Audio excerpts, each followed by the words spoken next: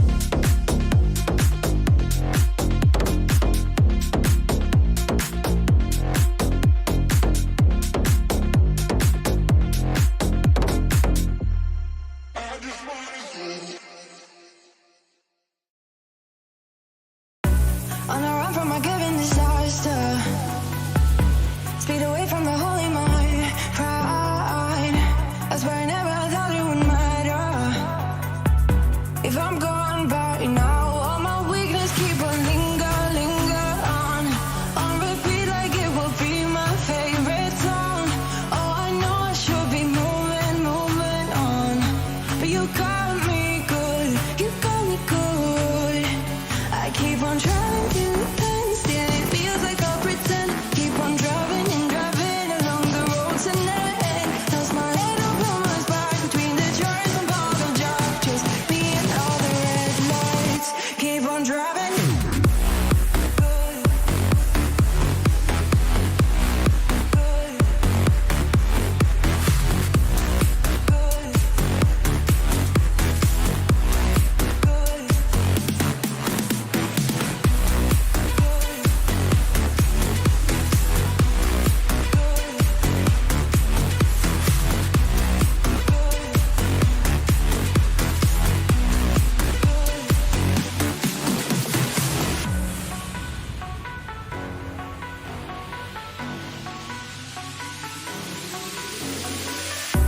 In the heat from a hot California, I forgot how it looks like in rain. I swear I never thought it would matter. If I'm gone by now, all my weakness keep on linger on repeat like it will be my favorite song. Oh, I know I should be moving on, but you got me good, you got me good. I keep on linger on repeat like it will be my favorite song. Oh, I know I should be moving on, but you got me good, you got me good. I keep on trying to stand still, it feels like I'll pretend. Keep on driving along the road tonight. Toss my head up on my back between the jars and bottle jar. Just me and all the red lights. Keep on driving.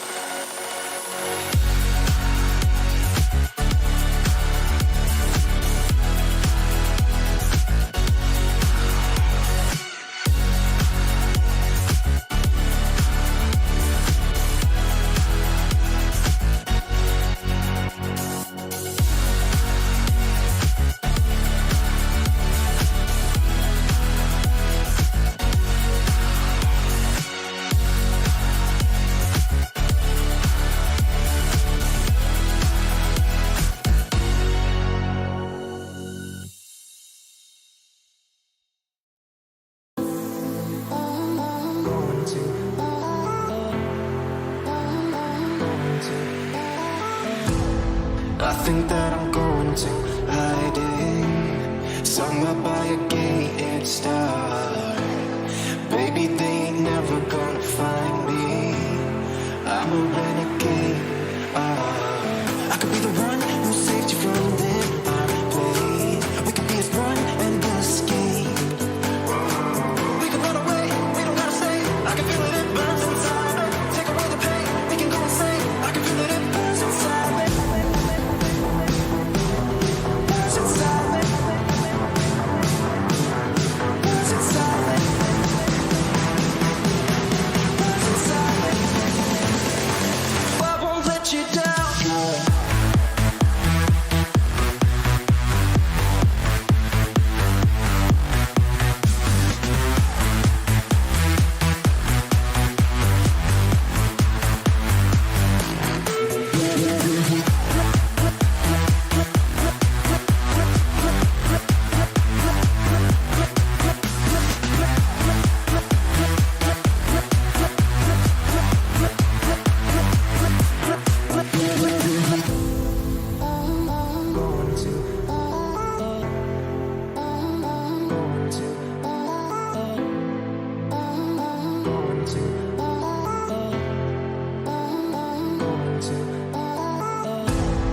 We could have the world to ourselves, going to a place that's far, staring at the stars for hours, 'cause you're a renegade.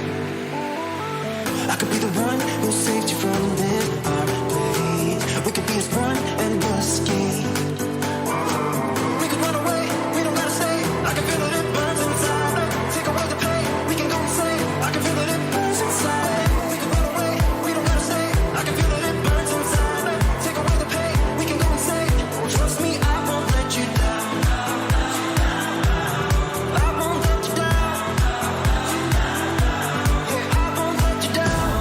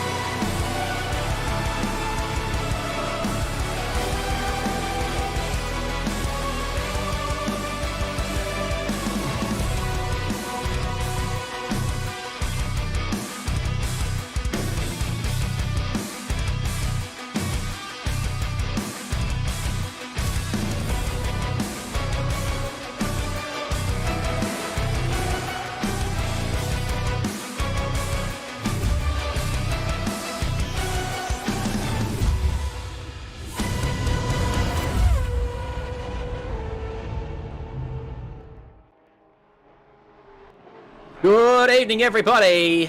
Welcome to Saturday at Bathurst, day 2 of our 3-day event, which kicked off last night with a Lamborghini ST Sprint race, a GT4 Midnight Bash, and the first of our team challenges involving all of our 45 teams as that car goes sideways around elbow. What a start to the night that is.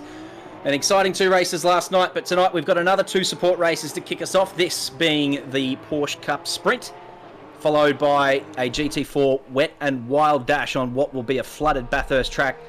And we're also featuring the second of our team challenges and, of course, qualifying for the big dance tomorrow. A very big welcome to Tom Riley and Neil Alexander. Boys, what a night we have in store. Yeah, absolutely, JC. Evening, everybody. Very keen for what is a massive night, probably the biggest night to start this year for OOR. 4 events, 4 categories. It's going to be ridiculous. You know what is ridiculous? How beautiful you two are. I love Tom Riley in particular. He's definitely one of my favourite commentators to work with, and I'm so glad I've got him for most of tonight. And he's on board for most of tomorrow as well, so get used to these dulcet tones. Tom Riley in the house. So looking forward to this weekend, boys. It's the premier moment, I think, for OOR in the last year or so. Of course, boosted media 12-hour last year. But perfect timing, I think. Get us underway for the year properly. And hello to everybody in chat. Pingu's in here, Sandeezy, Frizz, Bodie, Boxy, Suma, Jan, Tully, we love you. Peach is in here, Dire Bowls. Hello to everyone else in chat. Welcome to Saturday. I think this is the night that everyone looks forward to in any racing event, Formula One or anything else. It's qualifying night. It's when everyone's got low fuel, they're pushing it to the edge. That is what I am most keen for tonight, is qualifying. Anything tickling your fancy?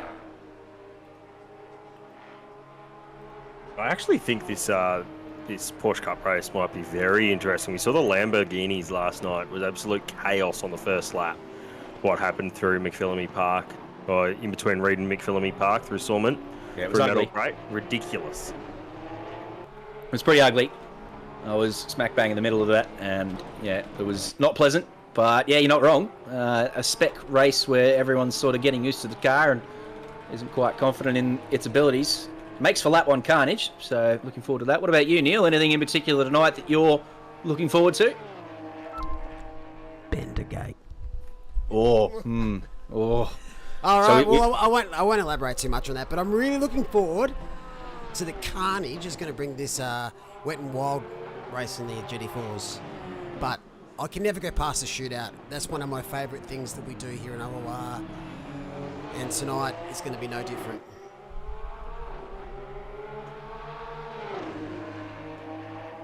My man Jeremy Washington in chat, fresh off a Ferrari victory in F1's. Evening to you.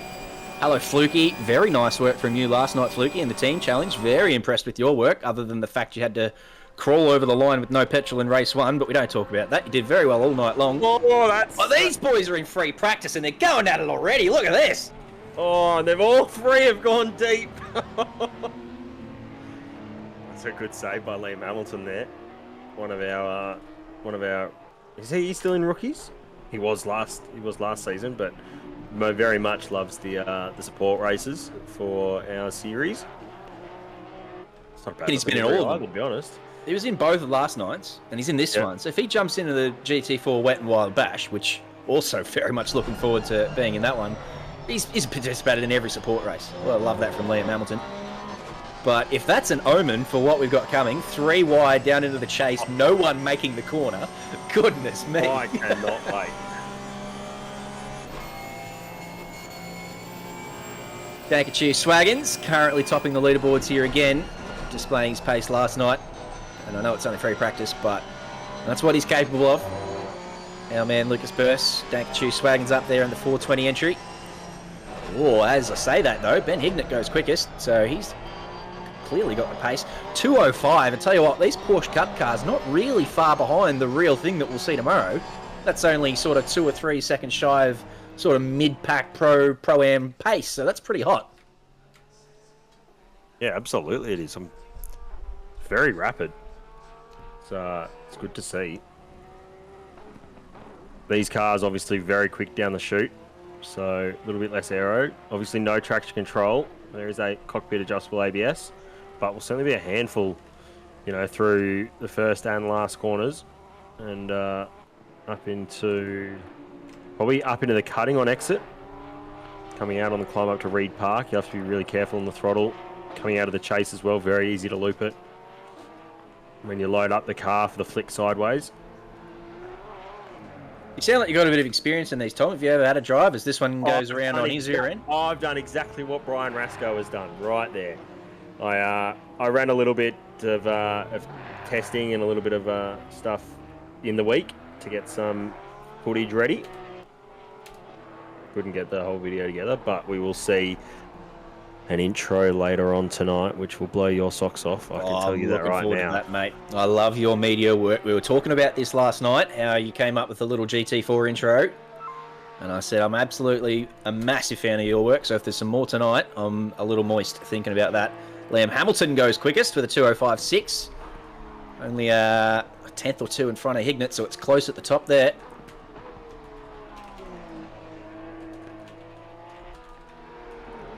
Yeah, I'm looking forward to these getting a little bit drifty through the elbow. If that's, I don't know much about the Porsche or even this Porsche Cup car, but I think they get a little bit drifty sometimes, and especially down in the elbow there. That's where I'm expecting to see a few miscalculations of trajectory. So here we go. We jump into qualifying. 10-minute qualifying. Plenty of time to make some space. We'll see what happens. Whether they did what the GT4s did last night and sort of crammed themselves in 4 and 5 wide in places during qualifying. Got a little bit messy. It's a big track and you got plenty of time, so make sure you make your space. Of course, as we said, everyone probably reasonably new, if not totally inexperienced with these cars, so there'll be different paces. There'll be a lot of different laps happening all at the same time. Just make a space. You've got to live at the space. Yeah, you definitely do. You nearly what? I've nearly caught up to what I'm doing. I've got 4 arms. You're all over it. Unreal in the background what you do. So you keep doing that. Let us know when you're ready, because I want to hear who your bet is here for the top. As I said, Dankenshire Swagon's pretty quick. Hignett, Hamilton, all up there. Have you got any one name that you're willing to put some milk on? Tom Riley? Ryan Jurong, 281. Is he in here, is he? Oh, he is too. Yes, I love that. What about you, Tom Riley? I don't think there's 2 things going on in my head. There is the 888 of Harsh Kumar. I do love the number, 888. It's pretty synonymous, I think. But also, Benjamin Hignett. He had a rough night last night in the Lambos, so I think he might be one to watch as well. Here he is on screen. It's actually quite a nice livery, to be honest. Yeah, it is a lovely shade of green. Yeah. I'm a green connoisseur, and he's absolutely nailed that little forest green number. I'm a very big fan. All those out in Chatland, who are you here for? Who are you following? Anyone in these support races you reckon has got it going on? For me, I want to see Mike Reel do well. Picked up a podium in the GT4 race last night, but was... look, I'm not going to be a steward and point the finger, but there is at least 1 or 2 names in here who would contest that he was the cause of the Lambo incident, so... looking to see what happens with Mike tonight. He recovered well, though. He got P3 in the following race. So yeah, the GT4 said that. Taking all the bits and pieces off the track from all the cars that were involved in the incident. Got back to the pits and dominated for P3 in the next run. So which Mike Reel are we going to see? Is it the Lambo Mike Reel or the GT4 Mike Reel? Tell you what, my eyes, Brandon Frisbee. Absolute favourite of mine is the Frizz. And he's out there in the car 98, so that'll be my man, is the Frizz. He's my favourite gentleman. No, I say that about a lot of gentlemen. I've got a lot of favourite gentlemen. But he's definitely up there in that top echelon. So yeah, I want to see him. Oh, that's a touch from Hignett. That's a little bit... that's going to be some damage for sure, I would suggest. As he gets his hands all crossed up on the way up the mountain.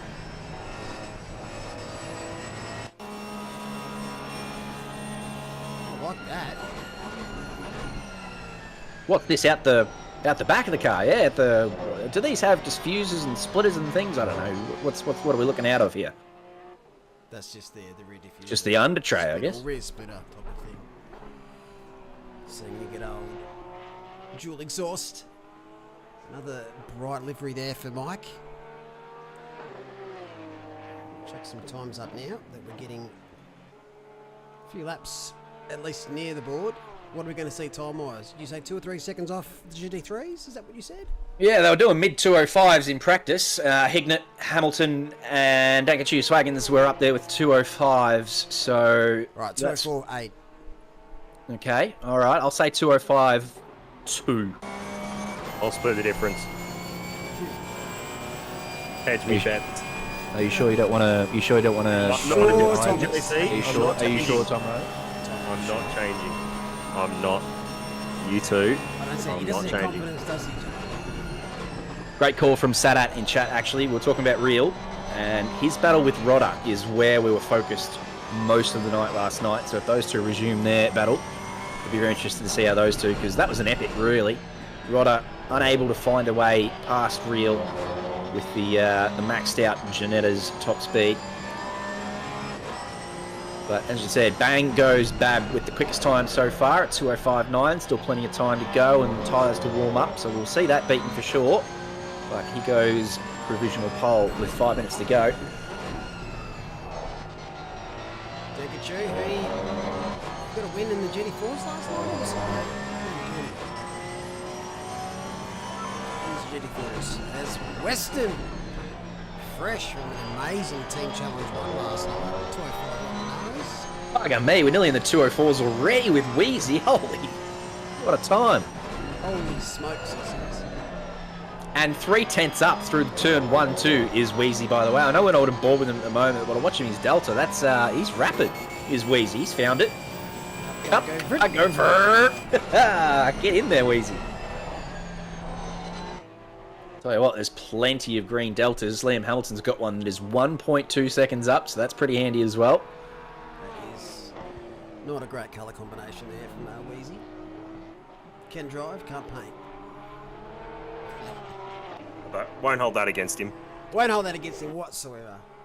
I really like Hignett's car out there. Green and white looks great. Yeah, it does look good. There's Lee Perkins to the pits. What a lad. Oh, this is going to smash what I said. What did I say? 204.8. Did anyone go lower than me?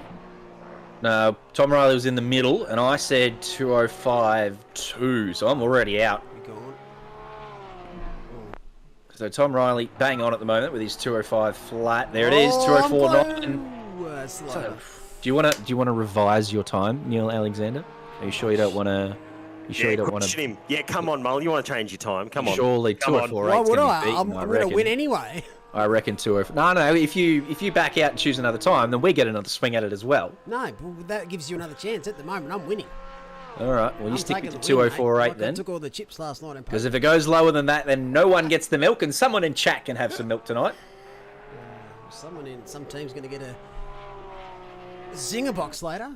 I went out and bought the Zinger boxes for last night's winners. Mate, I ate one on a stream, and you didn't even see. Oh, that's deep. They're sitting in the cupboard. Oh, that's around he goes. He was unlucky. For a he was. 204.3. Yeah. Oh, we've got a lot of people pushing it the pits. You make a little too hard down there in a Murray's Corner, which I'll give you the tip, by the way, before we get into the Wet'N'Wild Bash. I know we're not there yet. Murray's Corner, it's the Chase and Murray's Corner where you will see the most action in the Wet'N'Wild Bash, because the lockups down into those two corners, that is where I would keep your cameras for the Wet'N'Wild Bash. The Chase and Murray's Corner, it's just deadly down there. Paul Cranich, who just popped in the chat, just let us know his time. He said it 8 minutes and 7. That's a cracker. And it's not even the slowest. Ah, dear. Is my mic still quiet? Sorry if it is. I've get that sorted. You're fine for me, and Preach, we're all the same in here, but I don't know what the deal is there. You've like, yeah, okay, Jan Tully Lemmings, no, good call. All right. And hello, Nan. Hello, Nan. There was a Love few you, Jan. buy-ins. I was actually shafted the first hand by Bender, but we won't talk about that because we're going to make up for it in the GT4 Wet'N'Wild. Well, no, it wasn't even Bender that shafted you. You just misread the table, and I understood the situation. Who puts $20,000 blinds in? And took all your money. That's what happened there. That had nothing to do with Bender. Everything to do with Bender. My man Ryan Duong currently on for... Oh, it's all gone. It's all gone. It's all gone, Pierce. Yellow, yep. You've jinxed him off the track map. There he is. Come on, Wasn't someone even on find screen. 2048. Well, Dankachu. Dankachu's on, yeah. Woo. Where is he on track? There he is. Yep, we're watching him. There he is. Cody Rod. Is that his team name Bling? Is that Chrome? Are we looking at a chrome purple? Goodness me, it looks like my wife's lipstick. That crap. Looks pretty blingy.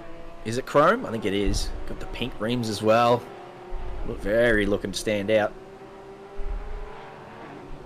We did have a question last night, JC. Who designed your Lambo livery? The chrome pink. Pretty sure. Oh, the pink one. Oh, Yeah. for the. I did that. Yes. 2048, gentlemen. Call me Nostradamus. Not over yet. Plenty of time. There's plenty of time. 23 seconds is heaps of time. There's plenty of time. Who's gonna help me out here? It won't be Geelong. It won't be bad. It won't be Wheezy's Nichols. on. Wheezy's on for a 2057. Bring it home, Wheezy. Do it for me. He's going to put it on pole. All he's got to do is not murder Murray's corner. Go and find Wheezy. Where is he? He's done bloody 3/10 in the first sector. He's on for a 202 if he puts it together. 202. I'll be requiring Motec after that lap, I think. Yeah, it was me for the Lambo. I don't mind a bit of pink, so thought I'd slap that on there. I thought it might be not the only pink one, but there was a lot more pink ones than I gave credit for. Whoa, that's him done. There goes that lap. There goes that lap.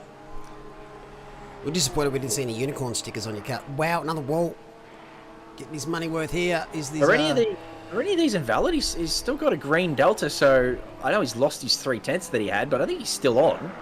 I reckon all the time he was going to game was going to be in that first bit by the looks of that. Oh, the car's done. Westy, just put it in the fence, mate. We've got I got my 204, Dank was trying to do a Michael Schumacher there and put it in the wall and create yellow flags for Wheezy on a pole lap. He's still on it. 3/10 coming out of the elbow. Come on, I need a 2057 from you, Wheezy. I can't afford to give this man any more milk. I'm bloody running out of milk tokens. I need this 2057. Coming down through the kink into the chase. Gets on the anchors nice and early, and I tell you what, he's just. Well, he's going to make me have there. double milks for the 2048 twice. No, he's thrown away. Yeah, unlucky. He looked good going into the chase, but just got a little crossed up on the exit and threw away all of that time, and then went with the four-wheel drive line across the finish line. So Dankachu with a 204.7-ish makes it pole. Benjamin Higgett is P2 and Mitchell Weston is P3. Benjamin Carood is on a lap, but it's not going to throw him anywhere near the top three. Maybe sort of stick him around P4 or P5 though, which isn't a bad shout. Oh, that's not going to do it. I tell you what, it's still valid though. Puts it at the P9. Not too shabby. Nicely done. Liam Hamilton got P4 and Ryan Duong P5. Michael Babb will be happy with his starting position up there in P6. Brian Rasco, Lachlan Nichols, Benjamin Carood, and Luke Nielsen round out the 10. Luke Nielsen, very late inclusion today, so doing very well to plonk himself in the top 10 on the grid. P9, not too shabby. Oh, I'm just trying to take a few deep breaths because it's just going to be such an exciting night. I was talking to Tom before we started, and I'm not even participating tonight. I'm not in the team challenge. I'm not in qualify, but I've got nervous butterflies. I am so excited for tonight. What are you most nervous for? I'm not even sure it's nerves. I think they're just excitement butterflies. I'm just giddy. I had a couple of iced coffees too many, and I've got the jitters, and I'm just raring for an excellent night of racing. Those team challenges, we saw last night how intense they were. Obviously, everyone with sort of half a tank of fuel, and that's basically low fuel compared to what we were running on Sunday, and just the battles that ensued because of that. And it's not a 12-hour event, so everyone wasn't worried about ruining their team's chances. There was all sorts of battles happening. So yeah, that team challenge Very exciting. Looking forward to that. And then, to follow that up with qualifying, as you said, everyone looks forward to the shootout, especially. But qualifying in itself, everyone low fuel, pushing the limit, especially those new camera angles we've found. I'm looking forward to a couple of those really low on the road angles over the mountain. If all those low fuel petrol tanks, it's going to be a big night, that's for sure. I'm very excited. Well, still not too far away. Nice little 3-minute session on the grid here for the guys. That's what they're looking forward to in actual race for the Bathurst 12 Hour. No signs of rain because we're saving every single drop of moisture for the next one as the GT4s battle it around here. I want to compare what we think between the Midnight Bash and the Wet'N'Wild, which one people prefer. I'm already going to say the Wet'N'Wild because it's not dark and you can see more. But you can see more depending if you change your camera view. Yeah. I think that's the only way you can really see. I'm not worried about being in a car. I'll be in the helicopter. I'm fine. In VR, it's not easy. Well, some dickhead picked the Maserati. Not naming names, Jamie. And Ben Diabols is going to do it with me. We're going to do it together. He's another one who uses VR just quietly, but he was in chat before saying that's decided to shit itself, so he'll be on the flat screen. But Diabols and I, we're basically going to bottle the shit out of qualifying, start from the back. We'll just let everyone scoot off into the distance because our Maseratis are dead set death traps. It took me so long literally... You make it sound like you're bottling qualifying on purpose. You have no choice, mate. That's a very fair point. You go set a lap in qualifying and I'll buy you on milk. Very fair point. It was I did probably 15 laps today and one of them valid. It is going to be an impossible task trying to wrestle these Maseratis around for half an hour, let alone one lap. So, but that's not yet. Here we go, Porsche Cup. Looking forward to this one. Just before we get into that GT4 Wet'N'Wild Bash, this is what I want to see. These Porsche Cup cars getting all taily. Close those gaps up, ladies and gentlemen. Tell you what, especially on that side of the grid, there's a friggin'... You could fit 2 buses in there, boys. What's going on there? Anyway, carry on. Let's go. Dankenchu Swagons take us away up into turn 1 with Benjamin Hignett. I tell you what, got a good start. Around the outside, what sort of exit can he get? Nah, Dankenchu held that really well in the camber there and got a slingshot out of turn 1. So he will lead us up to the quarry with Hignett following him and Wheezy in a slipstream coming into his own here on the outside. And I tell you what, Liam Hamilton looking pretty excited here too. He backs out of it nicely, but Wheezy gets it done up into the quarry. Takes it into... Oh, he went wide though, so didn't quite finish off the move. And Liam Hamilton says, thank you, mother, for the rabbits. He takes P3. Wheezy just slots into P4 with Ryan Duong now very interested in his rear end behind him. Looking at camera 2, there's a couple of 2 wides as we come up into the cutting, but it's all pretty handy. Looks like only car 33 of Lee Perkins managing to keep it on the track, but he's well behind the main pack now. In the pits. Oh, that'll do it. Actually, that's a pretty light penalty considering I think he's supposed to be in there for a minute and a half, so he's done pretty well to get on track that early. Nice work, Lee Perkins. He's only 10 seconds short. Nice work. He'll make some spots up. I'm sure he's very quick. On board with the man Wheezy. Cup cargo as he verts up behind Liam Hamilton here. Down towards the elbow for the first time. And that looked pretty bloody simple, but I guess they're all fresh tyres. I'm looking forward to those tyres wearing out. I still think the elbow is going to be the most interesting point for these cars. Correct me if I'm wrong, Tom Riley. What was that? I was sort of in and out watching. Just wondering if the Porsche Cup cars are going to have the most trouble when the tyres die down in the elbow, that downhill braking zone. Brian Rasco getting interested there, but not quite getting it through. I don't really know about how I haven't done enough laps to really know how the tyres deal down at the elbow, but imagine these basically as GT3 cars without the aero and without traction control. So, GT4 car without traction. Does the GT4 have less aero than the GT3? Well, the GT4 is basically just bolt-on parts, isn't it? Yeah. Really, compared to the road car. Whereas these are they're still very highly modified. They don't have any restrictions as the GT3s. GT3s. So that's probably why they've got a bit more pace, except they've, as you just said, they've taken out the traction control because no one wants that. Oh, a bit of a kiss there. That's a bonk. It is a bonk. I don't know what I think about some of these liveries, but at the moment, if you look at the top 10, within 2 seconds, except Braden Ross has just fallen off the back of Karoo there. As Swaggins has made a mistake. Oh, don't do it, gentlemen. We know. Do it. You've done it. Do it. No, don't. Not yet. Not yet. Oh, we're going to see dramas. I can just feel it in the waters. He's got the run. I like this camera view. There it is. We like that. Benjamin Ignat getting very sniffy on the Dankachu Swaggins rear end. But you're not wrong. He was very lucky to get that back together, was the Dank. But he did. Did well. Down into the dipper. What a view. Love this one. Excellent. And that front view also is just gives a real sense of speed, especially in the GT3 cars.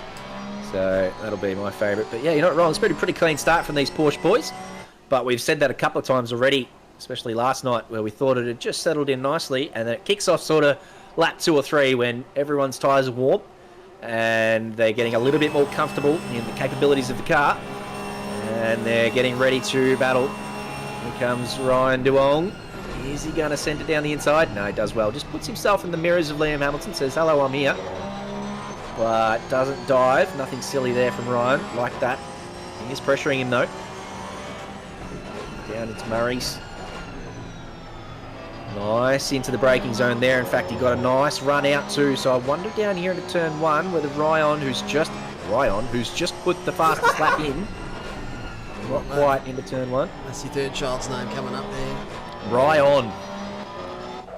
That's Mike dead. Real. There's in the fence at the last corner as it go 3 wide.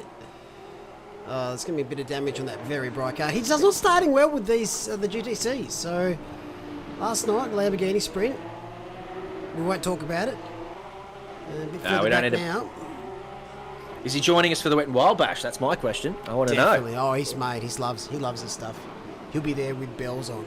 All right, so as you said, not quite getting it right in the first race of the night, but if he turns up for the second one, on for another podium. So put your money on that one. Without doubt. Overall, though, it's pretty well bunched together. We're hearing rumours there's going to be a competition caution about mid-race, just to bunch them up, get them all sorted. Oh, here we go. Skyline, no, good decision.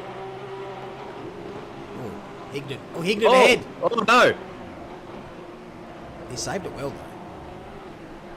Yeah, I wonder how much damage he's got. We didn't actually see what happened. He looked like he did kiss the wall. Hello, Pingu! Welcome back. And everyone else in chat who's there's a got bit in of recently. going on here the we back go. here. Lap 3, we called it. Rasco. Ryan Duong, my man.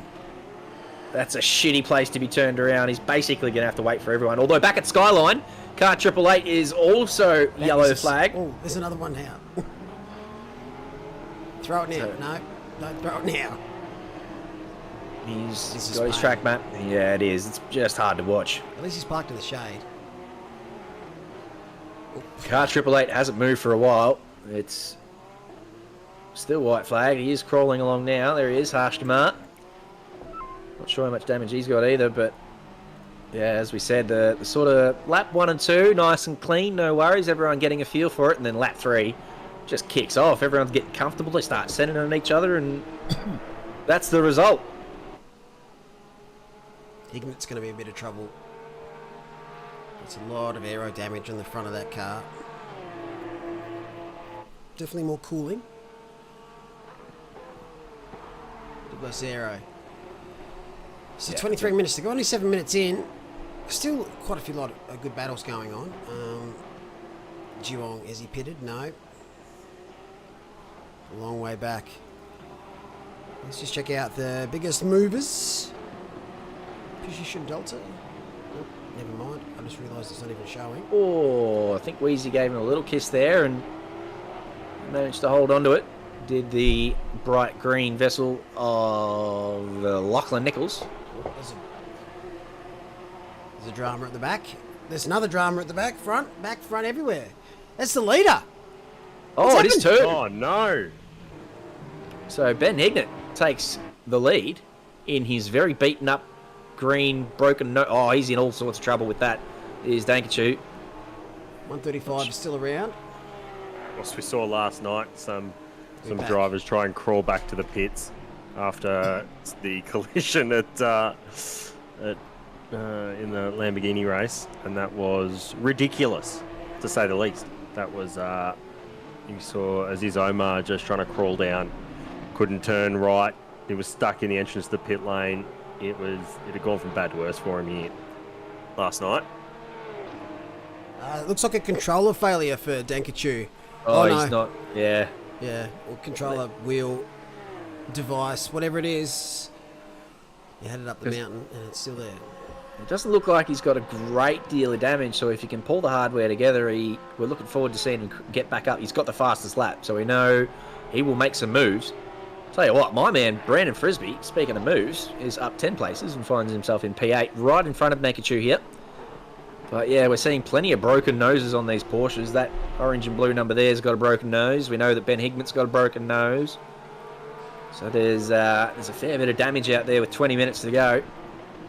But yeah, I do hope that Dankachu can sort out his controller issues. I'd love to see him climb back through the field. Mike's pitted.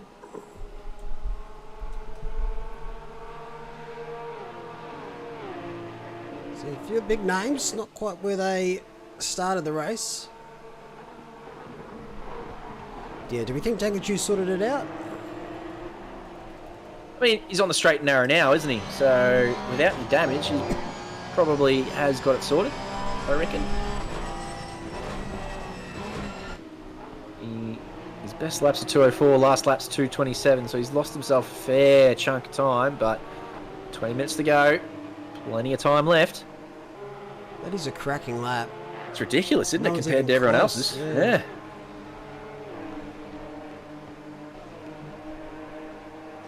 Bit of a battle pack ahead of him.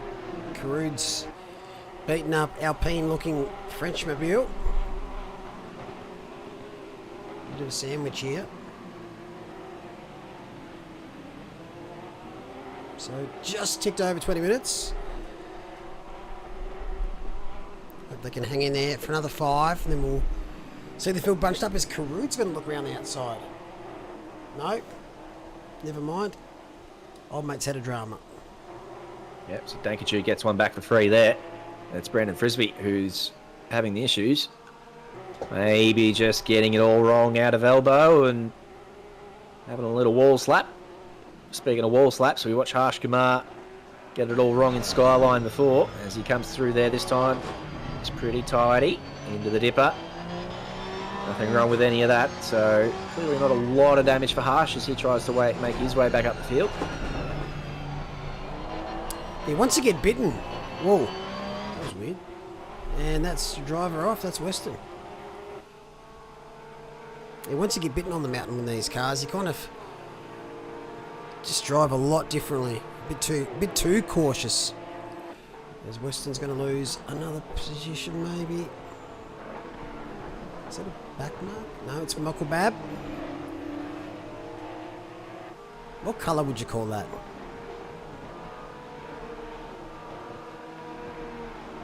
Your thoughts, Preach? You're in the Navy. I was gonna make a suggestion, but then I thought, no, you're in the Navy. Might not know the sort of line that I was going for, but now that I've made that comment, I think he's really going for a bit of the Kevlar effect. that's actually a great call. I was just going to say army green, but yours is much better. Yeah, I think it's a bit of a Kevlar effect. It's got sort of a little bit of metallic in it, but it's that off khaki, very dark khaki sort of colour. It's probably... He's done the helmet too. Yeah, it's not bad when you execute it right, but he's running on every car as well, so you can certainly pick which one's his. He loves it. Kevlar. Oh, I like that. That's a great call from you. As I said, I was just going to say army green, but Kevlar sounds heaps tougher. Scope's not a fan of that. Doesn't like it.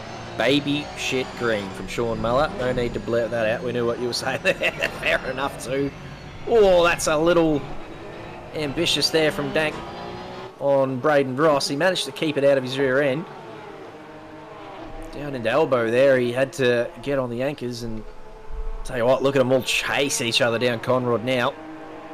As we said, Braden Ross leading this little pack. And Dank right up with him. Caroud there too. but carrying all that damage. Probably not looking to make moves on these two, just looking to see if anything happens, being ready to pounce. Raiden under all sorts of pressure from Dank, who has clearly got his hardware back together, so we love to see that. Brandon Frisbee also close to this pack after his little escapade at the elbow before. He's caught back up and also looking to pounce if anything happens here. Couple of yellow flags back in the pack. Newen dropping back through the field. And I think Harsh Kumar's had another issue as well at Skyline, so he can't quite get it right. Happy birthday, Scope, is it really? Did we sing happy birthday to him? Happy birthday to you. Not bad for you, JC. Oh, look, we won't carry it on, but that's a big happy birthday to you, Scope. It's one of our last favourite. It's all the mic, mate. The mic makes it sounds good. I'm Mr. President. Oh, goodness me. Why are my nipples hard now? Ah, wow, that's Karud in the wall. That's why. And he's trying to race Dank with all that damage, and he got crossed up coming out of the cutting too, so he loses out to Frisbee. It was a great save to not end his race, but yeah, Frisbee has one back. Well, Frizz getting the biz done. No, it's terrible. Karud again hitting the wall there, so really struggling with this car now. You can see how much work he's having to put into the steering wheel. A couple of taps on the wall, and that car's looking pretty loose now. It's got another 15 minutes to try and bring it home.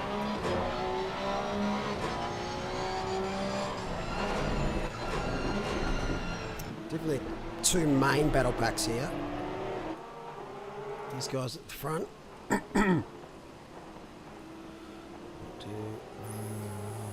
That one. Perkins is around. Another one bite the dust. That's the wrong way there, Lee. Correct me if I'm wrong, Lee's the one who started from the pits. Yes. 33? Yeah, he did. So he's done pretty well. Make up a couple of spots. Put himself on P12. He probably was before all that. Oh, there he is, Braden Ross. His dad Bob's going to be very disappointed. Speaking of excellent voices, that man, dripping with talent. And Scope very rightfully saying he'd prefer that man sing him happy birthday. I couldn't agree more. I would be buying tickets for that one. But not quite getting it right there at the end of the chase. So he drops back a couple. Benjamin Karud still struggling with that car. Yellowed at turn 1. This is Lachlan Nichols right up behind Beg Hignett here for P2. And they're not far behind Liam Hamilton, who finds himself in the lead of this race at the moment. Oh, that's the Kevlar's gone round. Oh, Babby. Too heavy. Another one who's shown up to almost every support race, I would suggest, so loving the commitment from him. Also a part of the infamous Lambo incident last night, but had a good GT4 race, if I remember correctly. And up here at P7 at the moment, so not too shabby from the Bab. Not too shabby from Babby. Tell you what, Hignett very interested in the back of Nichols here. Bit of green on green action. Got a nice tidy exit there too, so he'll be right up in the suck. Let's see if he can get anything done down through the kink. Just wonder if that damage is hurting his top end, because he seemed to fall off the back there, even in the slipstream. Nichols just sort of pulled away from him a little bit, so we're not going to see anything down here into the chase. But he's clearly got the pace to make a fist of this race. Trying to save face. Right, yeah, stop now. Stop now. That's enough. Yeah, stop, please. You're a disgrace. It's dead. Wow. Save it. Good stuff. Higgins. Good save. Little birdie tells me we've got something coming up at the 12-minute mark. Yeah, there's plenty of big gaps out there, so I wonder how long they'll be held up for. They'll really regroup the whole field. This top 3 doesn't need any regrouping. They are... Well, actually, it's the top 4, isn't it? Hamilton, Nichols, Weston, Hignett, all within sort of 3 or 4 seconds of each other. Hamilton's got a little gap, but I'm sure he won't be too displeased to have that closed up. He's clearly performing very well. But yeah, this gives a chance for the rest of the field. Harsh Kumar, Mike Reel, Lee Perkins, all those boys down the back there who've shown that they've got the pace, but have now fallen by the wayside of the dangers that are the mountain. Oh no! Oh, Lachlan Nichols, he is all sorts of dead on the... Oh, he's managed to pull it out in front of Hignett and save it. But he got all sorts of... Wow, that was very lucky. I thought he was in all sorts of trouble. He was going to float back on the road. He's managed to save it. Great effort from Lachlan Nichols. So there it is. Competition caution. Love that. So Hamilton will hold him up. Of course, we don't have an actual safety car on track for this particular event, so it'll be a virtual safety car. But Hamilton will be asked very nicely to hold this pack up, probably cruising at around about 120, I would suggest. Do a couple of squiggles for us to keep those tyres warm. Dankachu gets the chance to take his position up there in P5. We've watched him crawl back from, I don't know how far down he was, but it was a long way. He's done very well to get back up there. And Brandon Frisbee... Oh, hang on. That one didn't get the message. What is going on here? Someone wasn't got the listening. message. Someone with... Potentially not in the Discord or just not paying attention. They've been warned 3 times, both in Discord and on the game, to make sure you are reading chat and or in Discord. So that one just not quite getting the message. No. Oh no. It's Ewan. 667, he's in the OR number. Crude has pitted, so I think he might be out. Is that a strategic pit stop? Under virtual safety cars, But he Karoo wasn't got in and ahead fixed though. the damage. He's going to be a lap down now. As he gets out now. No, he's got to be quick. Well, He's got to turn that car into a bloody LMP1. Oh, he's moving. He might be out and just ahead. Slow down, Liam. Give him a chance. There he goes. Yes. there he is. CSC. Karoo with the big brain move. And now the small brain move is no. being... Oh, No, he should have taken off. I just think he wants to go behind here and... Can we give him his lap back? Can we tell him he's got his lap back? Yeah, Oh, yeah. The game won't That's like He's got his 2 lap back? That's a great call. I don't care what the position He'll leaderboard just says. he'll just tuck him behind. Race on, Ben Karoo. Just pretend you're on the lead lap, and we will pay. Who's that speeding past? Was that Newen trying to gain his position back? He is too. Or have lap taken cars off. been told to pass? Or is he... I He's don't been know. told to pass. He's a bit back. If they've been told to pass, we'll see Karoo do the same thing. No, I don't think he's been told. They're not single Rude. file like they normally would be. This is the scenes here at the Porsche Cup. And that's not much of a single file either. No, double file. Double file over the mountain. Have to. Force them.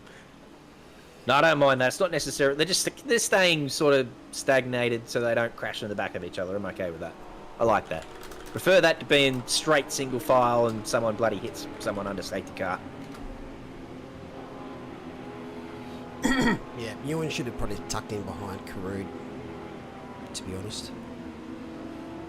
Where's Rasko? Well, it is what it is. Carry on. I think we're just waiting on these two. They want to kick it off again for a final 8-minute blast around Mount Panorama.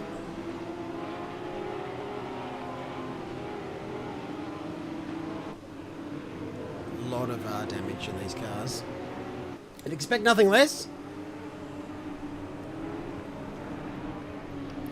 With one of your favourite views. Oh, that's nauseating.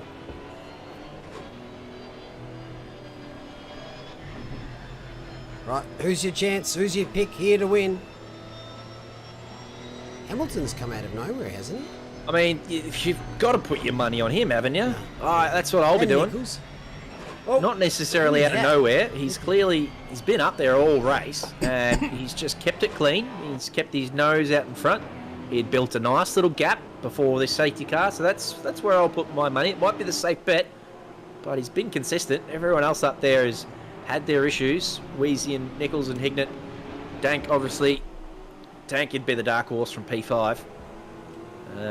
If he can get some moves done early.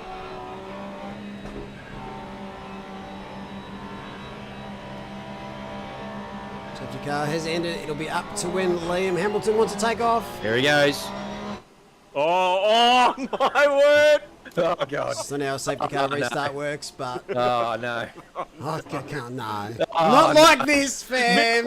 Not like this. What? Oh, in the background is massive carnage. That has not ended like I hoped. Oh, Dank's done well. He's gone from 5th to 3rd. Oh, there around goes Lockie Nichols. He keeps it. What a save from Lockie Nichols. No, dead. Oh, no, never mind. Jesus. Oh, no, stop. He's already dead. Oh, no. Oh, I had vibes of the famous rejoin in the Bathurst 1000 with Jamie Whincup, Garth Tander, and Scott McLaughlin. No, not like Oh, no. That wasn't a safety car. That was a danger car. Oh, double F from Jan Tully. no. That's appropriate. You can have my double F.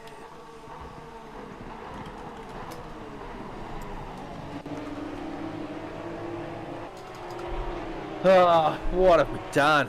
Gather your breath. Tell you what, Dank's done very well off the safety car restart. Hamilton's been swamped by a couple.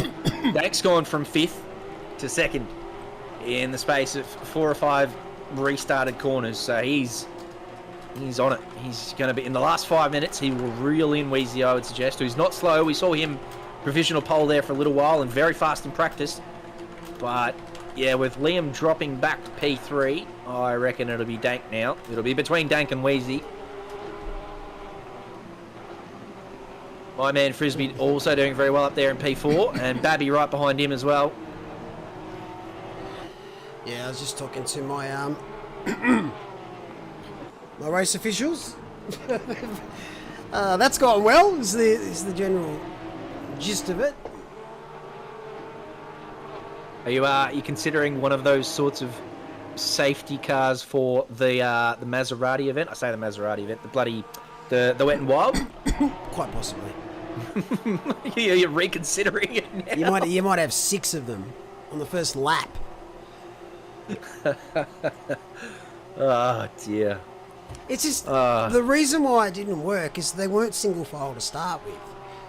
Like if they weren't following instructions, you've got to have single file, have a little bit of a gap to the car ahead. We had 5 cars coming around the kink together. I love it. We were on board with Liam and we watched him go from 1st to 2nd and take off. And like, all right, he's restarted. And then you turn back to the rest of the field and there's 5 wides already. Yeah. Oh, goodness me. That's Liam Hamilton going pretty wide there. I think it's Liam Hamilton. No, it's not. Never mind. Might have been Braden Ross. My apologies. They've got a very similar livery.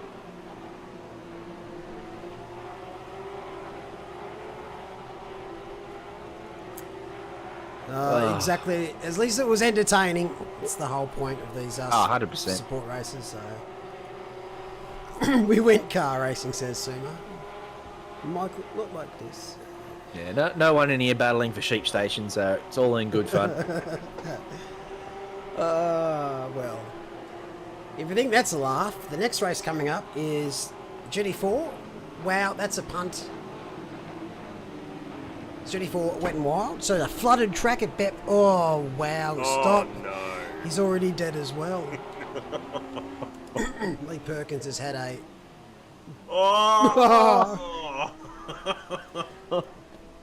has had a Mike reel of a race. Paul Cranich made his way past there pretty nice with the reactions. He did well to keep it out of Lee Perkins there.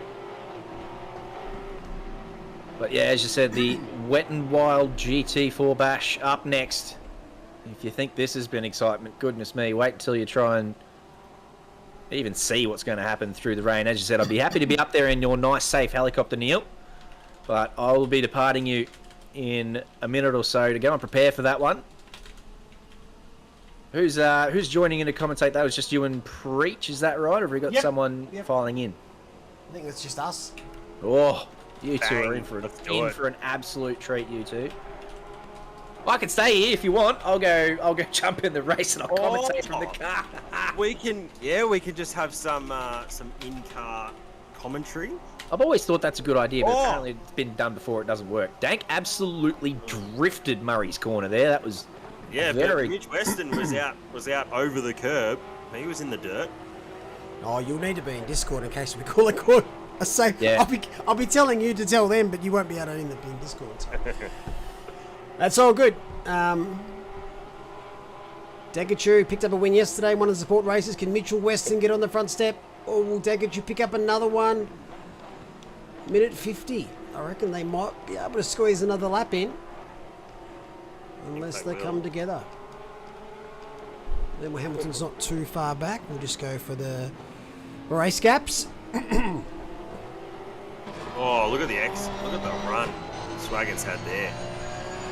Out of the cutting, up through Reed Park now. Into Sulman. Over the hill here, down through Metal Grate. Whack. Whack. Oh. This is... Oh. Dankachu holding on like you would not believe. You're a brave man picking the Maserati, Jamie. You're going to regret that, I reckon, 16 seconds into practice. Have you done any practice or is he already gone? He's still here.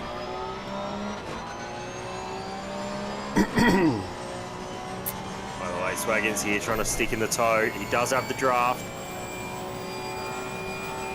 Don't think he's going to be quite close enough. What are they hitting? 270 under the sign, 280. Almost 290, just has to lift. So this will be his go here. Try and get nice and pulled up. Very good run through the chase. This is it. Mitchy Weston has to go defensive. Oh, gives him not much space. Nice deep brakes from Dank. That's really good racing from these two. Good defending. This is the last lap. Bring him home, Riley. Bring him home. Mitch Weston just gets a nice exit out of turn one. Swaggans matches him. It's going to be right in the toe. Mitch Weston has to stay on the inside here for the cutting of turn two. Really difficult to get a move done up into here if you're on the outside. Just touch back in, I think. Oh, but they both run wide. Went wide, yeah. Hamilton's ready to pounce if these two come together. He's right on the back of them. He has absolutely nailed sector one. Got a Stephen Bradbury, you reckon? These two down in the chase get it, bit each other, and Liam just wanders across the line. I think Liam Hamilton's got a bit more pace than old Stephen Bradbury. He might overtake here in merit. You're not wrong, he has really closed up and joined this group, hasn't he?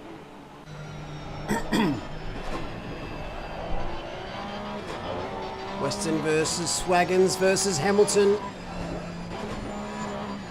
Oh, Weston's had to really compromise his entry there, which may hurt him down the bottom end of Conrod. Hamilton is a chance. It's going to be in there too. It's going to be... Oh, I don't know what to think. Weston is defending very nicely, but as they approach the chase, they're going to go side by side through the kink. I would rather be in Weston's spot than I'd... Oh, he had to break a little bit earlier. And I think Dankachu's gone a little bit deep. No, too deep. He can't take the win there. He can't. He won't. And Hamilton's going to go bang for P2. Love the effort from Dank. Swaggans throws it all out. Mitch Weston love the effort. Never on the power. Absolutely, boys. Look at that. 1, 2, 3. All within half a second. Absolutely great effort from Dank. Deep ranking into the chase, but loses out to Mitchell Weston. Wheezy brings it home P1. Have a dance, mate. Great work. And Liam Hamilton in P2 gives him a little kiss at the end there. Boys, I'm going to jet. Looking forward to this GT4 Wet'N'Wild Bash. Enjoy. Go get him. Talk to you again right afterwards. Go get him. Well, 1 second separated. Oh, sorry. 5/10 separated the top three. Mitchell Weston picks up the win. Hamilton P2, Decatur P3. I think they all had damage prior to that though.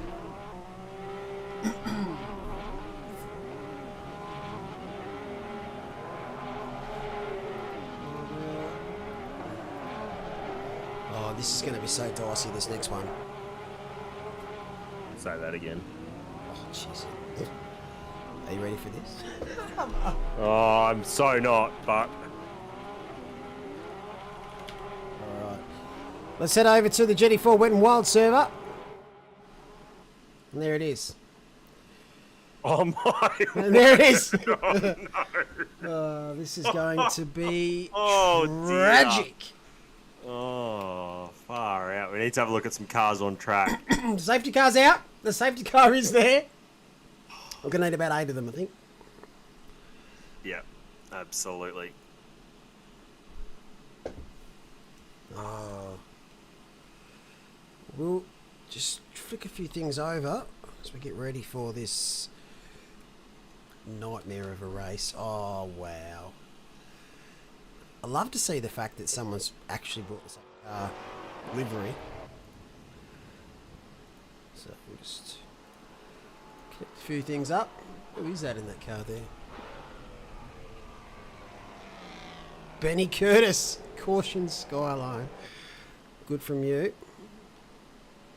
This looks horrible. Oh, we've got a KTM. So Eric's gone the KTM. We gave it a bit of a spray last night. Adam's gone the Alpine.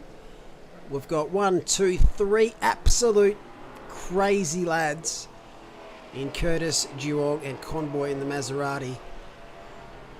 Oh, it's going to be something else. Janettas. See a good mix. No Chevys. I would have gone the Chevy. Oh, there we go. Sorry, No, there is McNulty's in McNulty. Yep. it. Audi, Brave. A great mix.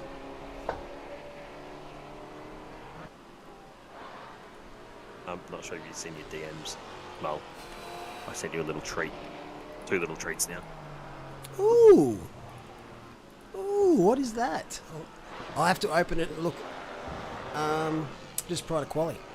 Yes, You that's mad the lad. plan. Thank you.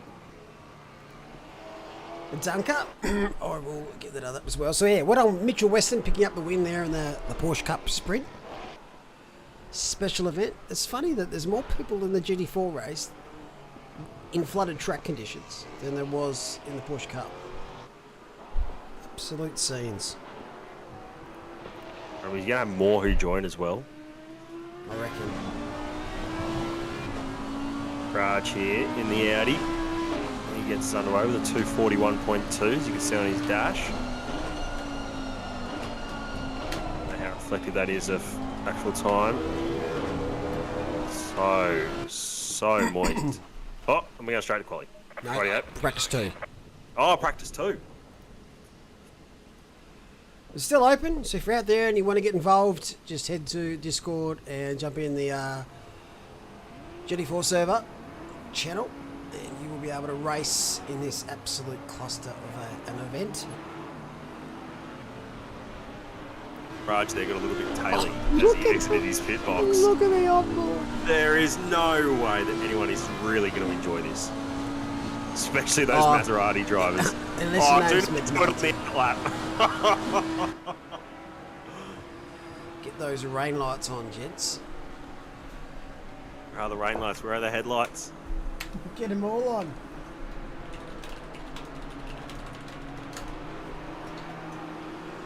I've just had to message them on the server. Turn the lights on. There we go. Everyone's listening. Yeah, you can do that in the MFD. We do recommend rain lights as well. Not that it's really going to help too much here. Two KTMs now. Do we see any Astons? Yes, we do. What are we missing? BMW, perhaps. Surprising. Full bag. Surprising, because I thought the BMW was one of the strongest around the mountain. Although, oh, what a... Oh, no, I'm watching something else. I shouldn't be watching that. But I think Simo is drifting. Simon Grofsky, he just drifted through McPhillamy. Oh, there we go. Oh, Oh, wow, no. it just kept going around. It's like a slow, painful death.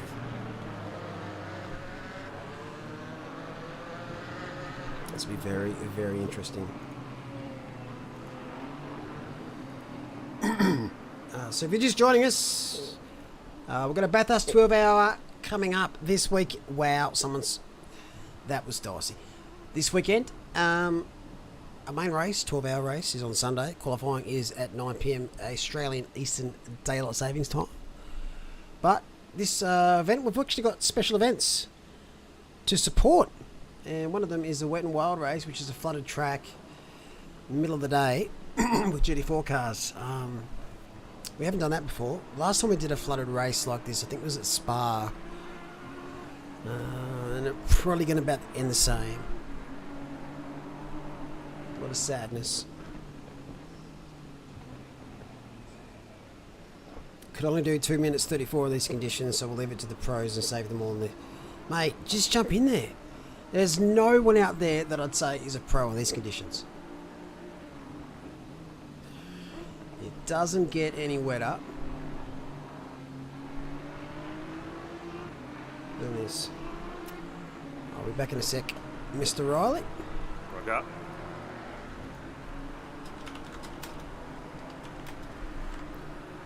I'm just going to leave you with the crowd.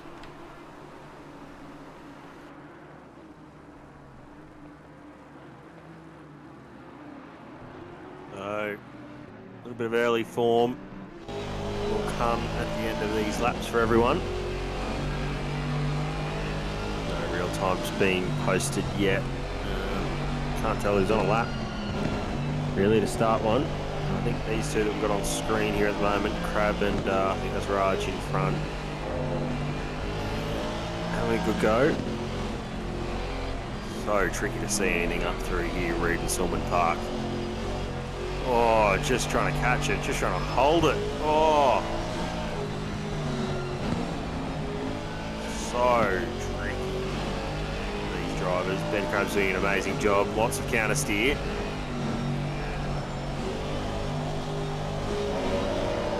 Lots of counter steer needed.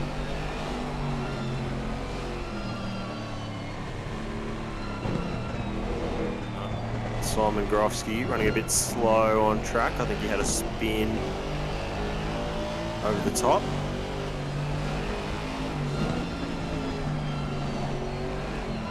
What does he the inputs maybe from these guys? See how much they're having to work the throttle and the brake. Just how much counter steer there might be.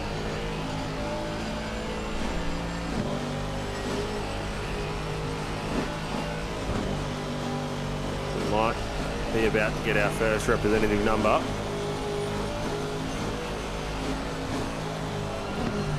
think it'll be from Raj Sandhu, Ben Crab. That's not how you take the chase. That'll be difficult to pull off.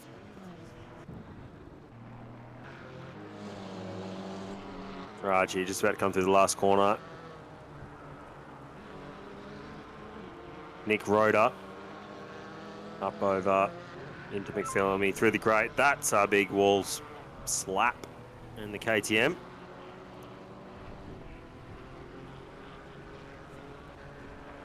And he's tried to back it in to McPhillamy, and that's not how you take it. Yep, just stop on track, buddy. Head back to the pits, as he does. Raj is the first one to post a time. Number 240.4.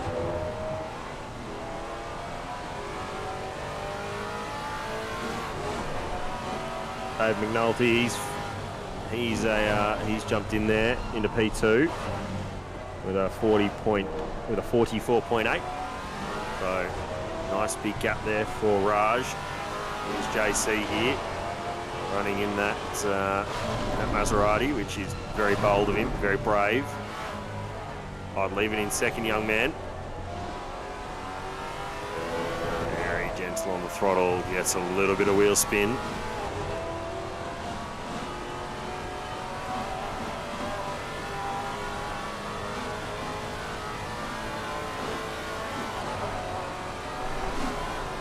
as time's still holding. This is only free practice though, so we've got a little while until we get the fully fledged qualifying ready to go. That's straight ahead, JC. Need to go right there.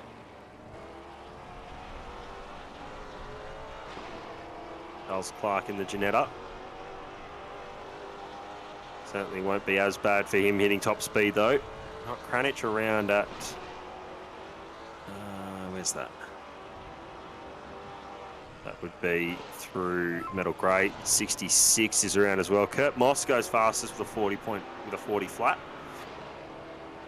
So that puts him 4.5 tenths clear.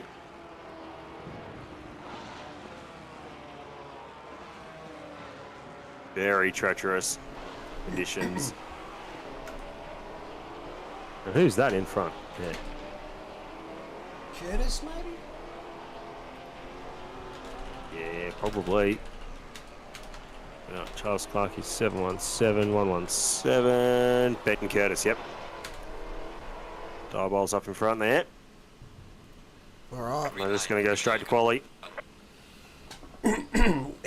What percentage of laps do we think are going to actually be set here? Because I don't have high hopes. I think there might be less than 50. How many have we got in the server? How many have we got in the server? Is it 23 or something? We got 26 cars in the server. I'll say 12. There is a surprise Maserati that I can see as well. Yep. There he is. Very interesting indeed.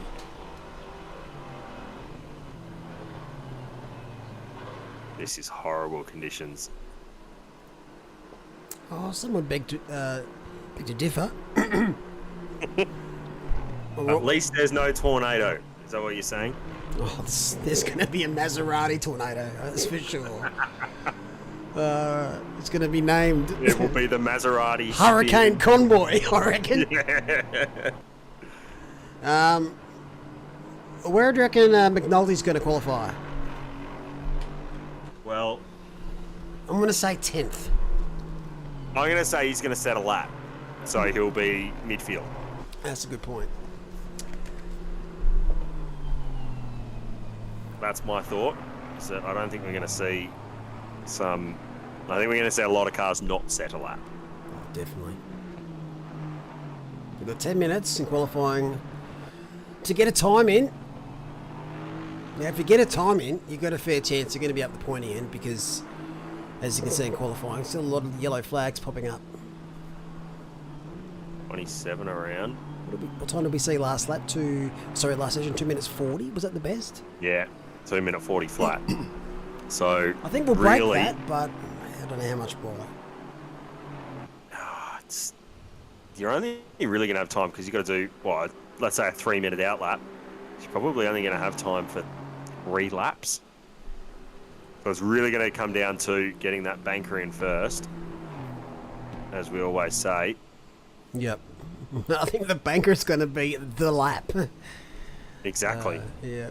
Because as soon as you start pushing in these conditions, it might be over. We'll put the pressure on Ben Crabb here in the Mercedes. He's going to be the first person across the line to get a hot lap under the way. We say hot lap. Right, it's anything but. 19-degree track, no wind, but as you can see, it's flooded and pouring and deep.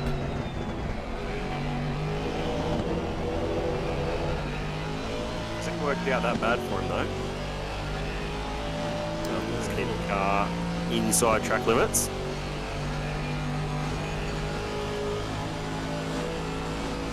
So a few yellows in the last corner. A bit too close. You kind of want a lot of space around you so you don't get that spray and it takes the pressure off you having to push a little bit too hard. As you said, you just want to get that banker in. That's it. That is going to be your hot lap. I'm hoping everyone's out there having a crack. There's a couple of cars staying in the pits. First challenge.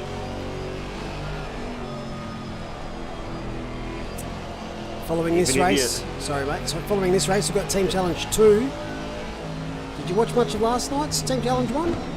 I did watch it. I did. Cracking. It was very, very exciting. Tell you what, those top two just ran away with it, didn't they? Oh, this Save consistent. Yeah, they're just consistent. Stayed out of trouble. As soon as you make one mistake, you fall back. Yeah, yeah. I suppose you can get that though with the way that qualifying at the front works. Oh, that's a bit of a nick. Yeah, car 15 was no idea, and they weren't too far back. They were like second or two most of the time from P2, and especially the second race. Just got to be in it to win it, and obviously the front two didn't really make a mistake. Interesting to see how we go for the second driver combinations. As we see small yellow flags, no time set just as yet. But they should start coming in with this lap. If you look at the track map, those with the grey circle, they're on a help lap. Light blue is either invalidated or they're on an out lap. Quite a few invalidated. Let's go with personal best. What are we looking at here first off? 2 minutes 39.3. There we go, straight under the 240. Everyone jumps in there with 39.2, so that's as close as you dare in these conditions. That is fractions of their overall race time. Bang, bang, Look, bang. He's got 6/10. Oh! Up and about. That's great to see. The first 3 times all within 5/10. That is... Well, they paid the big bucks. Another one. 239.5. Great to see. Well, based on that then, we can expect these times to drop significantly. Wow, Kurt Moss, 238.1. With that being said, these times, like, Simo is a full second up. And he's only just going through metal grate into McPhillamy.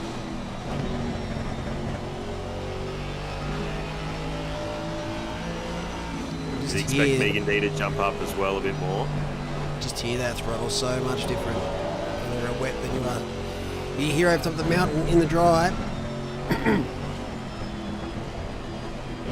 Charles Clark's in the pits. He might have had an incident on his second hot lap. He's got 3 minutes to get back out there, so he might be done. Yeah, definitely done. Kurowski. He's looking mega here as Raj puts it P2, 238.7. It's going to be a massive lap by Simon here. Kurt Moss has 0.8 up. had an off, so he's done. He's in the pits. Yeah, it's McNulty as well. One we haven't seen anything from yet is Andrew O'Hara. Well, there's a drama. That might cost him a little bit of time, but no, not really. That was a little bit. Just can't see now. Has no vision.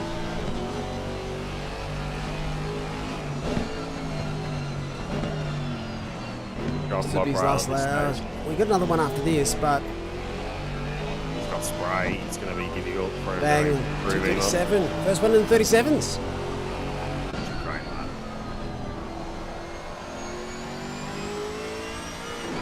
McNulty will move up into P1, 237.9. Oh, look at the gaps. 200ths. It's ridiculous. This man is a machine. Look at this. He may be a fair way down the pecking order, but he's not shying away from his challenge. 2 seconds up on his previous lap. He's a good 5 seconds back from pole, but as of 12 hours ago or 24 hours ago, this man didn't even know this car had no traction control. So he's committed to the car. Good gains out of the chase. 2/10 gain on the run down to the last corner. 4/10, 5/10, 6/10, 7/10. It's going to be mega. JC. We'll move him up into 10th. Can't be too unhappy with that. When you make 2.7 seconds better on your last lap. And you move up, what, 3 spots? Yeah. We saw that last night with the driver. Massive, like 5-second gain. Moved up 1 spot or something. Quite amusing.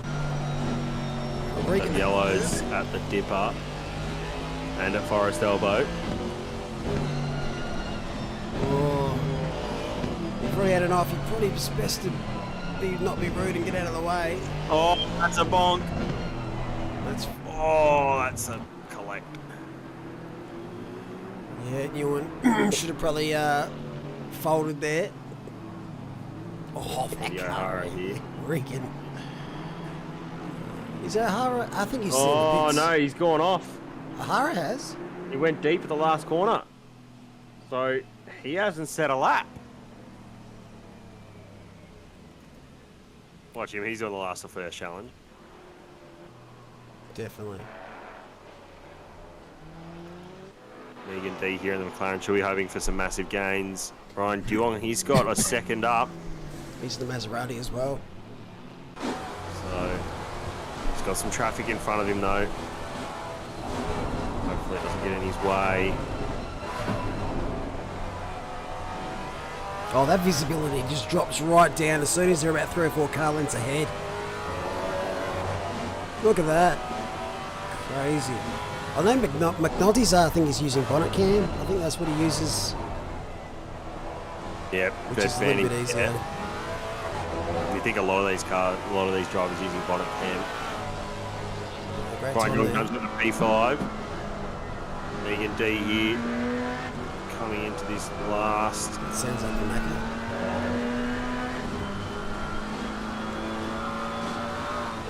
Hamilton's gone bang, 237.5.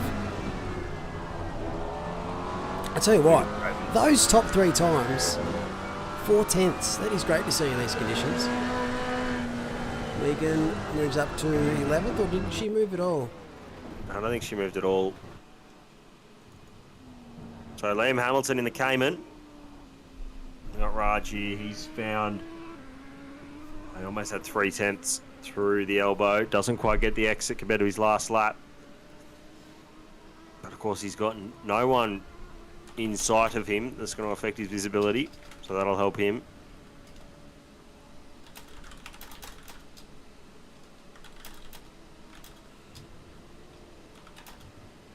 Yeah, I don't think he's going to find that 6/10 he needs for another spot.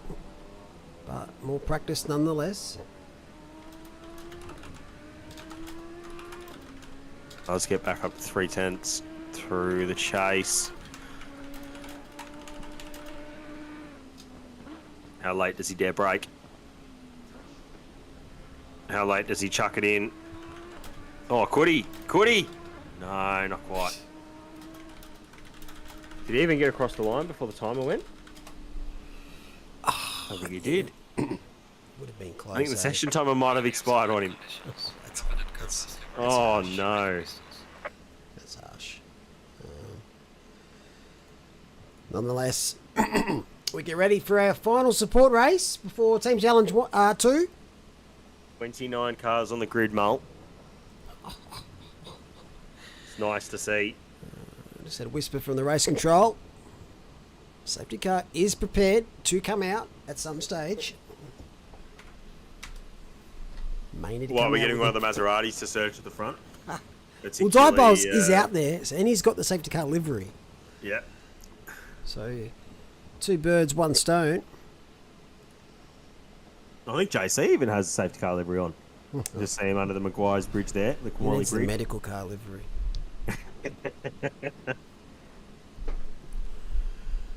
Well, what do you reckon, chat? What are we about to witness here at Mount Panorama in the flooded track conditions?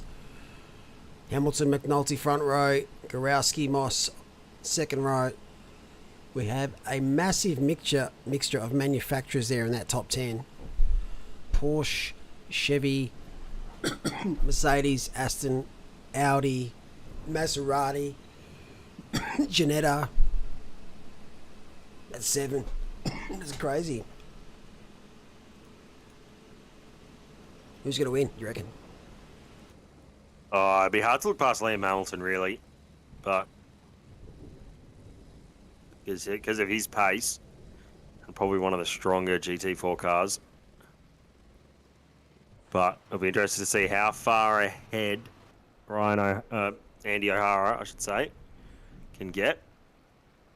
Oh, these cars are above ground. Everyone getting their setups ready. Not sure how much more change you can do, apart from really soften the cars up.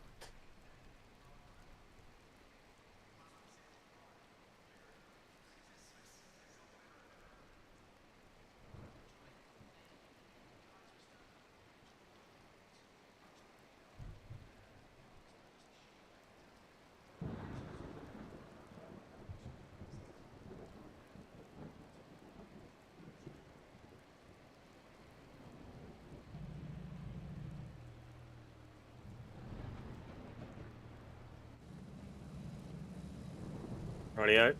Not far until the cars get underway. Very moist.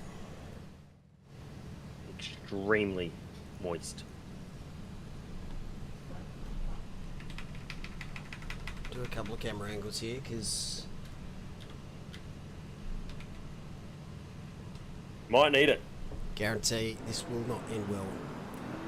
Alrighty, final support race leading into our Bathurst 12 hour.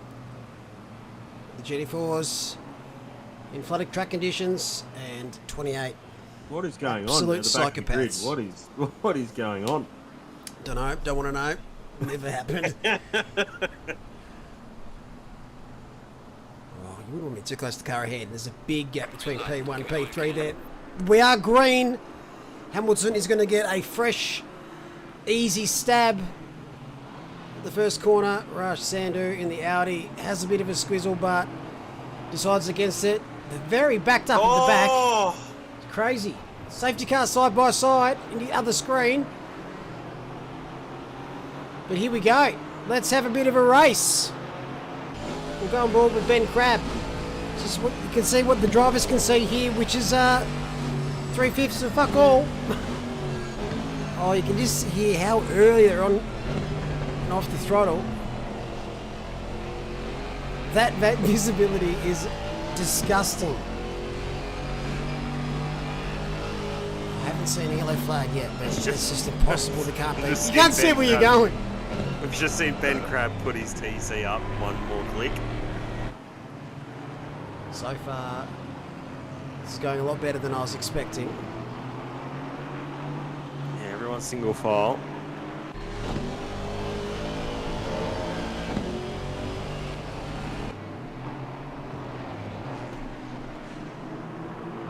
Let's get a bit of one of these views here just to see. Look at that spray.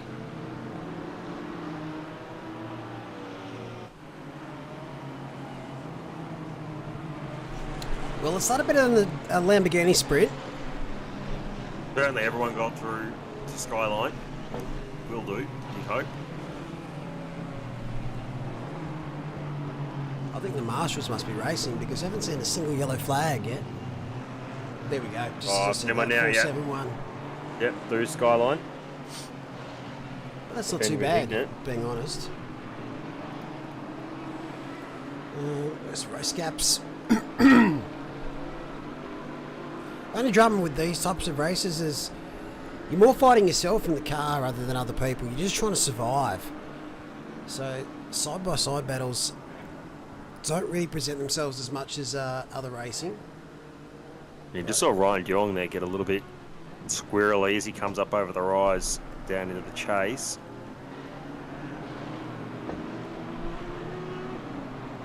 Oh, Marcus Van Vliet sideways all the way to the chase.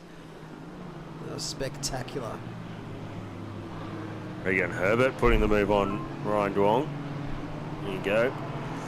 Lem Hamilton, a 44-1 from a rolling start. Not horrible.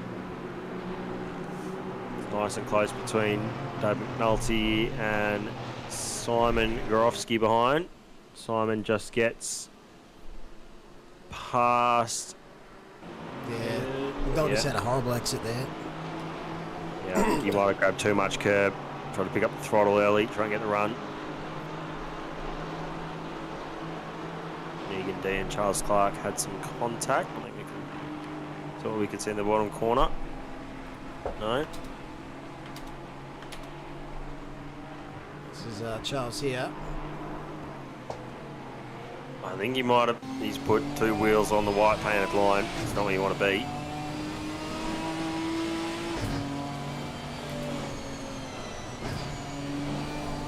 Well, geez, that rear wanted to come out then. It's safe. Well held.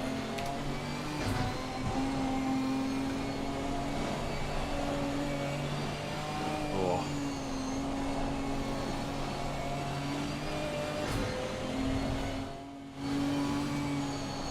Let's see how Andy's faring.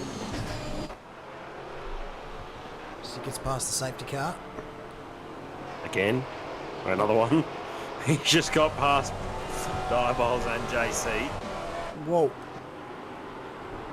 I believe he is doing the last to first challenge. The Maserati. It's going to need a divine intervention for Andrew to be able to do that. He's just jumped in for a bit of fun. Is that what's called the safety car? Divine intervention? It could be. There's not shoemakers between the 2 safety cars here. But I think that makes him feel any safer. No, I don't think so.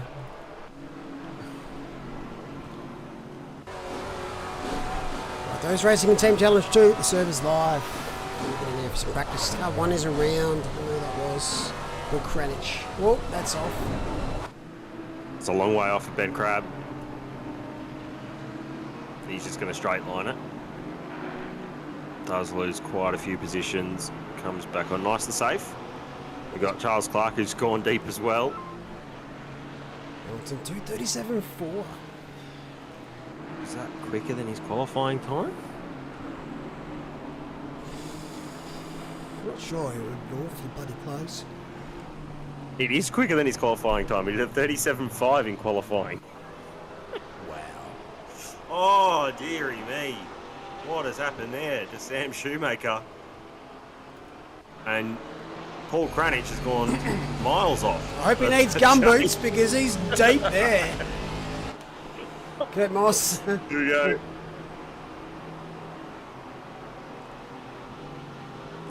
Not going to risk it. No point.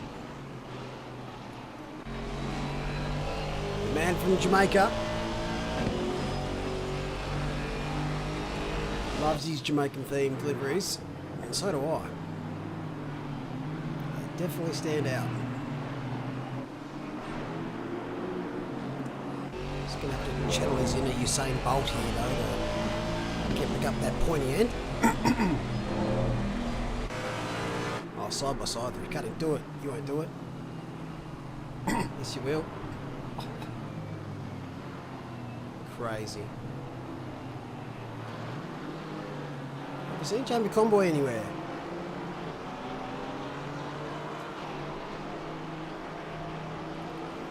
Yep, having a good old struggle down here in P24.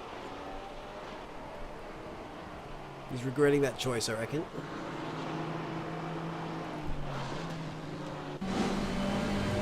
Oh wow, side by side through here in the ugliest car ever made.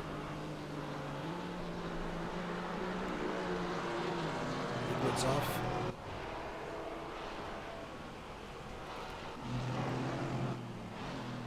I don't know what it is about this car, but I'm just not a fan.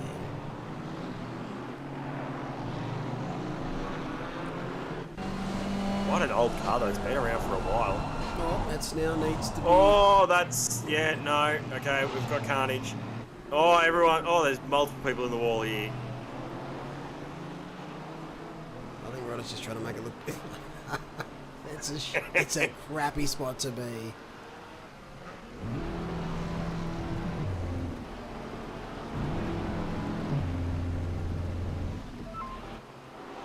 Oh, no. Has to Oh, do the Austin Power. It is just a horrible spot. Honestly, he's done this pretty well.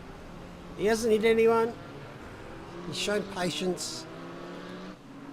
Just have to wait for the competition safety car. So Rossi is off. These Ewan two was off as well.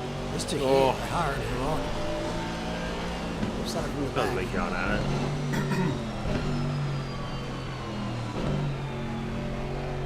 It's just, wow, 3 wide. Let's go. Let's go.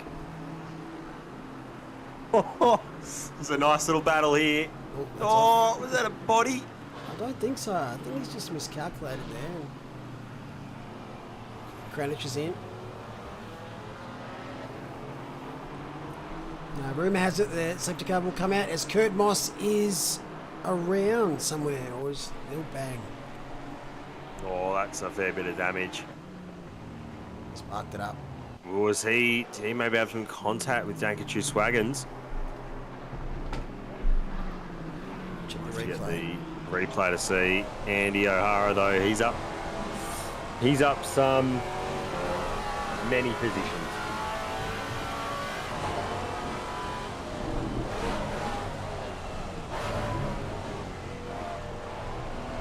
So he's up 12. So he'll keep flying forwards.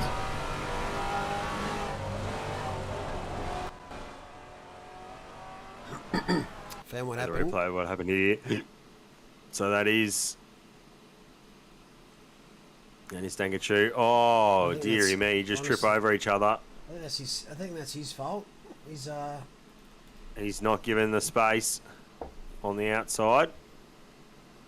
Moved across to try and He's just come pinch. back over. He's just come over. Yep, that's his own fault, and he's paid the ultimate price there with some severe contact with that fence. And lots of spinning. Spin the ball.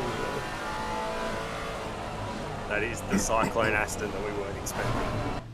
Oh, speaking of cyclones, Oh no. Higdet's trying to self-propel himself off the earth. I'm going to replay of how he ended up there. JC just gets another spot.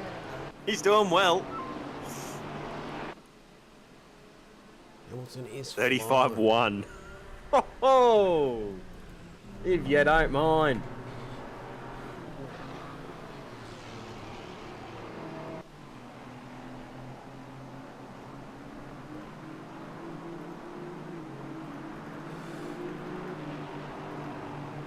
O'Hara's just finding his groove now. He's got on board with Higden. I didn't see what happened. This is my first. Oh, he's got a little bit of damage already. By what looks on that Porsche. Yeah, on the nose. Oh, wow! Oh, That is a slippy boy. He's still got saved it though. Nah, he that's gonna clips the hurt. inside wall. He's on the inside. He's on the infield. Oh, Snap. oh no. That's it. That's all she wrote.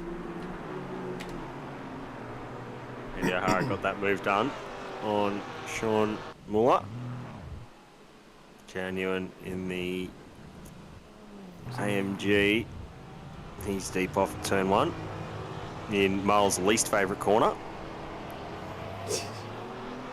the ice brake signage. Yeah, I aim for those boards normally.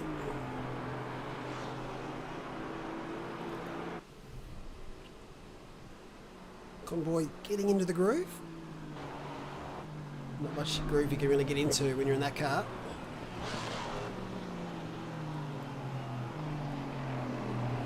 Ewan makes it past Curtis. Oh no, our man! Our main man! Mr. There you go, straighten up, take that, bang! Oh no. Where are you, Convoy? Finish him off! I'm trying to find out what happened there, but... He Nolte, lost himself. I don't know, he's been in some battles, but A lot of people have lost it there by themselves. Got a significant front damage there.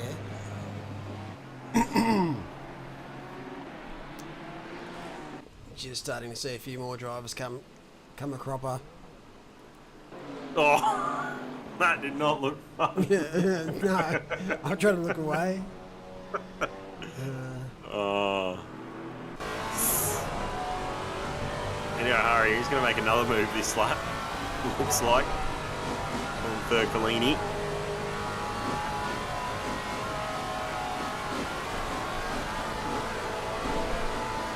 Liam Hamilton, though, has 2.2 seconds over Raj Sandhu.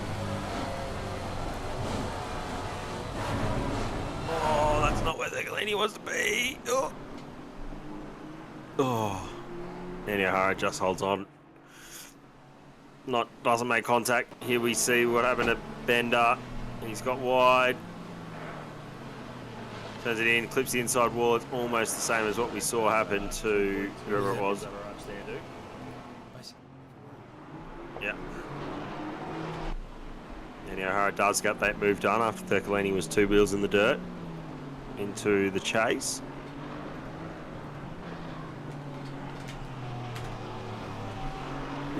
Riders around.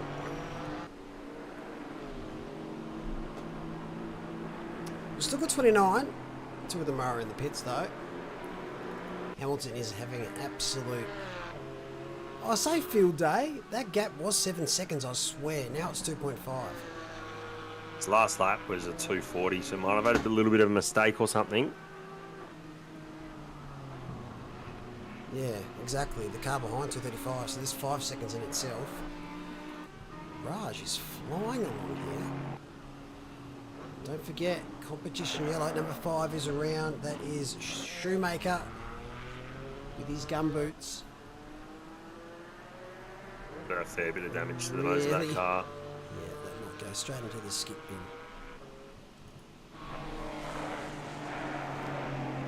Janetta action. See how the team's faring. Oh, Hamilton's around. A leader. No, hang on. I think we've got a safety car. Pulled a smidgen earlier than last time. That would look like it. Yep, there we go. Oh. Interesting. Well, let's see who's been the main movers and shakers. Hamilton did start the race P1, stays where he is. Regan Herbert's up 6. Mike Rule in up P11's up 10. Hara's gone up 11. Guess you never say never there. Megan D's up 5. McNulty, though, he's going to be disappointed. He's down 10 spots.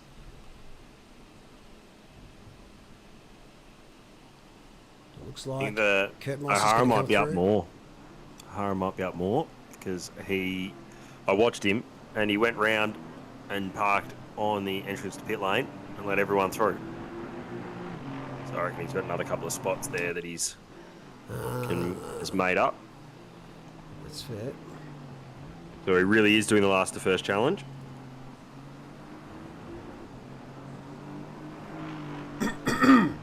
So this might be a potential full lap. Did a little bit earlier, just to those guys that are pitted. We're not going to restart the race on Conrod again. No, not on Conrod. But we've also instructed the drivers to make sure they're single file, make sure there's a gap because they're a little bit too close in the last restart. It's a bit of fun, this race. I reckon if anyone's going to bin it now, it's those that are pushing to make it back through. So this is a battle within a battle. Safety car's out there, but these two are racing. Problem though is Herod cannot overtake. So he's going to want Kurt to push.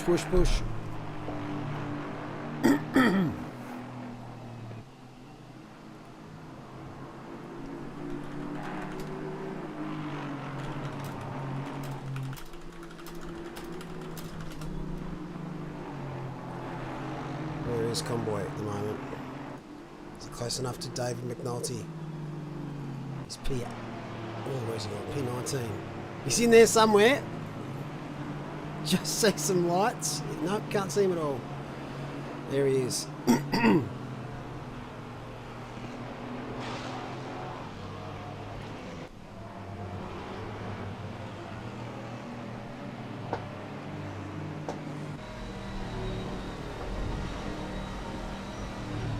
Even under safety car, it's quite disastrous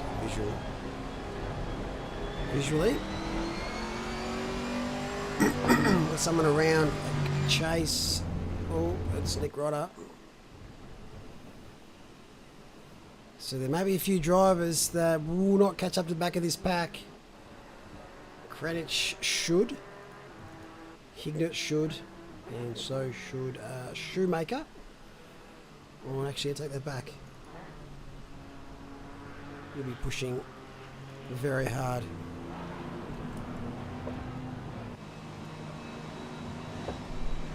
Right, who's your money on, Tom? I'm going to stay with Liam Hamilton.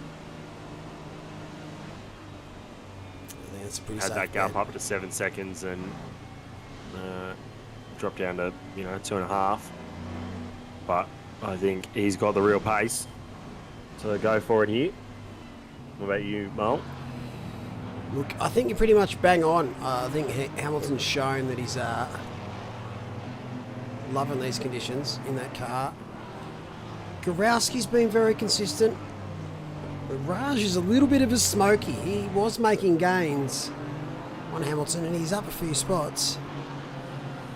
So okay, out of those three, pretty definitely going to see the winner. I wonder if I'm going to go with Raj as a bit of a smoky. going on here. Glenn Germain's overtaking the field.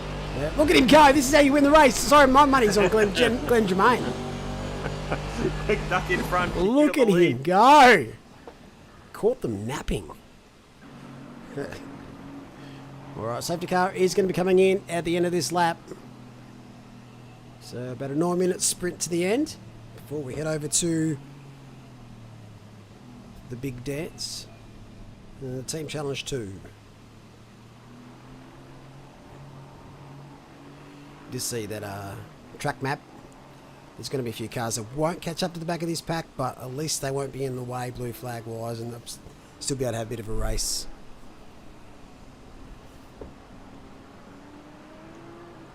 I think we can expect them to go any moment. Hamilton will have control of this race. Such an improvement on last restart. Or will it be?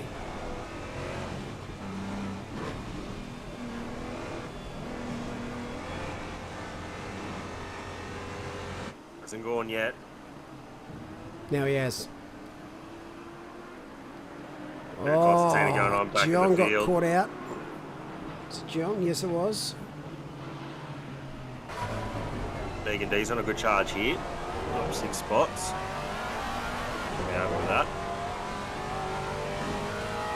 No visibility whatsoever. It does not exist, Mull. Not at all. Kind of just feeling your way through. It's an impressive sight though. Because in these conditions, if it's a real life race, it's a red flag. 100%. Yeah. Agreed. Without a doubt. Especially this circuit. And especially through this section. Stankachu's got a yellow. Just a bit of wall action, I think. But Hamilton's gone bang. Great start here to kick off after the safety car is also Raj goes bang, but for different reasons. As he taps the BP ultimate fence. Kurowski P3. Herbert. But you're right, Mick and D. Up from 11th. So Herbert and D have followed themselves around. They followed each other around. Perkins is also up 6. 6 is the magic number.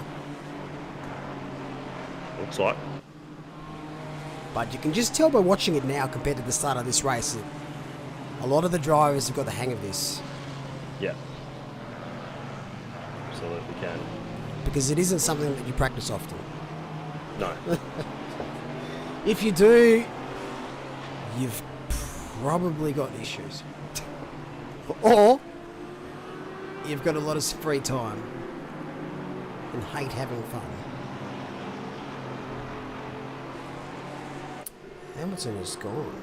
Absolutely out of here. 2.5.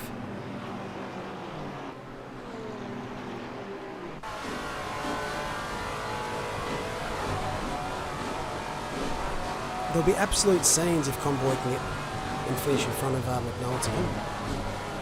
Oh, that car's wide. That's wide. Is he going to be able to pull it up though? Mike Reel. Yes, that's it. Yeah, well done. Thankfully. Herbert is around. No. Yes. No. Yes. That is definitely Megan around. D's involved as well. That's a car facing absolutely the wrong direction. Yeah. Lots of damage. He has to wait and wait and wait and wait and wait.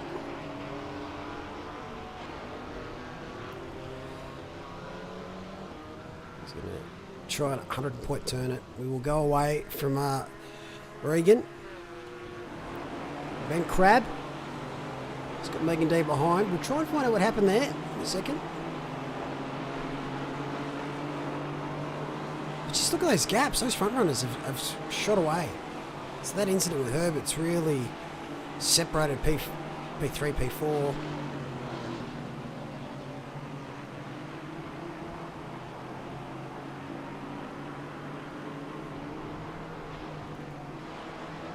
Dankichew's been in the wars this race.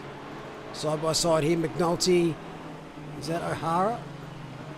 Oh, a little bit of a tap there. That could be Van Vliet. I've lost there.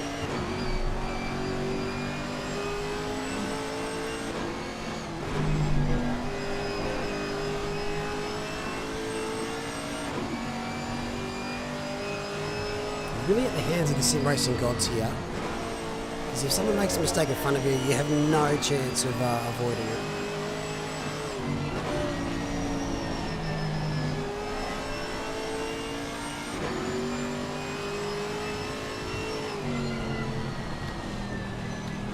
Right up behind McNulty here. He's running in second for a fair chunk of this race. At a moment, down through the S's. He's hit the wall. That's not going to help his run. You'd think Andy can get a good exit out of here.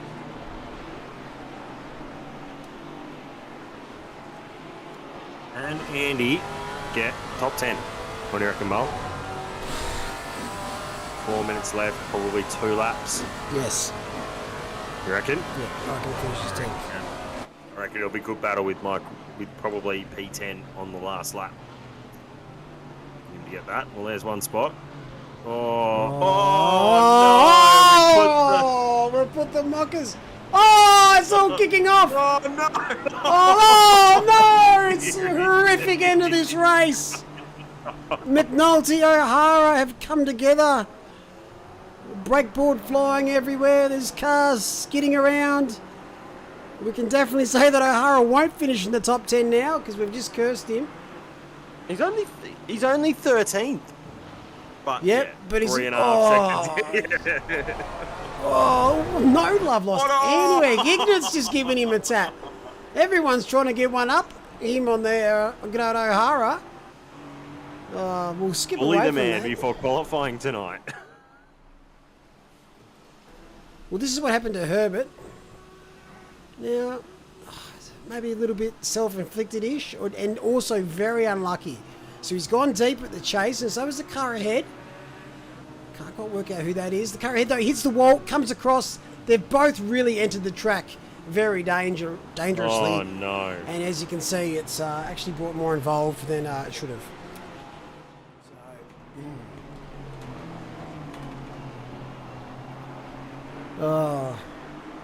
But this has been great. This is exactly what I was expecting. We've seen late drama with McNulty. Is Conboy ahead of McNulty? I think he is. Look at the track map. Look at the track map. What's that car doing there? Oh, What is going on? I'll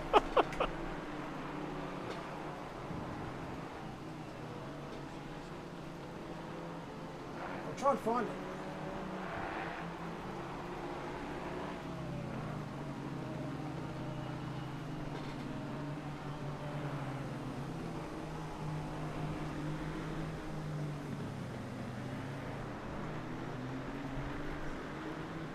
Oh my god, you wait till you see this. When you come on and say that, I can't wait. I want to see it now, Mull. Oh, hang on, I have to do some sound with it. Yeah, those gaps ahead. Top three is pretty much locked in. Yep. Raj, well done to him. He's going to come home P2. Simo is just going to hold on for P3, but coming across the line as we speak, that will be Liam Hamilton, winner of the GT4 Wet'N'Wild race, the last of our support races. No, he's got one more lap, mate. Oh, one more lap. No, Oh, you've called it early. Well, I think the only podium position that's probably not locked in is probably P3. Some contact between Lee Perkins and Dankachu Swaggins. But the last corner, there's contact with Shoemaker and Newen are around the chase. There's a pile up at the chase, Malt.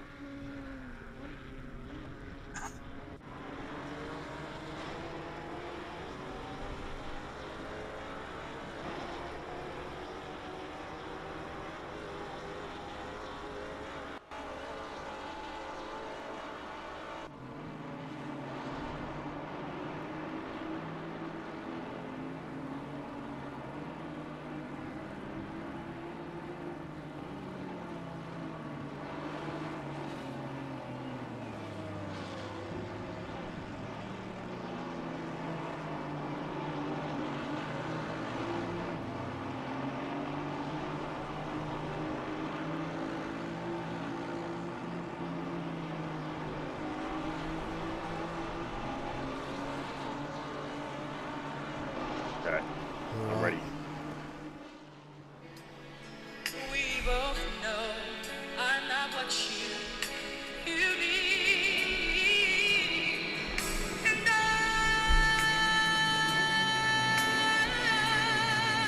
will always Oh, damn.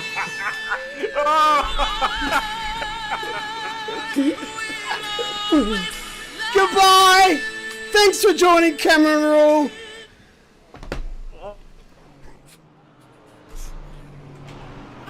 That took way longer to do than I was hoping, but... Oh dear. Oh, there's a pile up at the elbow. 717 around Charles Clark. Oh, wow. Everywhere. He's going to be there for the next 3 weeks, I think. Oh no. Was running in the top. Was running in 6th place. And he's plummeted. JC, he's held on to 14th. But it's Liam Hamilton who's going to take home the win. Well done, Liam. That's a great result for him. Well done, Raj. P2. And Gorowski wrapping it up for P3. Lots of damage on that car. Nice little skids. Oh no, that's not going well. Ryan Duong. Oh no! Oh, no. Please don't tell me he was trying to drift it in. Oi! Oh, unsafety car has done just that. He's in the... He won't be finishing. Oh dear. Let's see what's going Nick on down Rhoda. Oh. So O'Hara comes home in 12th. here. Who's that mad lad?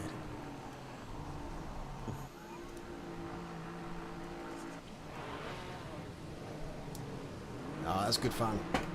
That That was a lot of fun.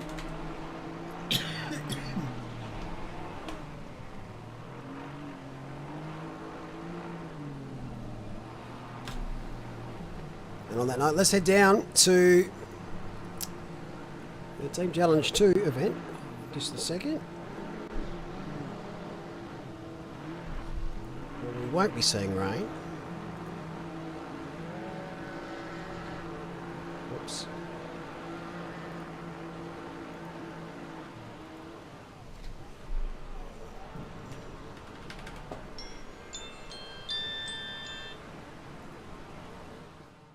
Go. Wet and Wild, done and dusted. Well done to Liam Hamilton. Has there been 4 different winners for all the 4 special events? Has been. Beautiful. That's what I like to see. You do like to see it. It's great. Just trying to get some of the stuff sorted, and we'll be cooking with gas.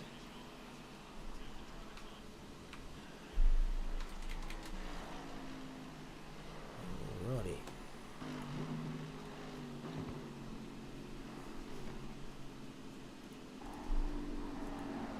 We'll see JC back in a second. He's going to have himself a quick shower, I reckon. Here he is. That's a quick shower. Hello, mate. Nope, stuffing. No, sorry, I am here. I'm on the wrong push to talk button. It's, are you not entertained? Goodness me, how fun was that? Bugging me. Look, I know those races probably aren't as good as maybe dry weather racing because there's not as many battles going on. It's all about survival, but that's so much fun. Goodness me. Do you want the good news? Do you want the good news? Yeah. Dude, tell me what it is. You beat Bender. I saw him have it. Was there an incident or a send? Did he? What happened? He lost it himself. He lost it himself at Skyline or the Dipper, I think. He was doing so well, wasn't he? Like P2 or something? Yeah. Ah, my man. Look, I feel for him. I am a little sad for him. If it was me that took him out, then it wouldn't be an issue. But I do now feel a little bad for the man. So, what a performance though to be up there in P2. He's clearly got the talent in the wet. How did the other Maseratis go? I saw that a couple of OR's big guns showed up with their Maserati muscle. I have to watch it back, mate. It was pretty eventful. Oh, we got through it. We got through it. Yeah, plenty of finishes, wasn't there? Yeah, it's, as I said, I think everyone just aims at survival, which hopefully is what we get tomorrow as well. But yeah, that's uber fun. Great event. Nicely done by you putting that one on because, every one of us was saying how much fun that was at the end of it. Wow. Oh, everybody's teleporting and taking off into space. That wasn't just one car. That seems to have been a lot of people. That was bizarre. So, I don't know whether you want to duck out and find out what happened there, because there's a lot of... that might be... looking now. We're back in a sec. No worries. Tom and I will... Hold the fort. Hold the fort. Talk to me about what happened in that race. Was there... Bender's in chat. He's got the tears out. We were just talking about your man. All I saw was you up in P2, and apparently I had a bit of an error at some point, so... And then I cruised past in the pits, and I was waving at you out the window, but... I was unhappy not to find you myself, but no, you were too quick for me tonight, up there in the top echelons. It was a little bit of wall flipping, just a little bit. Surely wouldn't have been the only one. Over Skyline. Using the wall of Skyline to take the corners, a couple of people, I reckon. Yep. That inside wall as you turn right. Not fun. Not fun at all. Look at me. So what are we up to? This would be Team Challenge 2, would it not? It is Team Challenge 2. And then we prepare ourselves for the big dance. Qualifying coming up next. Looking forward to that. My cat is attacking my leg, so I may need to go feed him at some point, or I may or may not have a leg left at the end of the night. My family has deserted him, and I'm the only one here that he's letting me know in no uncertain terms that it is well past dinner time. So I won't go now, obviously. He can wait, but I better go shoot off and do that at some point. Old Slink. I do need to point out that I can't see P2 from last night. The who was that? Can't remember.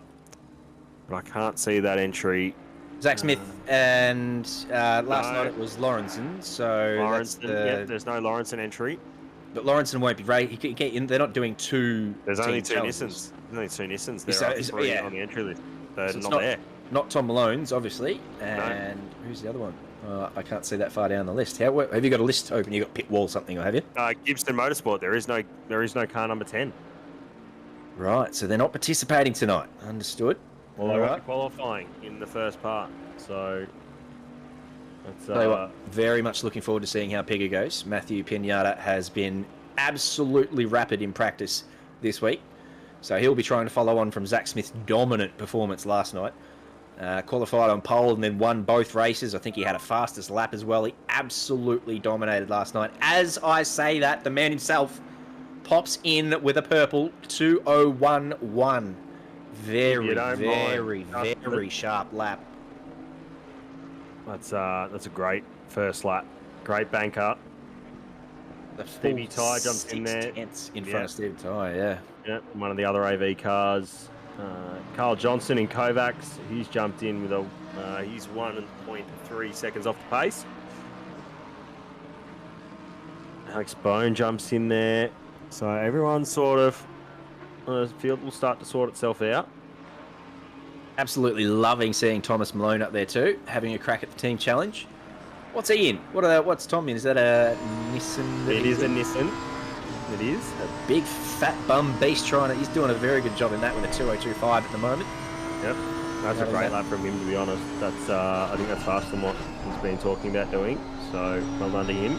And that's as a banker, so maybe, obviously half a second down on this lap, but might have more time to get another one in there. But we're on board with Alex Bowen, Repugnant's most handsome individual.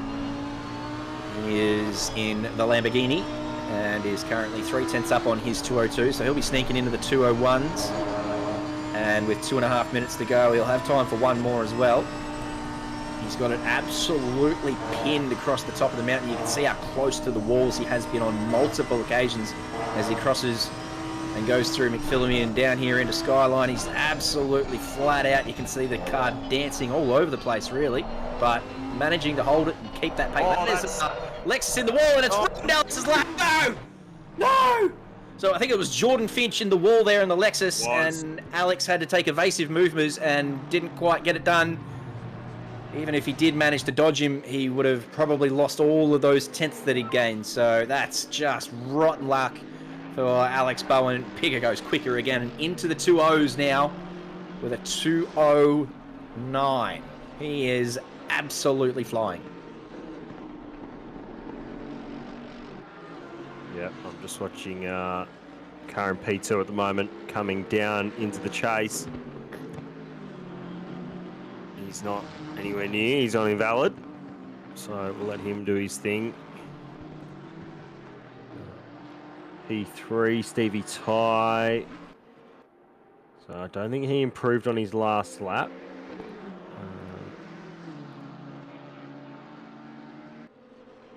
Can't tell what his last was. So he'll be able to improve. He's 3/10 down, so he might be happy just with P3 at the.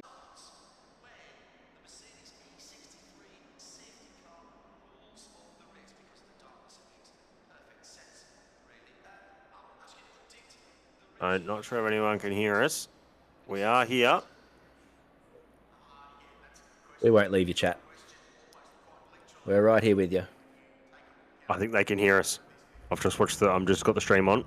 We're good, I think. Where are you getting your stream from? Oh, you mean the YouTube stream? Yep. It's the YouTube stream. Right.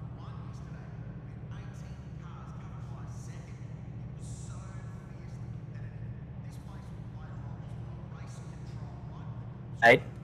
Us coming to you not so live. Here we go. I think we're back. We've got a stream. Let's go. Let's get in there. Let's crack on. The show never ends here. Well done getting that back so swiftly. Oh, yes, well done, Mel. Tom, talk us through the grid. What happened while we're away? Robert Fluke, P3. Oh, I love saying that. Chris Brooker, P4. What? Well, so the names on the left-hand side, they're the names of the driver 1 on the server, the way ACC works. That'll be Tom Malone then, P4. Yes, Goodness Tom me. Malone there in P4. Well done to him. He did a 1.8 in qualifying, so he was absolutely flying. Of course, because Fluky was last night. So who would that be? Stephen Ty, because O'Hara was just in the GT4 race. That is Stevie Ty. And Zachary James is obviously Pigger up there in P1. So, wow, great effort from him. Purple after purple he did.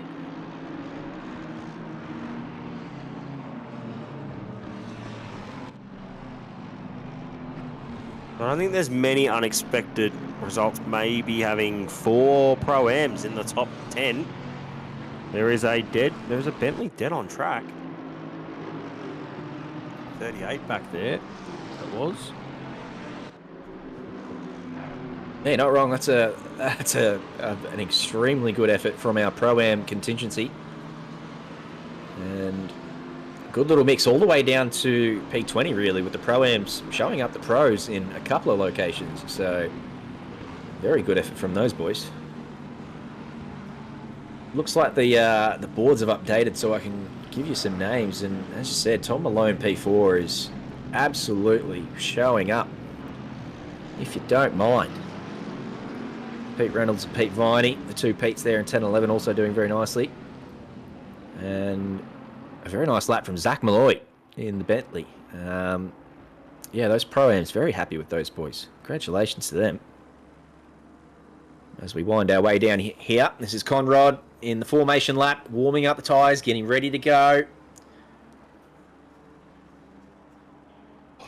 It'll be race 1 of the second, what are they called? Team Challenge. The second Team Challenge. Took me a while to get there, but I got there. Looking forward to this. OR's best drivers, OR's fastest cars. No more support races now, no more GT4s. It's hammer and tong. Around about a half tank of petrol, no pit stops, just 25 minutes of bumper-to-bumper racing.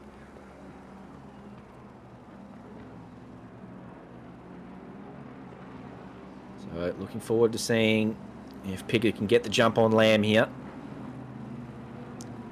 Mercedes has already demonstrated inside line and does have a whole lot of forward speed, forward momentum. Whole lot of power, I think that's what I should call it. Oh, forward momentum. Oh, I didn't mind that. No, that's fine from you. Loving that little double line, by the way. Very nice. Everyone pulled up, closed those gaps very quickly. Nice and straight down here as everyone jumps into the grid boxes and uses that to guide them through to turn 1. It'll be Pigger who leads us away.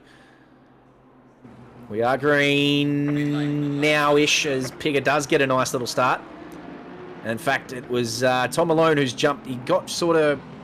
I think he sort of... Oh, no, never mind. Who's that up the inside? That's Stephen Ty's gone a little... no. Up the inside of Matthew Lamb. I don't know whether Matthew left him enough room there, to be honest, but we'll see how the stewards look at that one.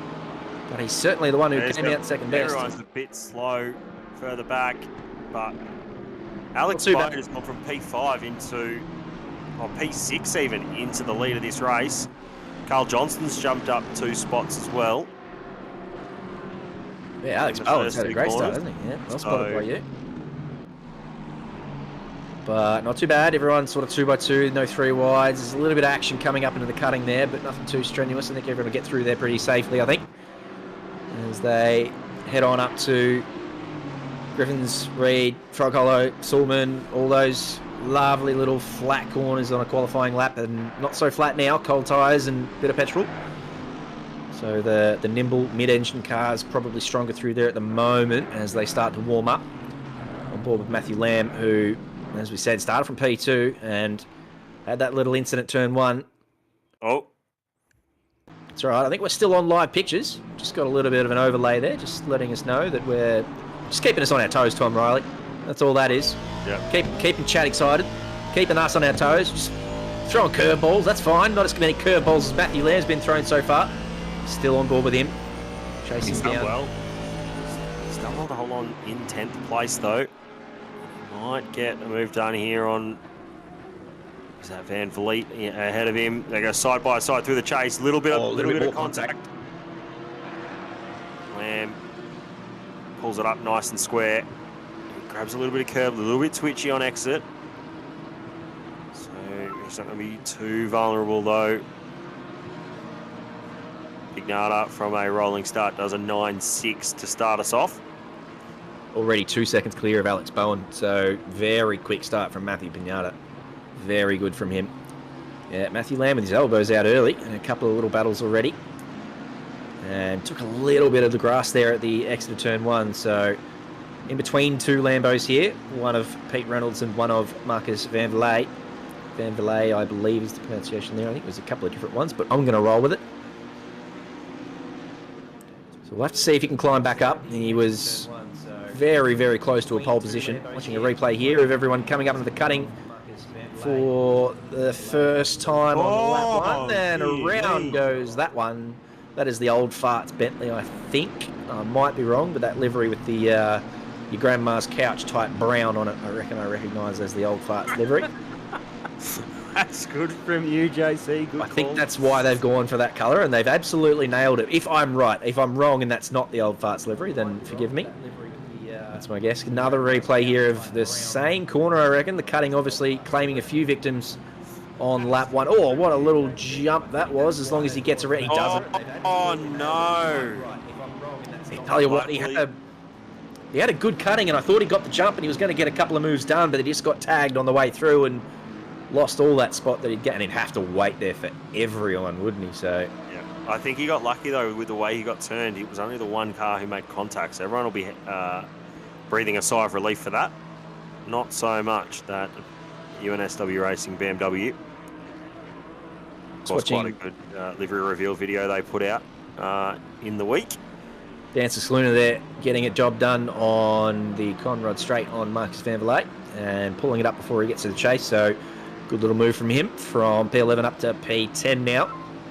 Yeah, great work from you on those little entry videos, mate. Really classy stuff from yours, you. So, I was giving a shout out to the UNSW Racing boys. I thought theirs was pretty good, pretty impressive. Chris Taylor letting us know in chat that it is indeed Poor Brown and Old Man Grey. Oh, Pooh Brown. Okay, Pooh Brown. Poor Brown works well too, though. It's a cheap couch type brown. And Old Man Grey. Yeah, good livery. Well played by those guys. As we watch Manning get past Whitbread into turn 1. And it looks like he may get Jarecki as well.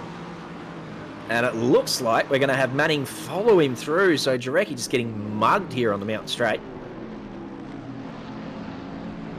And he's held it up the inside there and managed to hold on to one of those positions. So nice little recovery there from Jarecki. That's Josh Whitbread, who got swamped a little bit. In the McLaren, is it? All right, my apologies. Yeah. Oh, no, I might be wrong. Anyway, never mind. I think Shannon Manning's in the McLaren, 27. You see the start here, what happened to Matthew Lamb on the first lap. So, Stephen Ty was there. Don't know if it was up far enough. Really hard to see from that angle. We'll have to go top down or on board. Here we go from the chopper. Tom Malone does just get mugged. Alex Bone makes that spot easily. Yeah, look. I think Stevie Ty was up far enough.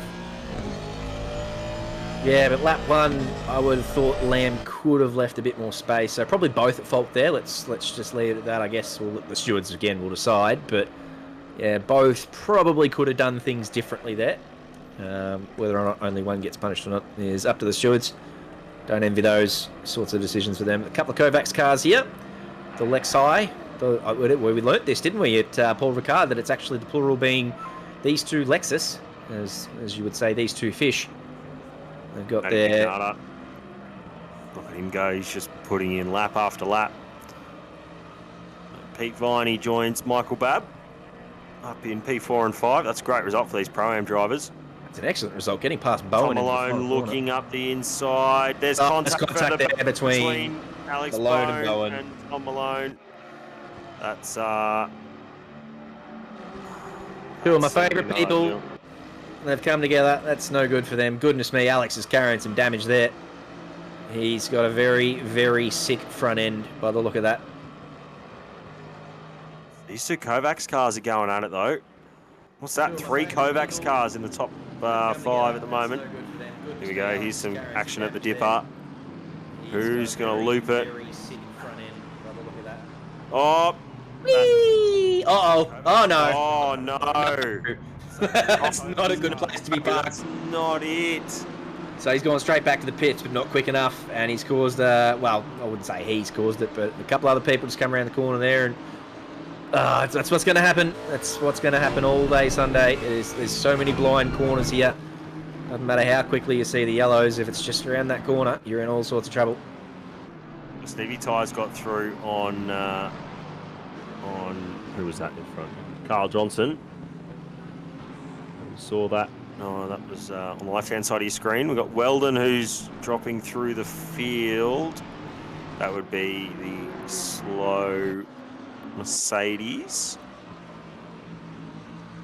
Matthew Lamb here looking to get the move done on Tom Malone. It's a nice four-car battle, though, between Alex Bone, who's got that damage. Just parks the car on the right-hand side. Knows he can't defend against really a flying... There's a couple. They all want him now. They're all gathering. They're all smelling blood in the water, and Alex basically just lets them go. He knows. Oh, no. That's a deep, deep send. So Alex has done well there. He's let them all past, and they said, oh, shit, what do we do now? Why don't we just engage in battle at the chase? And that comes up a cropper for a couple of them. That's Pass dropping all the way through the field in his McLaren.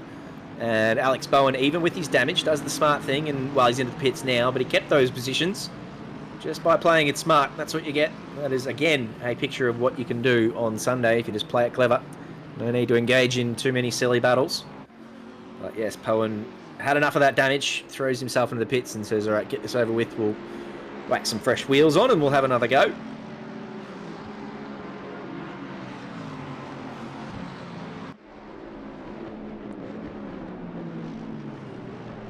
Here's Neil Wood for the Apex rear wing entry, car 20. Another Lexus that looks just like all the other Lexus. Here's a replay of what happened to Alex Bowen. No, I don't think this is Alex Bowen. I think this is the car behind. Okay. Oh, it is too. Oh, so that's how he got the damage. It's been collected. Rejoin. Watch your rejoin. It wasn't too bad. I think. Oh, could have been worse. Yeah, absolutely. So Neil Wood here in the Lexus, tucked in behind. He's got Jacob Trainer right up his ass. He's got Charlie Mitchell in front of him in the Lamborghini. That was a flying car for a second then. I saw a flying car, JC. Did you? Oh, I missed that. Oh, it's a flying car on the track. So it was like there's battles engaged. Oh, there's another one. There is that car was flying off through the wall. What is that?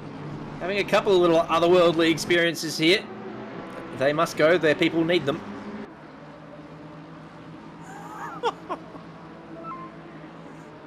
Oh my dear. Pignata drops in a 1.5. He's just going faster and faster. Not wrong. Here's the replay of what happened with Alex Bone and Tom Malone. So Tom tries to get up the inside. Realises he's not quite up far enough, but he's so committed at that point. Just makes contact with Alex Bone.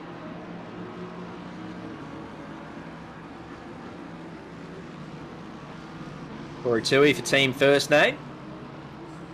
Also running the team last name team somewhere else. I think there's a couple of teams out there with first and last names.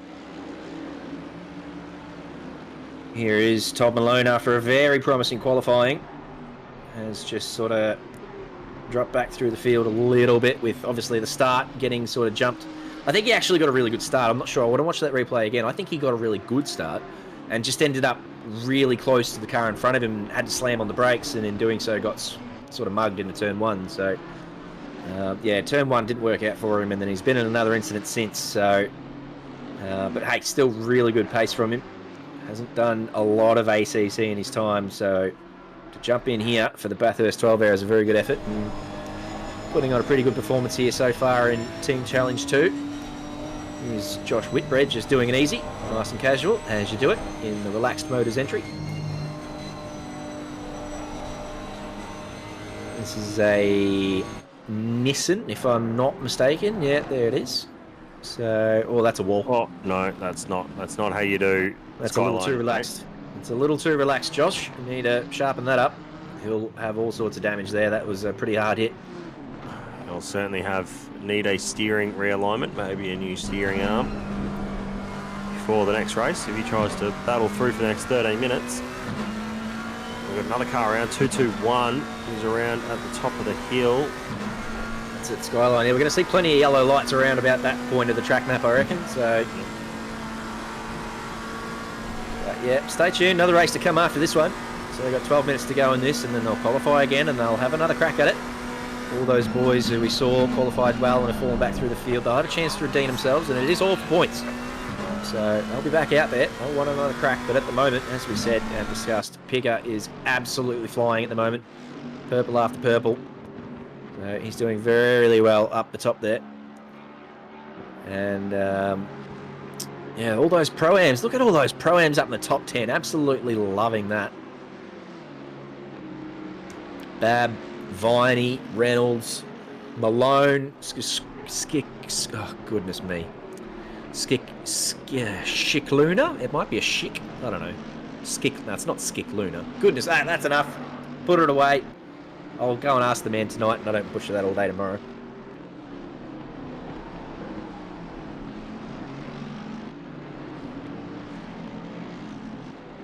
Is that a maximum pace racing GP? Is that the team that? No, surely not.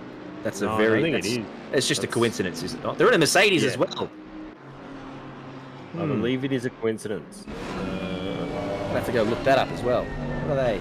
NPR GP. Anyway, we'll look that up later. We've got more important things. We're watching a battle between Kovacs boys. And we all know, if you know anything about Kovacs boys, they love to battle. They don't care about being teammates. They'll give each other a tap every now and then, the Kovacs lads. So, Babby looking back at Pete Viney. And chasing Carl Johnson, so it is Kovacs 3 in a row there from 3 to 5. Pigger up the front, obviously Stephen Ty, P2. Kovacs lads have done pretty well there. They've moved up a handful of positions each. So, doing very nicely. Babby getting on the brakes pretty early there, and Pete Viney closing up right behind him through the chase. So, a very good little section there for Pete. Down into Murray's corner. We'll see what sort of exit Babby gets. Yeah, again, just a little bit upset there on the exit, and Pete right up and is in his business now. I was only joking, lads. I don't want to see any Kovacs on Kovacs action. But they are certainly battling. Lexus on Lexus power, so it's going to be a real setup battle here as they come over the dip. Or the rise, it's not a dip. Up into the quarry. Side by side. And there's no grip out there for Pete Viney. So I'm glad that they didn't come together. But that was a good little battle. Love to see it. All in good fun. They'll be on Discord together. Sorry, on TeamSpeak together. So they'll be having a little giggle. But they are costing themselves time now. Matthew Lamb, who qualified P2, clearly has the pace. He's right up there now too. Oh, never mind. I've just cursed him straight into the wall. See you, Matthew Lamb. He's going to fall back through the field after that. Not too bad. He managed to keep it on the straight and narrow and hasn't had to give way to anyone, but he's under all sorts of pressure now from Marcus Van Vliet. Goes around the outside of McPhillamy, and there's just a little bit of a kiss of the grass. He kept his foot in it. He's done very well there as Marcus Van Vliet, and goes around the outside of McPhillamy on the grass, if you don't mind. That is big kahunas. And Tom Malone now, right behind Lamb and Van Vliet, just keeping a very close eye on this. Not quite getting the exit right there, so he'll have to hope he can get a bit of a tow. But he's in the Nissan. Oh, he's under all sorts of pressure from that Bentley. We're going to stick with Daniel. I'm not going to bother with his last name. Come on, Daniel. Kangaroo Valley B. He's right up behind Tom Malone. He doesn't stick his nose in anywhere it shouldn't be, but that one is really having to get on the anchors. And there is a bit of contact there. Oh, could have been worse. Mercedes has to take avoiding action and finds himself in the wall. So that's Malloy, Daniel and Chai all there together having words. Kind words.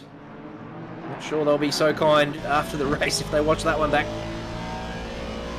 Oh, tasty little battle starting to develop now with 8 minutes to go, Tom Ryan. Yeah, certainly very feisty. It's a lot going on. A few nice little close gaps of about 2, 3, 4 tenths. So they're the ones you really need to watch. This 5-car battle here for the bottom end of the top 20. Nice and close. Here we see what's happened to that Nissan. He gets a little bit wild on entry. Nap. Over the McPhillamy. And he rejoins, not too bad. Yeah, It's all alright. well and good. Jeez, he lost a handful of positions though. There was 6 or 7 that got by. Yeah. Yeah, certainly not ideal there. But that 445 car is miles in front. He can just back it off now, take it nice and easy. Keep the car on the straight and narrow. He's got no traffic in front of him. He'll just bang out lap after lap now.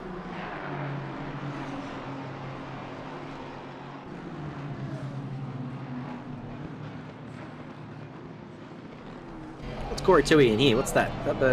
Aston. Aston, yep. It is the Aston. Yep. Right, yep. Team first name, is it not? It is team first name. Is he... Oh no, we're on board with Hung now, who's also in an Aston. I thought we were looking at the other team first name entry. I thought they were battling each other as well. But no, we're in Xing Hung's Aston here. In the pro class, chasing down Corey Tui. I like that blue livery. It's a nice blue they've got going on there. So that's a tick from me. Escape Racing. I hope that's a pun or a play on something. May or may not be. Escape Racing. Escape.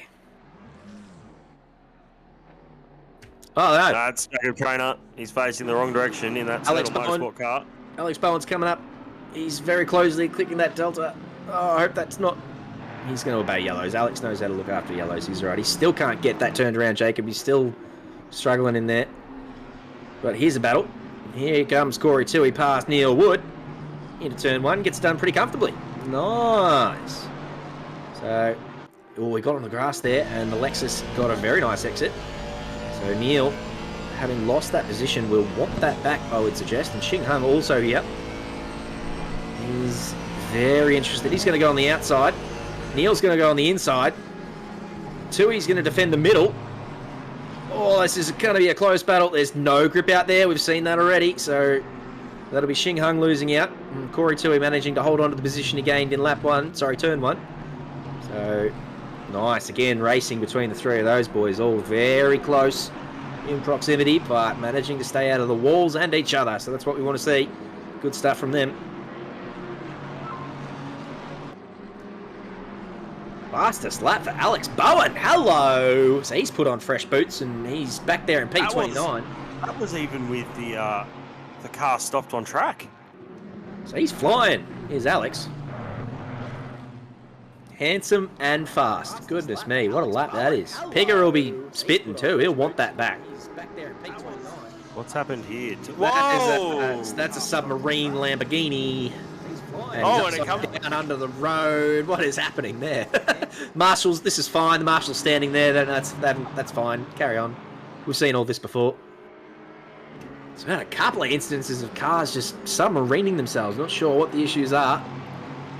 Whether they are Kuno's things or people's internet just struggling tonight on a Saturday with plenty of traffic around the country. Not sure, but yeah, we've seen a couple of those already tonight. But that's racing. Half of racing is luck. So we'll see. Again, we're going to see all that tomorrow as well. The big dance. For 12 hours, you've just got to hope that Lady Luck is on your side and you don't come around the corner and find a yellow flag. You don't disconnect. Your bloody pedals stay attached all day. Half of racing is luck. And it's the same in real life.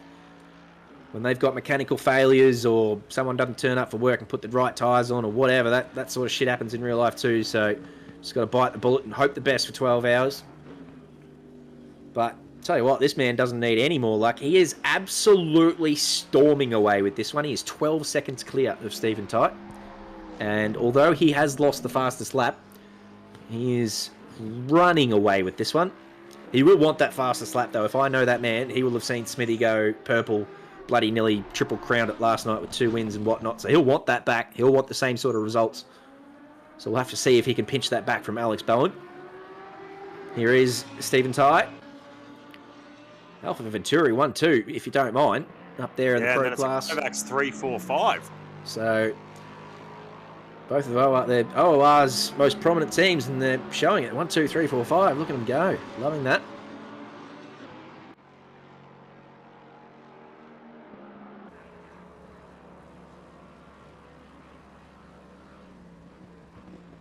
Tell you what, Pete Reynolds not far behind there either. He's hanging on to the back of that pack, so he'll be looking to make some moves as well as we jump on board with Jordan Finch, our highest AM class driver at the moment. He's chasing down Paul Boxall in the 101 Pixel Racers car. I'll be taking a seat in that one tomorrow with Paul, as well as... Who's qualifying for you? That'll be Gibbo. We're looking forward to seeing Gibbo. Jan Tully, we're looking forward to seeing him go about it in around about half an hour's time. Nice. So, yeah, very much looking forward to Gibbo. He has had ridiculous pace all week and is only getting quicker as he learns his way around the Lambo. But yeah, very excited to race with those boys, and Jacob Weatherburn as well. So, the four of us coming together for a special collaboration tomorrow. We'll see where that takes us in the future. Back on board with Calvin Chai in the not maximum pace racing GP car. I do like the livery of this car. Is that Daniel's livery in front, or the grey one here for the Mercedes? The grey one. Right, Calvin Chai, yeah, it looks very nice. They've got the bronze wheels going on. That steel blue on the outside, and the red accent lights, red ox lights, they look very nice. Really does suit that body.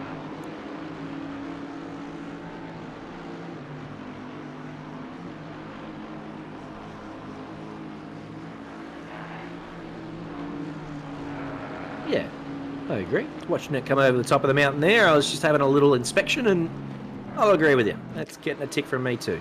Doesn't really stand out as a top livery, but it's just doing its business. I like it. So that AM class leader is having to hold on here from hung behind. Just yep. Leaders on the final lap. Speaking of dominant, goodness me. Oh, Corey too. He's had a moment.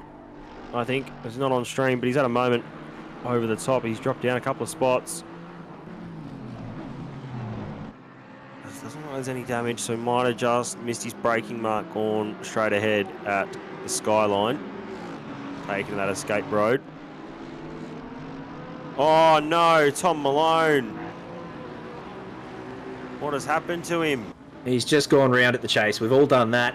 We've all, I reckon he's just braked a little bit deep into the chase, and if you do that, then your rear end comes around the chase faster than your front end, and it just goes around on you. We have all done that. Shit, me more than probably others. So unlucky to Tom, especially on the last lap. He'll be kicking himself for that one. But there's another 25 minutes to go. There's another race, and he's got the pace. He was up there. He qualified in the top 10. So we'd love to see him. We're going to see a replay over here. He's under pressure, and too much brakes, and around comes the rear end. Oh, yep. He was on his way around before that. I think that was Lamb behind him. I don't think he even made any contact. He just came around himself. So, yeah, F in chat for Tommy. I agree with you there, Diaboles. That's unfortunate for the man. But there's been nothing unfortunate about this performance. Goodness me, Tom Riley. I am sweating watching him do it. As we said before, he watched Smithy absolutely dominate proceedings last night, and he has come out and said, I'll have some of that too. And in race one, he has absolutely walked away with this one. Stephen Ty is 14 seconds behind him, who, mind you, he is also well and truly clear in P2. So both the Alpha Venturi boys doing very nicely here in Team Challenge 1. We'll have to see if they can back it up in Team Challenge 2. Obviously, as we said, another qualifying to go. And then another 25 minutes of racing and another turn 1 to deal with. But for this one, absolutely dominant. Nice work, Matthew Pinata. That's an excellent performance for P1 for you in Team Challenge 1. Stephen Ty, as we said, will come across very comfortably indeed in P2. And then we'll look a little bit further back for the first Kovacs entry of the night. Come across Carl Johnson doing very nicely to come home with a podium. Bagging some points And Michael Babb also in the Kovacs Racing car. Pete Viney also in the Kovacs Racing car behind him, grabbing some Pro-Am points as well. Still on here for 11th place. Oh, Drecky. Oh, he's not quite going to have it. Tries to do the under over the line. Doesn't quite get there. Tom Malone, though, he'll come home in P16. Alex Pass, 17. Neil Wood, 18. Here's Alex Bone. He gets a move done on the last corner. Nice. Or does he? No, at the exit of the chase for Alex Bone, so that's good for him. Oh, no, he's at the elbow. Never mind. Well, I saw him, he was yellow flagged about 10 seconds before that happened, so I'm not sure what happened there. McIntosh, who's at a moment. Whitbread, no, he's gone back to the pits, so he hasn't finished across the line yet either. But he's going to bring home the purple lap, so he'll be happy with that, and he'll know that he's got the pace in race 2. He'll be champing at the bit because he got punted from 2 to fro in this one. Oh, who's that down on the grass there? I think that was David McIntosh. That's a lot of damage. Very sad-looking car. It's a sad-looking car indeed. Spicy Potatoes. Yeah, that's an interesting team name. I like Spicy Potatoes just quietly, but I don't like the look of that Aston. Ziggy Katsuya here in the Ronalding Racing. Is that a custom-made livery? I don't think it is. No, it's probably just that's an in-game livery. In-game livery. Nice. Well, will be not impressed. We'll have a little chat to those lads, I would suggest. Oh, we're getting all sorts of the angles. It must be nice. No. He's being told in all certain terms. That's not on. Go and sort that out tonight before you get to the Sunday, boys, I would suggest. Not one more car on track at the moment. Little tap on the shoulder. That car is in the lead. Daniel's out there. He's car 39 and he's got the triangle. He's in the lead. He's winning it.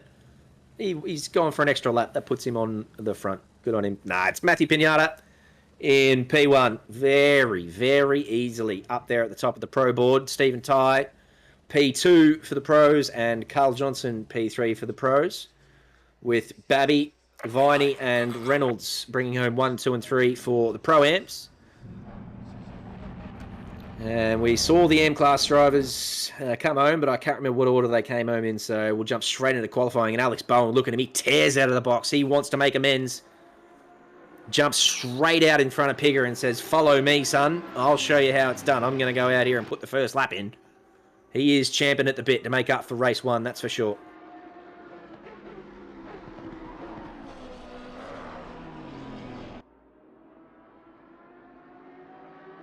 Yeah, certainly looking forward to this qualifying session. You'd think it's going to be between Zach James and Alex Bone at the front row. Matthew Lamb, he's going to try and make up for what happened at turn 1 of his race. Looking back to see who else might be. Stevie Ty, now P2. He'll be looking to get up in the top 4 again. Tom Malone, he might be one that we need to watch out for as well. He did a 1.8, a 2-minute 1.8. That's no slouch. Very good for him. Yeah, I think you got to look at number 15 car, Matthew Lamb, that 217 of Alex Bone, 445 Matthew Pignata on the 616 of Stephen Ty. I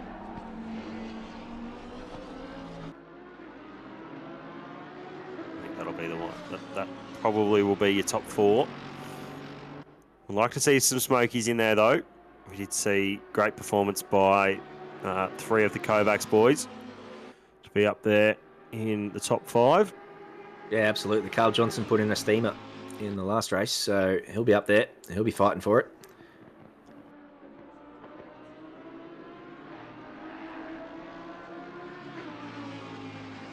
I want to see if Finchy can do well here too. M-Class Lexus. He's got the pace, so interested to see if he can plonk himself in amongst the big boys up there. But this will be Alex Bowen who takes us away for the first lap of the second qualifying. Gets it tucked in nicely to the apex there. Doesn't run super wide, but that's fine. Lambert doesn't really like that curb being out in the grass there, so he's done well. And we'll be pinned all the way up here into Quarry. Jeez, I tell you what, Tom Malone, that bump there, that little crest over the hill, that was friggin' scary in the wet. I'll give you there's aquaplaning everywhere, all over the track.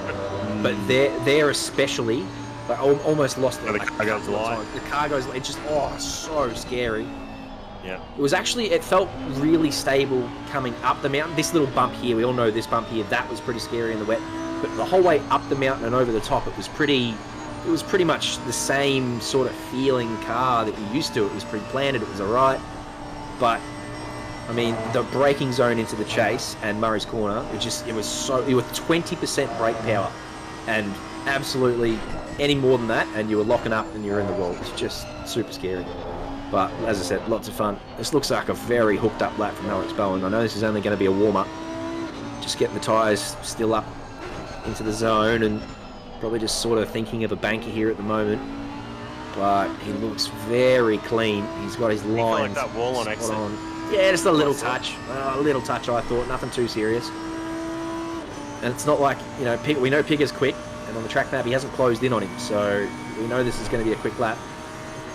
It's just looked very tidy so far. As I said, I don't think he's necessarily pushing hard yet, but this will be a very nice little banker.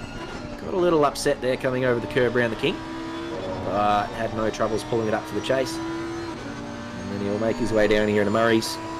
Yeah, this braking zone here, I was braking here, I was braking at 200, just trying to use as much engine braking as possible because it was just so slippery down here. But not slippery for Alex Bowen. That's a great start for him. 2015. Holy crap, that's a great banker. Pigger goes quicker. 2013. Right behind him. So these boys throwing punches early. The gloves are off between those two. As I said, Alex Bowen stormed out of the pits. He wanted that front place. Pigger said, that's fine. I'll let you go. I'll make myself some space. And I will instantly reply with another purple lap. So great work from those two. Goes into P3 there for the 1-9. And only 6/10 off. Matt and Lamb jumps in a P3 there. So yeah, Lamb's another one who'll be looking for redemption, as qualified second in the last one. And obviously had that incident at turn 1 and then a few more incidents along the way, so he will be looking for redemption as well. There's a bit of traffic here. It's really close now. Yep, that's the pressure of an overtake. Having such a short qualifying. Everyone's got to get out of the pits as soon as they can because they want to get as many laps on the board as possible, which means that you don't usually see those big gaps. Like, look at the gap down Conrad at the moment. There's literally one car out there all by himself. That's number 1. It's team first name. So you'd love to be in that gap right now. But, yeah, as I said, with such short qualifying, everyone's just pushing to get out there as soon as they can and hopefully get enough time to slap in an extra lap. So that's why we see so many cars all bunched up like this.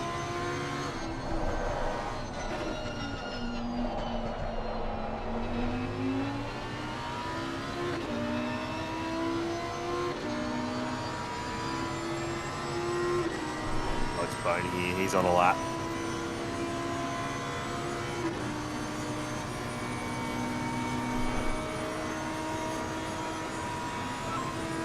Bang, 2011. Look at that for Alex Bone. Nada though, he's the next car. He does a 2-minute flat 0.9 if you don't mind. Christ. Stevie Ty here though. He's the next one to watch out for, I think. He's got some way to climb. Bang, 201.3. That puts him in a P3 now. Absolutely trading blows, these two. Loving it. And I know the... Oh, that's a car in the fence.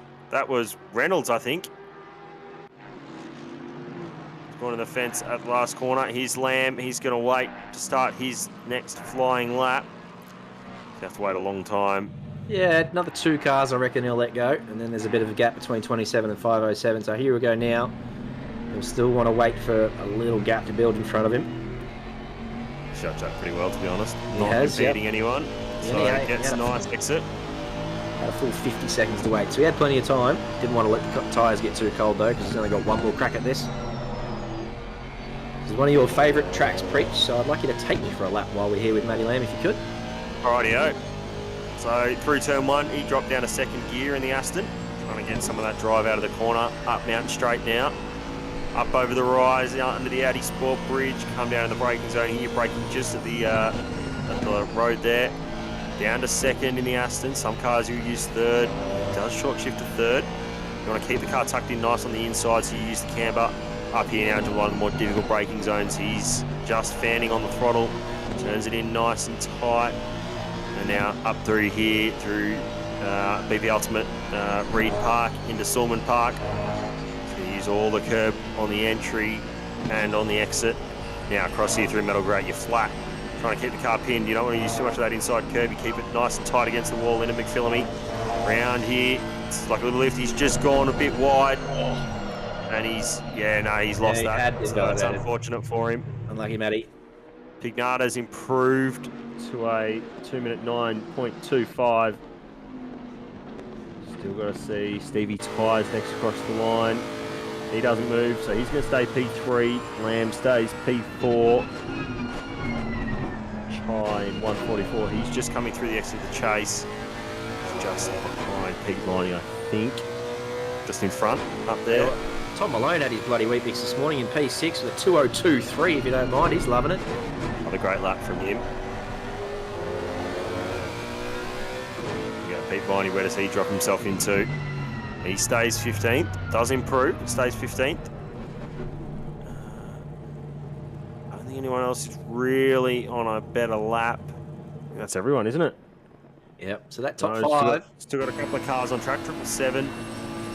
Josh Whitbread in 767. Relax Motors Nissan. You can see he leaves it pinned in third. Comes here around to the right. Keeps the car nice and pinned down into here. This car turning nicely. Uses a little bit of that exit curb. Does he improve? He does. Jumps up into 14th. That's a good result for him. And that'll do us. So it's Matt Pignata on pole once again. Alex Bone tucks himself into P2. Stevie Tyre P3. Matt Lamb, as I said, he's jumped himself up into P4.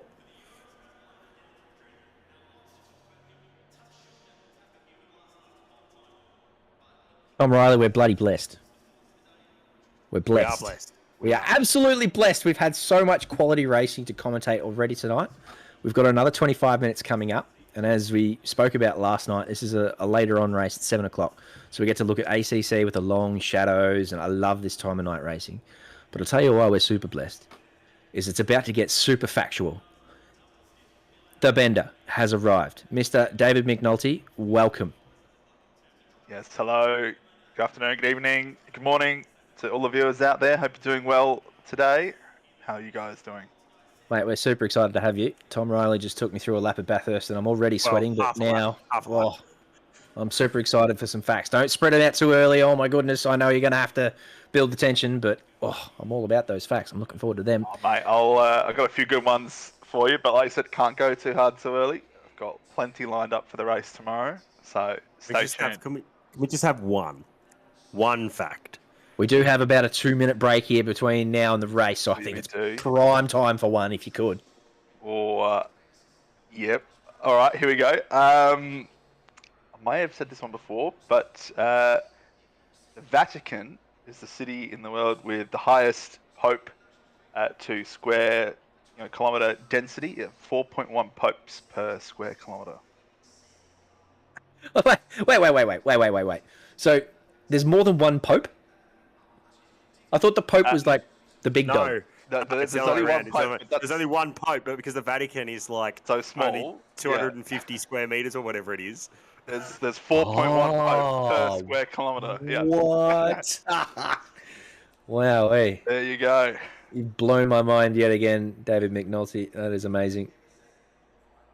Per kilometre. And I was like, yeah, there's only one Pope. Hang on, you've got your facts wrong. And I tried to come in and you've absolutely swatted me down.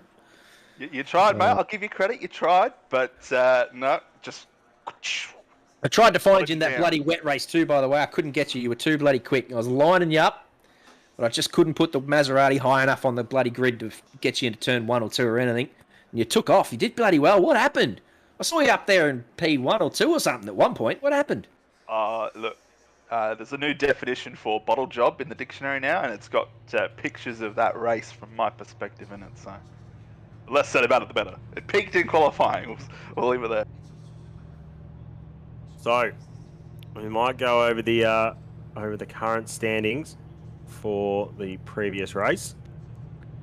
And overall for this team challenge, of course, the winner gets a Zinger box and a iced coffee bought by our lovely admin, Neil Mullock. So, leading in Pro Class is the 445 Mercedes, having gone with 3 wins so far and 3 poles and 2 fastest laps. In P2 is No Idea, with Matthew Lamb behind the wheel this race. P3, Andrew Lawrenson and the Gibson Motorsport entry. They're not racing tonight, so they're going to be out of question. So that's equal third with the Alpha Venturi 616. Stephen Tyer's driving that car, so that's your top 3 with an equal third place. In Pro-Am, we have Mitch Weston, who drove last night, the fashionably late number 4 Aston Martin. They had the win. They got 5 points in that previous race. Winner in that class was Kovacs Racing Green with Michael Babb behind the wheel in the 119 Lexus. P2 in that class is Luke Fleming, and Luke Fleming entry with that's the Torrance Place 453 Lamborghini. And in P3 is Kovacs Racing Red, car number 91. They only got 3 points in the last race, so they'll be hoping to get a few more so they can jump further up the field. And in the M class, Convicts and Colonials number 676 Aston Martin. They're currently leading. They came home, must have been in second place in that field. So they're leading. They're on 37 points. Wild cards. Jared Ellis is in second place for 22 Lexus. I think mathematically, AM class is wrapped up. I think there might only be one way for that to change. So That's got a good 10 effort. point lead, then it's over. Yeah, it's a good They effort. got a by those 9-point boys. lead. Yep, they got a 9-point lead with there's minimum 7 points on offer. So I think that's all been run and done. But still wide open in Pro-Am, and I think Am might be wrapped up as well. That's 16 points. So I'm going to give Pro-Am is the only one to not know who's going to win his Zinger box. Do they Lots to play out actually? here. Do they actually win a Zinger box? Yeah, They win a 100%. Zinger box. Zinger box and the and, Farmers Union. Farmers Union. It's been locked in. By the way, here we go. Not as locked Race in as the 2. result of this race. Goodness me, I'm looking forward to this one. Tom, take us away into turn 1. I'd love you to curse this. Race 2 off Team Challenge 2, the final support or Girton Razor race before qualifying. Pignata leads on the inside. We're going green. Here we go. Up into turn 1. Alex Bone on the outside. Snippy Ty further back as well. Oh, so close to contact with the teammates. Alex Bone's going to hang it on the outside. It's going to be a drag race between Mercedes and Lamborghini up into turn 1. Looks like we got through turn 1 nice and cleanly. One car around, that's 94. He's further back in the field here. So Alex Boney's going to have to dive it up the inside if he wants to keep that position. He doesn't. Stevie Ty's going to try and hang it around the outside. There's no way he can stay up there. Oh, here we go. He's a battle. Battle there. Matthew Lamb. He's just going to pinch, not give too much space. Stevie Ty just decides, no, I'm having that spot back. I'm going to go side by side up here into more touching. There's contact. They keep it going straight. Oh, that could have been managed to worse. work that one out. Tom Malone, though, he's still sitting in 5th place. That's good for him. Carl Johnson there in that Kovacs 191 Lexus. He's in P6. Benjamin Tran, UNSW Racing BMW, the only BMW in the field from my knowledge. They're currently holding on to 7th. And Pete Reynolds will round out the top 10 in that 453 Lamborghini. Of course, currently battling for first place in Pro-Am. Number 4, Aston, is the one we have to look for. They're down in 14th. So only the top 10 get points. So it goes 10 for first place, 9 for second place, all the way down to 1 point for 10th place. Here we go. Matthew Lamb looking for a move on Alex Bone here. Hart has to just breathe out the throttle. Got so much of a toe. Can't stay with him. Stevie Ty here, he's going to range up into this battle as well. Pulling his teammate Tom Malone through as well with him. A little bit of everything going on here. That's a little bit... That's all sorts of sideways. Great hold from Pete Viney. That got all sorts of squiggly on him. Oh, and I think...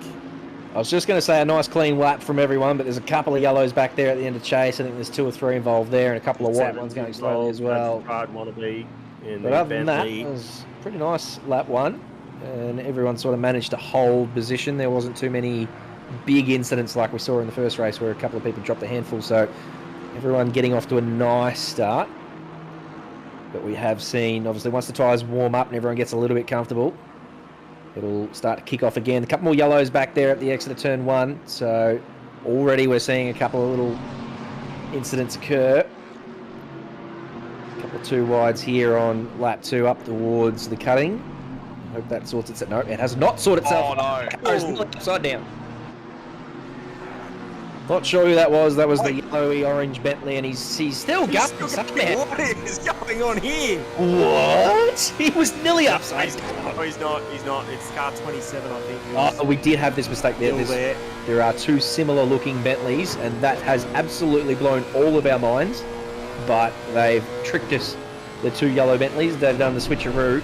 One of them was indeed bloody nearly upside down, and we're now watching Pete Viney chase around Daniel. Oh, yeah, that orange Bentley will be feeling very sick back there in the cutting. Yeah, I think we're going to have to see a replay of that one. That was unbelievable. We've got 2 McLarens stuck in the pits at the moment. It's the 660 Turtle Motorsport, 27 Rush B Racing who are there in the pit lane. Benji Tran got a great run in the Nissan down here, but he managed to put the anchors on and keep it out of the side of Tom Malone, who got a little adventurous out in the grass there and just invites Benji back in. So BMW on Nissan here, BMW down the inside and pretty cleanly. Oh, Tom got a good exit though. So Benji did very well to keep it out of the side of Tom there, and Tom did very well to punch the power down and get out of there, so he holds that position.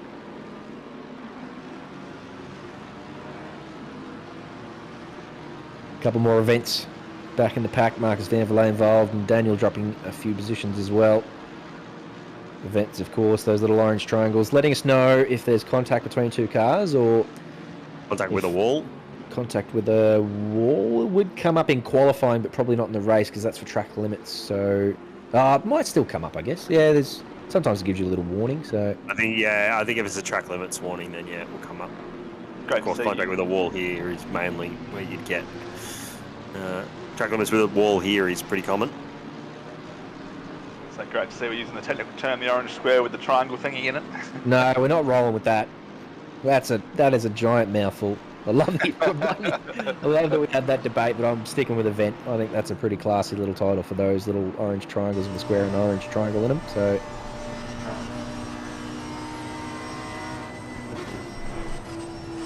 His bone hasn't really got away. He's still sticking with Matthew Pignata here. Gap's only at not much more than half a second, I don't think. Tell me that's not a beautiful sight at this time of night when the Lexus goes through the dipper there and you see the sparks fly up as it rounds out. It's just a beautiful looking game at this time of night. Can't get over it. It is quite nice. I'll tell you what though, VR here, not fun. So here's what's happened here. So he's just come back on, got bodied. Everyone gets through nice and cleanly, I think. Just a hip and shoulder. Bit of contact between Tom Malone and Benji. Benji Tran's dropping back through the field. He only lost the 1 spot though, so that might have been down here into the last corner. Higa has resumed the purple rain and has gone quickest again. So after the last race where he just went bang, bang, bang, bang, in this race he has done the same. Alex Bowen's still up there though, and he'll be looking to get that purple lap back. We're going to get another replay here of another incident. I saw a couple of yellows appear before we went to the last replay, so it's all kicking off back there. This is the one where... Oh, we didn't even see this one, no. It's the same from the BMW.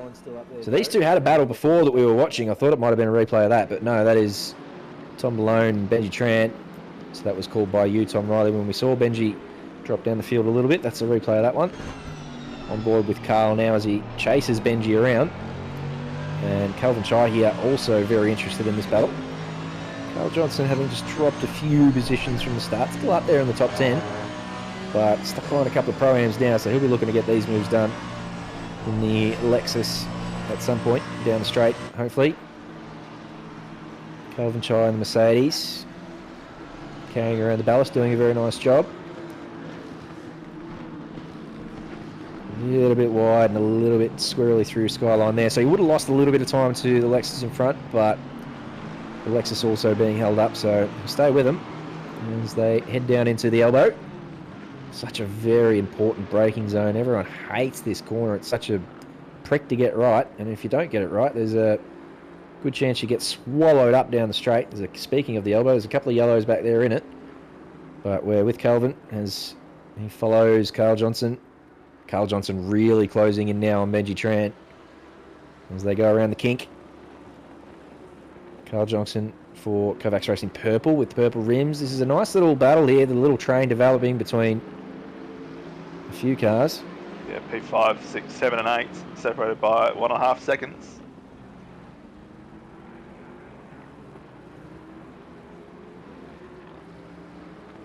Don't mind the purple wheel rims on the Lexus. I've said previously, you've got to have white or black wheel rims. The Lexus, I'll make an exception for. Can't customise delivery on that one. As Calvin Chai, I think, there running. Oh, there's contact in the back. Yeah, there's a lot of drama back there. Alex Pass is involved. I wonder, it looked like he was going for an overtake with maybe Van Vley, and he's just come a crop up to a bit of contact on the rear quarter panel. So we'll try and get a replay of that one. If we can. Yeah, totally agree with you, Ben. I think the Lexus has got to be given a pass so they can customise whatever they can, chuck a couple of different coloured rims on. Tell you what I am very interested in is Pigger stormed away with the last race, but he's very close to Alex Bowen. And Lamb also very close there. Oh. Here's turn one. He's looked at himself and then... He did hold the brakes, he did the right thing, but a couple just not really getting the yellow flags right there and just helping him out. They turned him around, he's facing the right way, that's all right, carry on. Tom Malone's being a bit of the cork in the bottle here, just holding up some people behind him. Got Zach Malloy, Benji Tran, Carl Johnson, Calvin Chai, they're all within a second. Alex Bowen and Matthew Lamb are only a 10th. So are we going to see a change for the lead here?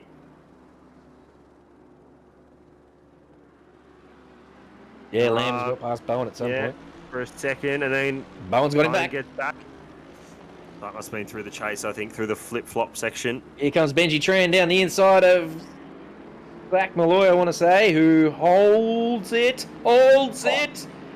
Not quite. Benji gets him, and Zach Malloy's going to get swallowed by Carl Johnson, I think, too, down the inside if Carl breaks deep enough, which he does. And goes and then Calvin Chai gets him as well. Oh, Zach Malloy's been mugged.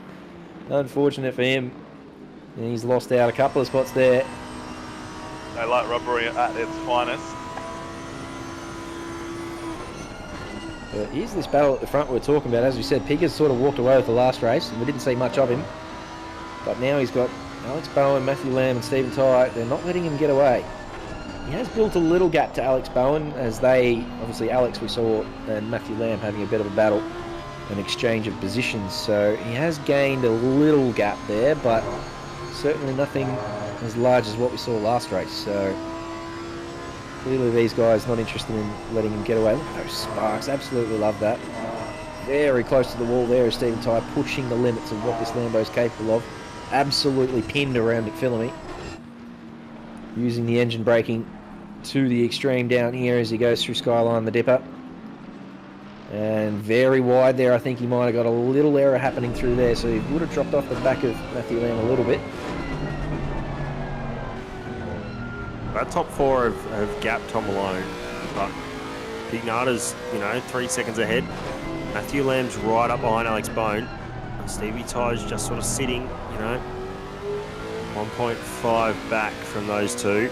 So they're just entering the chase now. So I have to wait and see. I have to keep an eye on whether Matthew Lamb goes for the move. As you said before, this is the battle to watch. This train here, Carl Johnson in the Lexus, the Pro Class driver, is right behind Benji Tran, and Tom Malone, as you said, been a bit of a plug. He has built himself a little gap there in the Nissan down the straight, which you would expect it to do. As Piggy goes purple again. How many laps is that So now? Carl- Five fastest laps. Yeah, he's in a league of his own at the moment in that Mercedes. If you count the ones in the first race, he's lost the fingers to count them with at this point, and he only just missed out him. on fastest lap in the last race by, I think, he ended up being like 900ths or something. Some minor, something so small. But the man who took it from him, Alex Bowen, is in P2. Good recovery for Alex Bone and Matthew Lamb Absolutely. after last race. So that'll be a good haul of points. So I think that number 15 car should hold on to onto the second place in the Team Challenge Championship points for Pro.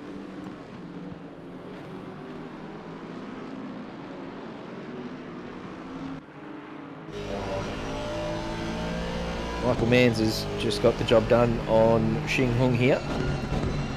Through the quarry, he got that done. Oh, that's a bit of a wide line there from Corey Tui, and we're going to see a battle ensue. My man, Corey Tui.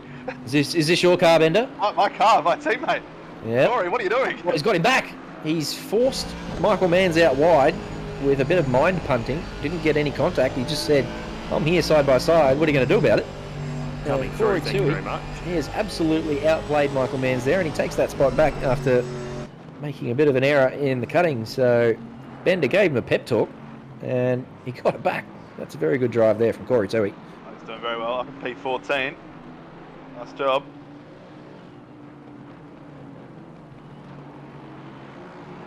But yeah, Shen Hung, after losing the position in turn 2, now falls in behind Michael Manns and Corey Tui, and he will have to be patient and wait for Michael Manns to make a move on Corey in the Lexus and see if anything ensues from that. But while that happens, we're watching Pete Viney and Adam Jerick go at it side by side through the chase. Not done yet as they make their way down to Murray's. They are still side by side. Who's going to break deeper? You would suggest Jarecki holds that with the inside line. It's pretty hard to go around the outside there, but I'll tell you what, Pete Viney has made it happen. He's still there. He's not giving up on it. All the way down to Hell Corner we go, and gets it done in the Lexus. Lexus straight line speed between the last and first corners gets it done. So excellent little battle there between those two.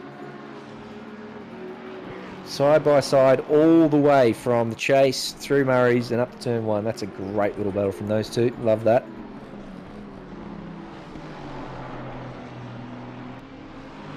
Just 9 minutes to go here in this one. Team Challenge 2, as we said, AM Class and Pro probably wrapped up by the stronger teams in those classes. Right up through here. Gee whiz, Michael Mann's going to hold this. Around the outside. Oh, so close to contact.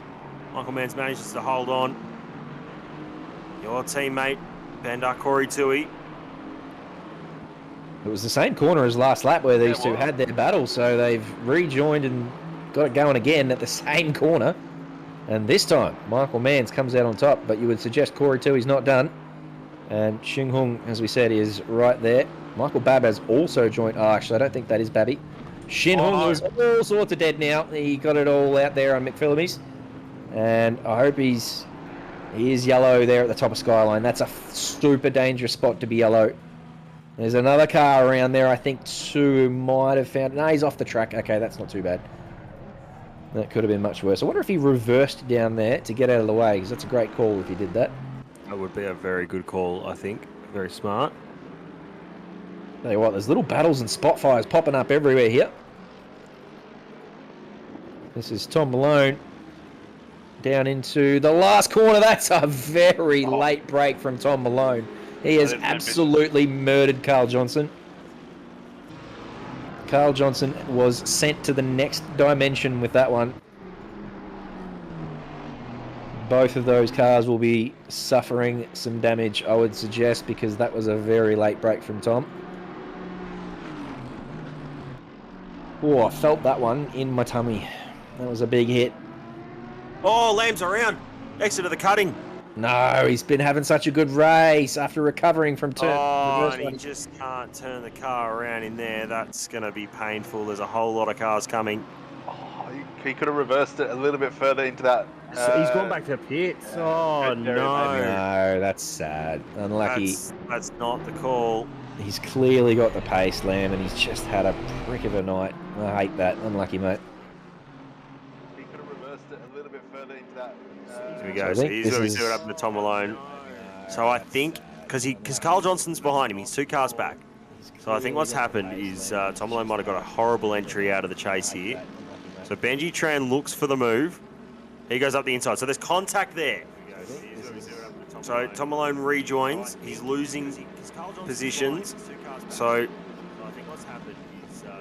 he's going to try and make the move. Oh no, what has happened there? He's just not braked. He's gone very deep. Goodness me, Tom. Yeah. No, I don't know if that was a hardware failure or brain fade or what, or is just upset from what happened in the chase, but he just looked like he missed his brake marker by half of Bathurst, really. As Piggy goes purple again, he's nearly down in the 2.0s now. Goodness me. That is qualifying pace from the man on 25-minute old tyres, if you don't mind. Yeah, Tom Lane's just broken a little bit too late. He's probably 25, 30 metres too late for his braking zone into Murray's corner there. Are we agreeing on corner name for that? For turn... Save. Dave. Yeah. Very good. Are we agreeing on a corner name for the last corner? Is it Murray's or is it Maguire's? What are we deciding? Murray's? Oh, I didn't know they had different names. My apologies. Well, Maguire's is the sponsor name. Nah, no one likes the sponsor names. Go with the traditional names. That's good. Then I'm going to call turn 2 Griffin's Bend. Not Quarry. Oh, I thought Griffin's... Oh, because it's Griffin's Griffin's mount. is Quarry. Yeah, I thought Griffin's was turn 6, but that's Griffin's mount, which some people call BP corner, and that's a yeah. Anyway, I don't know. I'm sure we've all got different names for them, but we all know what we're talking about. Anyway, on board here with one of our yellow Bentleys, as comes across Skyline looking pretty good, taking all sorts of curb there. That's fine, I guess. Carry on. Oh, that's a wall. Oh, that's also a wall, and plays a bit of pinball. Tell you what, everyone behind him does pretty well to understand what's happening there and not plough into him. They obviously made a bit of contact, but they saw that he was in trouble and didn't try and pin it through there. So they did both. Very well, those two drivers. Pleased with that. Just to address our corner name question before we get into qualifying, Griffin's is turn 2 and Quarry is actually turn 6. Right. Okay. I'm going to have to redo this track map then, because my corners are all up to shit apparently. Throw me your track map. I'll just work off yours, so we're talking about the same crap. How's that sound? Roger. Send me that in a Discord message, and we'll run off the same picture. I think that's a good idea. At least if we're using the same names. A couple of people helping us out in chat, letting us know what's going on. We got half a chance then. Yeah, I think if we can all come together, that'll be a little bit better than one of us calling turn 2 Quarry and the other one calling turn 6 Quarry. There you go, it's in special broadcasting chat. Love that from you. Thank you. By the way, look at this. Pignata, he's got 2.8 over Alex Bone. Stevie Ty is 3.3 off the back of that. So you think this top 3 is pretty much set in stone. Of course, these boys already had the KFC wrapped up for Pro Class. If we look at Pro-Am at the moment, I think so that number 4 car off Adam Jarecki, they're currently in P9. P4 in class, so they're only going to get 7 points. 4, 5, 3 are behind them, so they're only going to get 6 points. Kovacs Racing Red, they're 5 points behind, but they are currently down in 13th, so they're not going to do it. So at the moment, it still looks like the number 4, Adam Jarecki, is going to win Pro-Am Team Challenge, barring fastest lap results. We said about Am before, that 7-point gap. I don't think that'll be enough. There's not 7 points in between with only 4 runners. So that'll be them done. But I think at the moment everything is confirmed for how we're going to finish.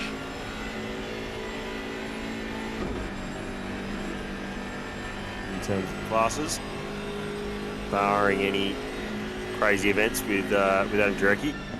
I'm on board with Benji Tran. How did he just get an event? He just had an event pop up. I was watching him come down Conrod, and it was pretty bloody straight line. Did he clip the wall at the exit of Forest Elbow? Oh, maybe. That was a little long delay. event then. Yeah, a bit delayed event perhaps, yeah. I just couldn't work out what it was. That's But like that. And then it says track limits, no time gain. Here we go. Who's this here? This is going to be Payne, I think. Maybe. Through McPhillamy. Oh no. Oh no, Round it goes. that's not how you take that corner. Not too bad. At all. Kept it straight. Lost one position. Not too shabby. Could have been worse. They could have ping-ponged and cleaned up Pete the other Viney cars. and Josh Whitbread have had a bit of contact. In behind. Josh Whitbread has got through Pete Viney. Pete Reynolds. Looking up the inside of Adam Jarecki. So this, I'm not sure who's got the fastest lap out of these guys, but this could be on for the results for Pro-Am.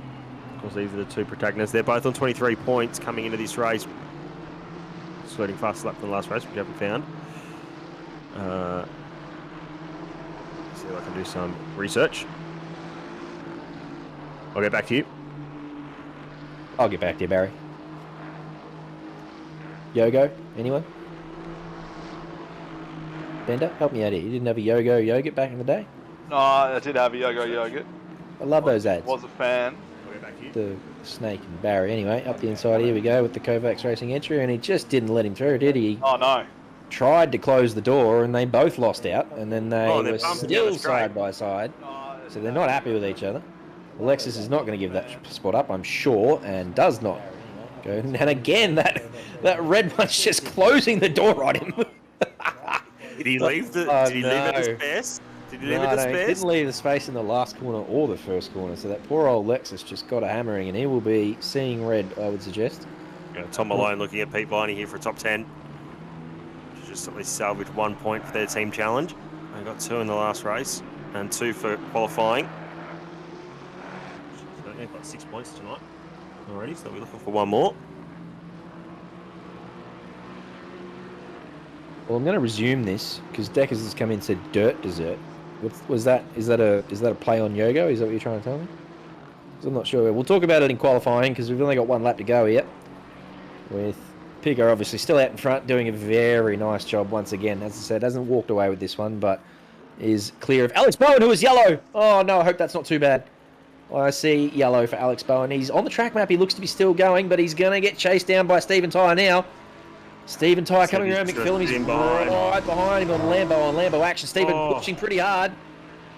Getting a bit of the grass there at the exit of McPhillamy's. We managed to hold on to it, and he's bloody right up behind Alex Bowen now, who, as I said, was yellow some point between turn 2 and 4, and now under all sorts of pressure from Stephen Tyre on this last lap. Stephen Tyre looking to make it an Alpha Venturi 1-2 in both races. If he can get past Alex Bowen here down the straight. Didn't quite get the exit, but as Bender said, it would have to be a send. And, Go for it. Just go for it. You're not going to win. He's a lovely man, is Stephen Tyre. I don't know if he's going to send it. He's looking up the inside. But he is going to send it. He wants it. Yeah, he's up there. And Alex Bowen's going to get around the outside. Alex Bowen. Don't mind. Alex Bow, what a hole. For it. That's what has to be. amazing driving from the boy from Rapunya. That's excellent. There's no room down there for Stephen Tyre, so he will have to settle for P3. Alex Bowen, what a defensive job to come home in P2. That's great from you. Matty Pinata, as we said, nice and easy does it. 1 and 1 for 1 and 2. Here we go. Your car, Bender. Corey Tui looking up the inside of Michael Manns. Come on, Corey. Send it, mate. Send it.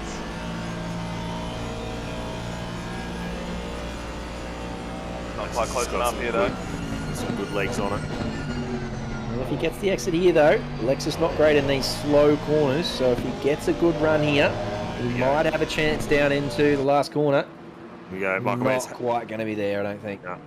Oh, he's gone for he it. looks for it. Oh, no! He's going to let him go. Oh, no. He's going to sit there. Yeah, fair enough. Don't mind that. He went for it. And he's got to lose Oh, now. Oh, no. it's gonna run straight through He the middle. comes through and says hello. Grabs himself P13. No, I do love that from Corey too, though. He felt terrible about what he did, so he let Mans jump back in front of him. But Boxy said, "Stuff you two. I'm having both of them." Great effort from Boxy. Nice work on the last corner there. As I said, good sportsmanship from Corey too. We do love that. Great little finish to that one. The battle between Bowen and Ty there at the end, really spicing things up.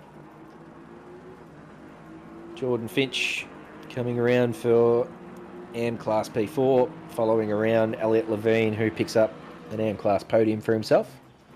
A lovely little effort there. In that pink and blue sort of number. I'm not sure how I feel about that one. I thought I liked it last night, but I'm not sure about it now. It's just changed for me in the lighting, I guess. Nice work to Finchy as he teleports to another dimension. Bang.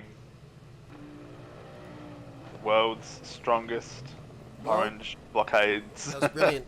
G'day, gents. Oh, welcome back. We're going to kick over to qualifying, so here is our Bathurst introduction. See you in a second.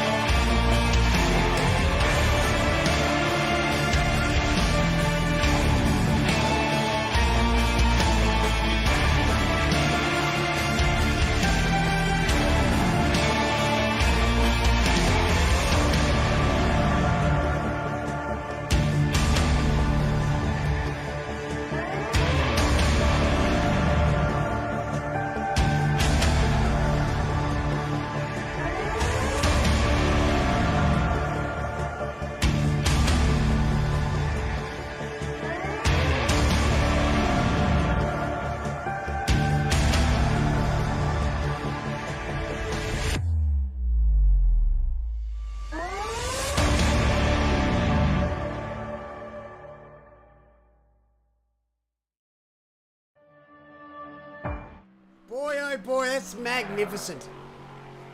Absolutely. I am bloody hyped now. I'm firm. Those camera angles. My goodness. The Great, darkness. Thomas. The camera dipping in and out of focus. Excellent work. Our man Tom Riley, a man of many talents, joining us in the commentary box, but also having produced that goodness. Wow. Oh, ladies, line up.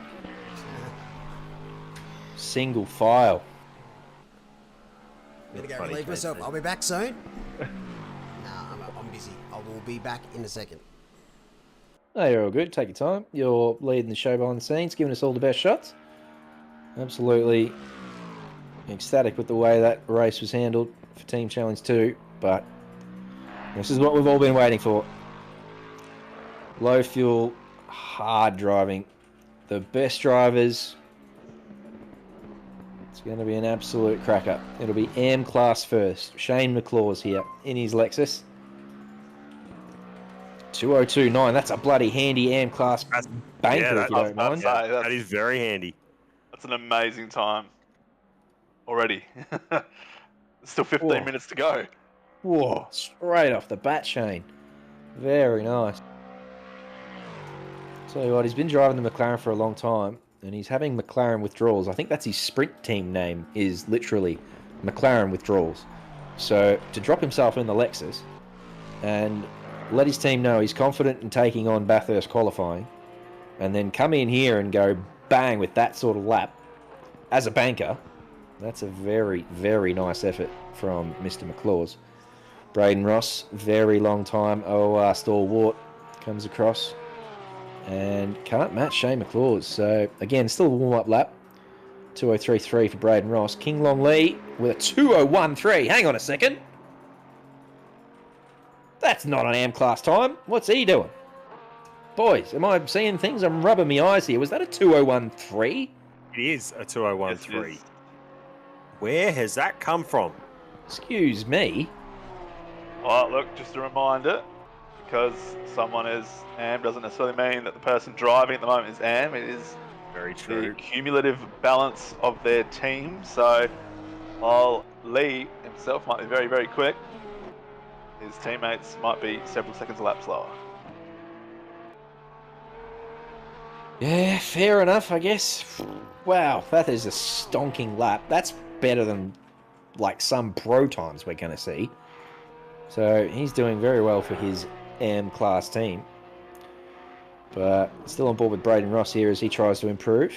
Currently a 10th up as he comes down into the dipper. Shane McClaws, we said he did well with a 2:02.9. He is 6/10th up. Braden Ross has lost a massive chunk of time there through the dipper. He was 2/10 up and now he's half a second. He's basically lost, half a second. He's 3/10 down coming through the elbow. Hasty T in chat saying maybe his teammates are doing 2:20s. Well, that would probably average out to something more reasonable for an AM class team, I reckon. 2:01.3. Goodness me. That is a massive, massive effort from King Long Lee.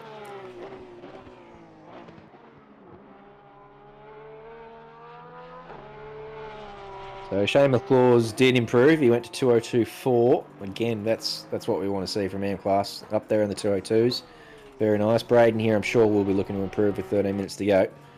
Not going to do it on this lap, but he'll have another crack at it now. He's clearly got fuel in the tank because he was never slowing down. He wants this lap for the Odyssey Academy team. So what sort of structure for a run schedule are you looking for in qualifying? Are you going to see guys doing, what, maybe 2-3 hot laps and then ducking back in the pits? Yeah, I reckon 2 stints worth of 2 or 3 hot laps, as you said, would be about bang on. Probably get you to 7.5, maybe 8 minutes if you did 2 hot laps. So if you wanted to do 3 for the first one, you'd really only have enough time for 1 hot lap in the second stint. And obviously it takes a lot longer to warm the tyres up now in this new tyre model. So yeah, I reckon you would. You'd probably go for 3 hot laps in the first stint, sort of 8 or 9 minutes.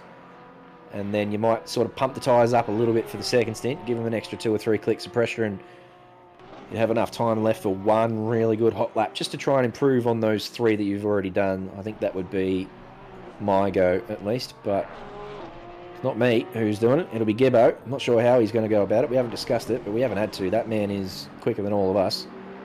He's going to do us proud, I'm sure. What about you? Tom Riley? You got any you're the man with the plan, usually.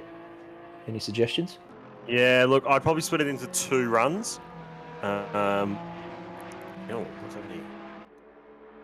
Oh, no, actually. Yeah, I'd probably give it 2 runs. Run it twice. You chuck in enough fuel for 10 minutes or so.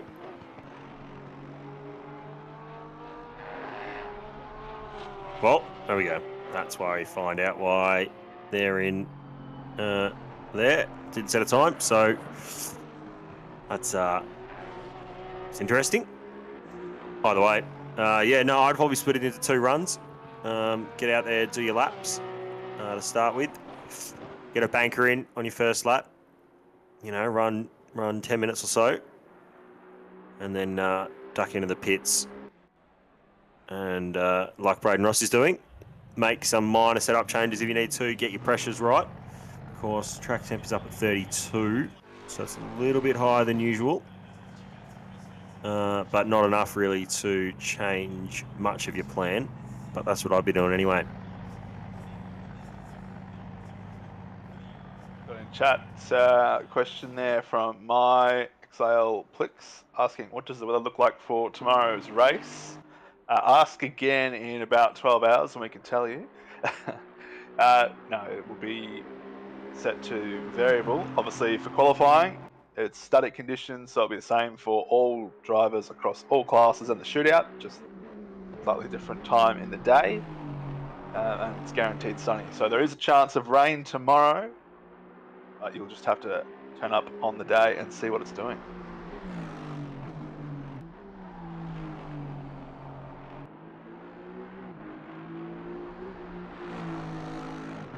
Speaking of turning up on the day, that might be what Kin Long Lee's done. I would suggest Neil making that suggestion in chat as well, that those guys might not have had the time to set some classification laps, which happens.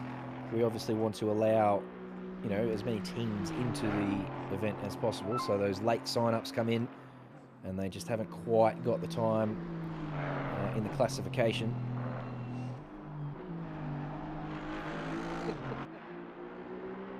Yes, there's always someone that doesn't read the announcements. They're generally the people that mute the announcements channels. We can see you. You know who you are.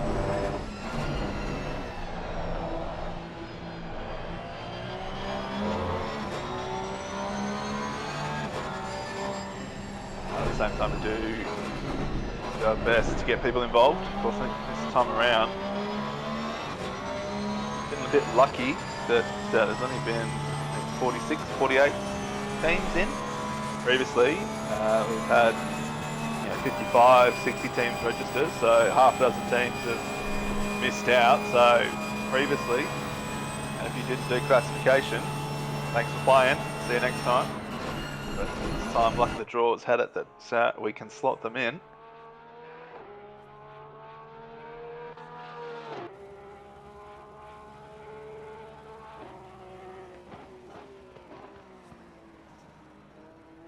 Here we go. This is that second stint that we were talking about. Braden Ross will be probably coming around for that now. Fresh rubber. Looking to improve on that 2029. Not an easy task in the Porsche, I would suggest. Definitely not the strongest car around Bathurst. Do we know what its top speed is? I remember last time we were here, we were watching one on board in qualifying, and I think it was topping out at about 265 with a tow. It was depressing.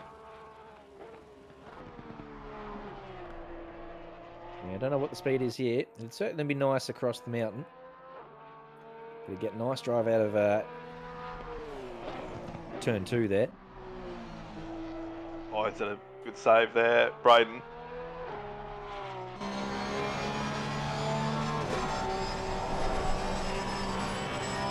I'm on board with him. We watched the Porsche Cup cars go around here about an hour and a half ago.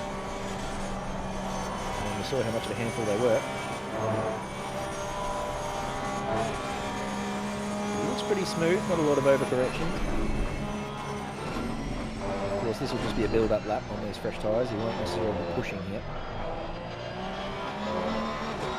The last thing you need to do now, with 6 and a bit minutes to go, is stick it in the wall.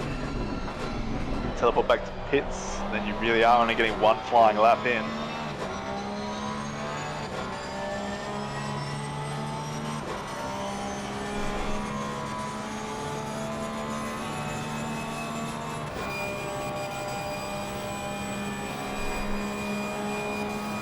couple of yellow flags for King Long in the last couple of minutes, so it's really got the pace, but interesting to see whether we can put it all together for 12 hours tonight. You can see a Ferrari though, we haven't seen many Ferraris, just quietly. Certainly none down there in Pro and Pro-Am, so not the car of choice. But a couple here in the end, guys. I remember 6-12 months ago. No, Braden. Ross. No, Braden. Oh no, that's exactly what you didn't want to do. I said that 30 seconds ago. Yeah, I in chat if car 850 gets bumped up in class. Yep, chat type I. Yep. Then Lucky Nichols in chat saying the Porsche on board with Braden there hit 273, so that's not too bad. See, you know, the Nissan, Lexus, I mean, the Honda used to be an absolute rocket ship. I'm not sure what that's like these days. They'll be hitting 285, so it's still a bit down. Certainly more competitive now.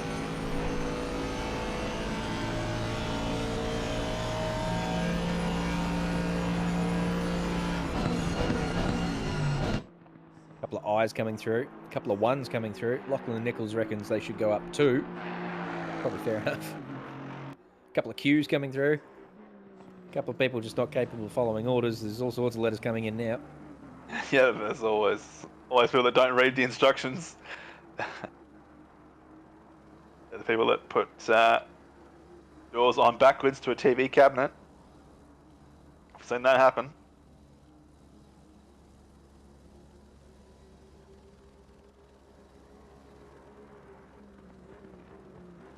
So we've got 4 minutes to go here. I think realistically that battle between Fakatsu, Bartlett and Ross is the one to watch. 4/10 separates those three. Smith a little bit further back. The top two obviously considerably clear of everyone else at this stage.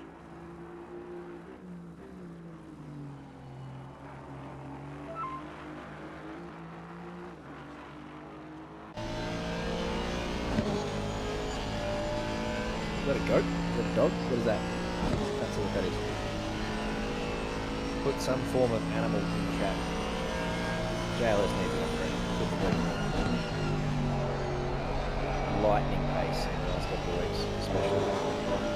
Like a goat to me. Yeah, I thought it was too. It's like a water temple.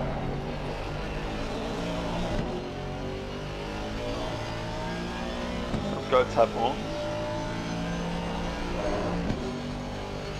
It makes sense for our man JLS. He's one of a kind. A unicorn would be fitting. Yeah, that's it. We're doing goats.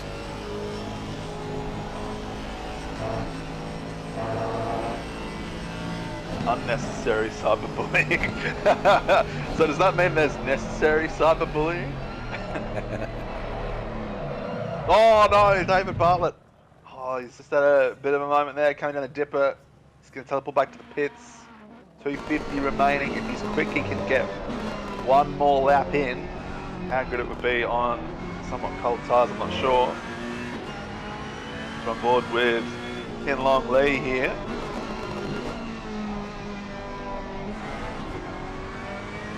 Unconfirmed, but I saw chat saying 2 of the 3 Hong Kong teams, I think that's where they said they were from, Yep. were GT Sport esport teams. I'm not sure how, because I'm not up to date with the world of GT Sport esport drivers and whatnot, but the pace is promising. Yeah, so one of their drivers is doing 206 max there. And he's pulling that average up.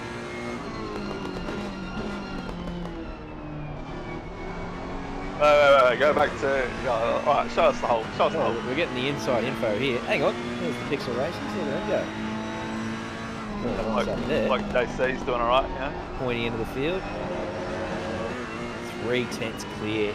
AV maximum pace, if you don't mind. Clear favourites. A couple of the Alpha Venturi teams up there, a couple of Kovacs teams up there. Relaxed motors, not so relaxed up there on P7, they're looking very nice. 3/10 clear, and probably the best car as well, the Merc. It's a bit ominous, isn't it? Oh, look, not as ominous as... Oh, when you're talking about maximum pace up there at the top? Yeah. Yeah, absolutely. They dominated the team challenges. Smithy last night, bigger tonight. They're rightfully up there. Strong favouritism, I would suggest. Some people might say, oh, we've got to put it together for 12 hours, but I've already demonstrated they can do that because they won Silverstone at the end of last year, those boys. They did, but, you know, you never count the eggs before the hatch.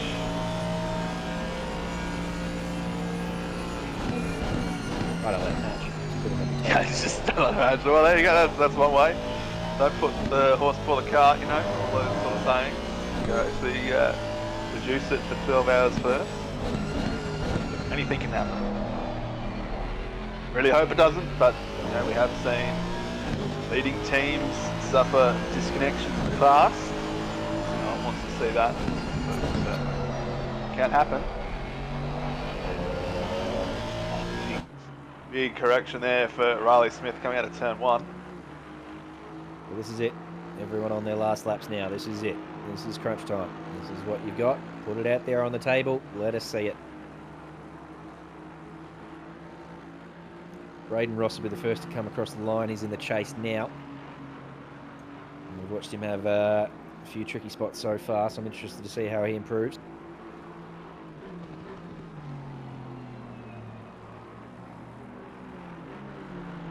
Riley not quite getting it tucked into the camber there at the cutting.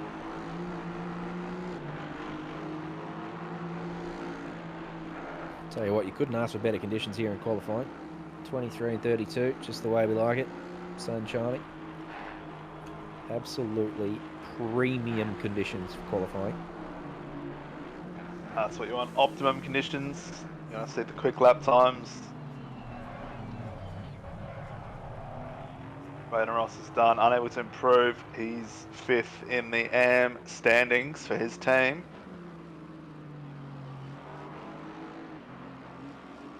Bartlett also in the pits after that collision with the wall earlier.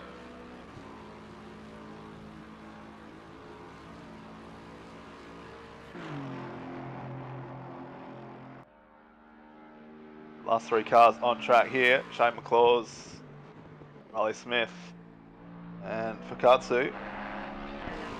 Fukatsu invalidated on the last corner, so he won't improve. No. Be interesting to see if he was up on his time or not. Shane McClaws and Riley Smith, the last two will come across the line. McClaws doesn't improve. Although he didn't have much room to improve with his rapid lap. Riley, He does improve. He does. He found 6/10, but not enough to gain a position. Still think that moved him into the 203s.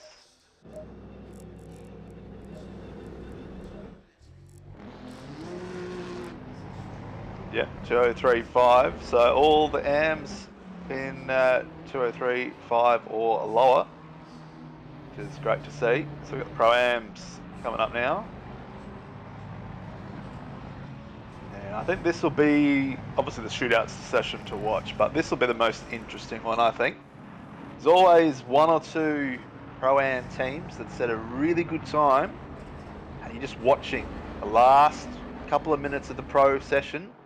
Is a Pro-Am going to sneak into the top 10 shootout or not? So it's going to be really interesting to see who can get a clean lap in and who's going to be up there. Yeah, I agree with that. Looking forward to seeing how close these guys are too. We watched the Pro class sort of decided in the team challenge before we got to the end of that race, and same with AM. A couple of teams, obviously we talked about maximum pace being the strongest team in Pro at the moment, so they sort of stormed away with the team challenges before they were over, but the Pro-Am went right down to the wire, so interested to see if that's what happens here in qualifying too.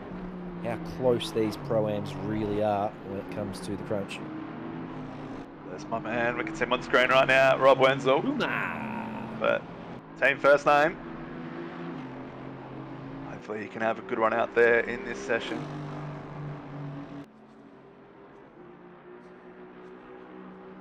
He's going to be starting for us tomorrow, so he's doing quali. He gets to start the race. Gets to mix it with everyone in the traffic for the first out. That's going to be insane, I think, tomorrow. Watch the start, tune in. It'll be hectic.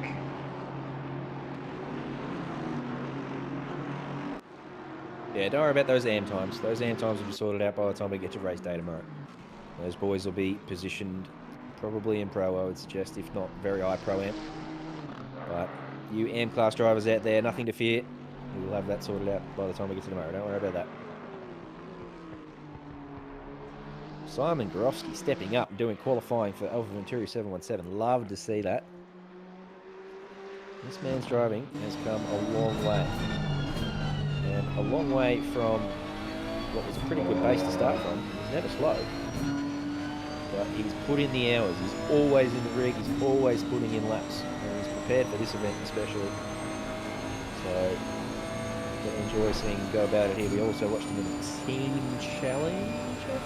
Maybe not, but we definitely saw him at some of the support events. So, put his heart and soul into it is the Professor. I'm sure we did see him last night in the Team Challenge. And Yeah, he was also running in GT4's Wet'N'Wild. this evening. Yep. Yes, nice little exchange of provisional pole position between Simon and myself. It was good to see. Very, very nice and tight. A few people in chat just talking about classification and classes. Don't worry, guys. If you read the announcements, you will know that all classes are provisional. That message is on there. Don't stress. It will be adjusted as deemed necessary prior to the race tomorrow.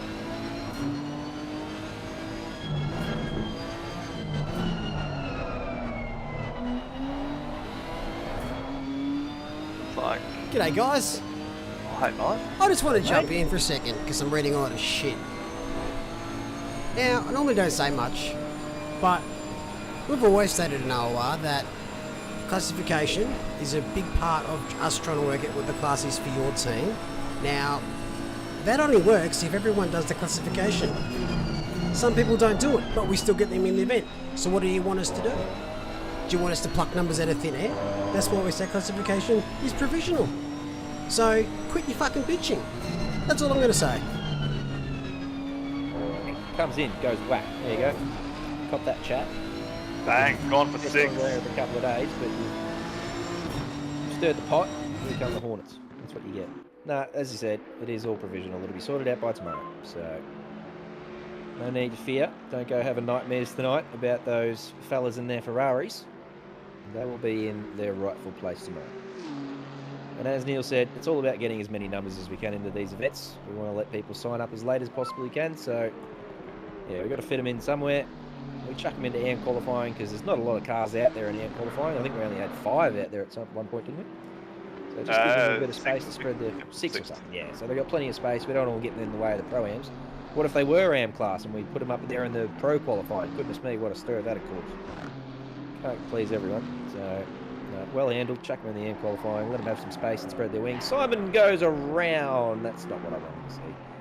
We talk the bloody man up. God damn it. Back to the pits he goes. Plenty of time. It's alright. There's plenty of time left to recover from that.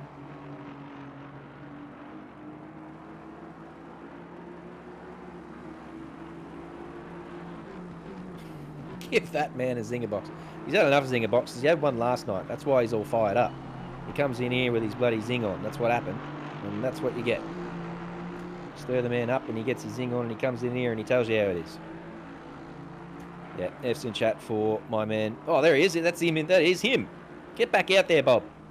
Bob Jenkins is Simon Gorofsky.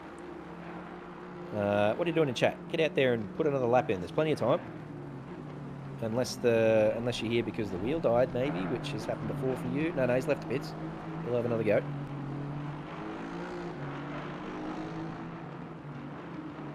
So why is he Bob Jenkins? Oh, he's got 100 names. Mike Roberts. His name in Discord is Mike Roberts, I think. And to us, as I said, to myself and Tom, he's the Professor.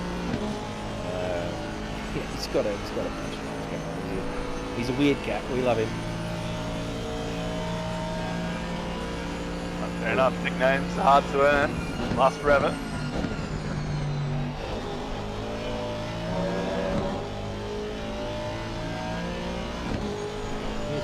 teams we were discussing. I think Incognito Mode 2. I think the Incognito Mode 3 was the team we were discussing with the Hong Kong boys. So it's going to be another one of those. 2011. He goes quickest with the 2011. That's a very quick time as well.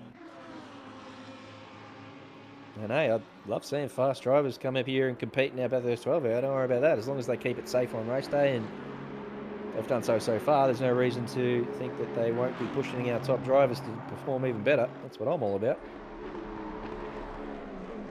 It's what you want to see. You want to see the fastest drivers around competing on the track.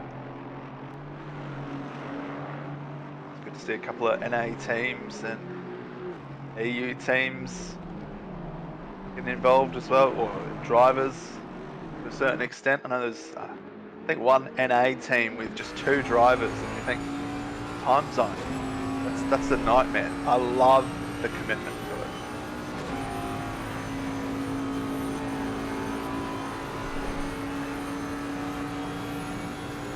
We're on board with Tim Brock here for 05M Racing, currently P5, up 8 tenths. He's got a bit of traffic ahead of him. Can't pass other cars. They're on a valid lap in our qualifying sessions, which looks like the 42 is on the track map. Just there's a bit of time. He's 2 tenths there, but still gains enough to go P3 with a 217. Actually back off. Oh no, he's going to return to pits.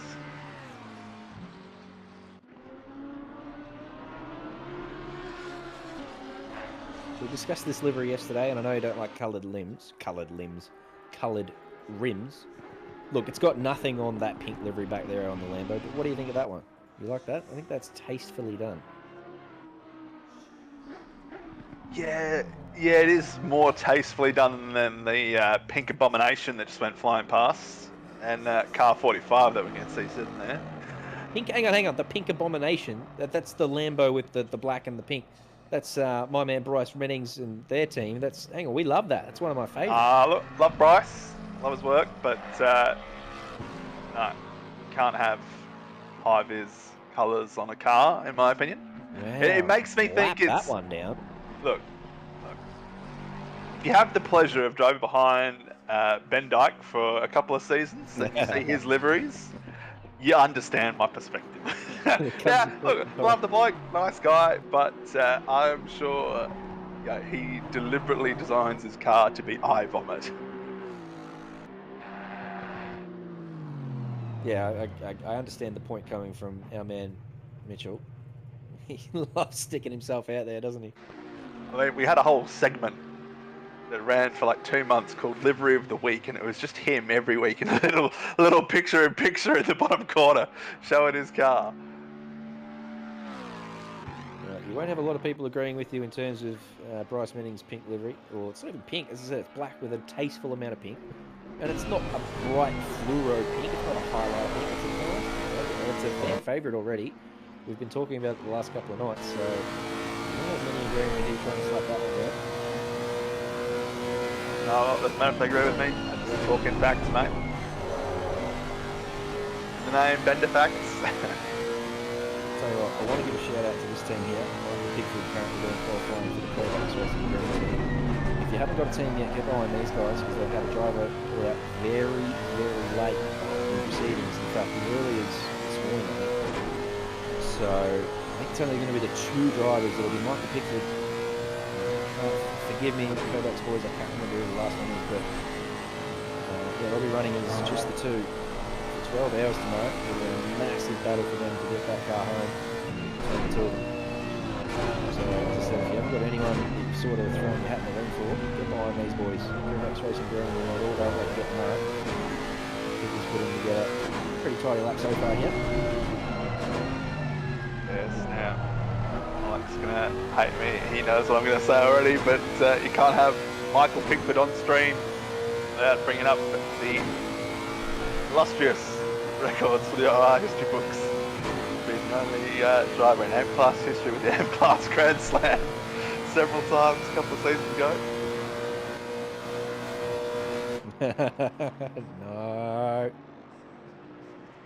No, get behind him.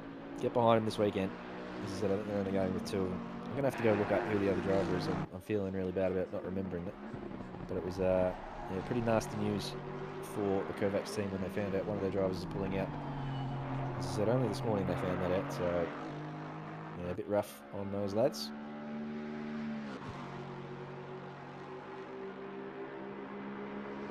So 8 minutes to go. You'd think pretty much everyone now would be leaving the pits on their out laps, or just about ready to, so they can get a couple more flyers in.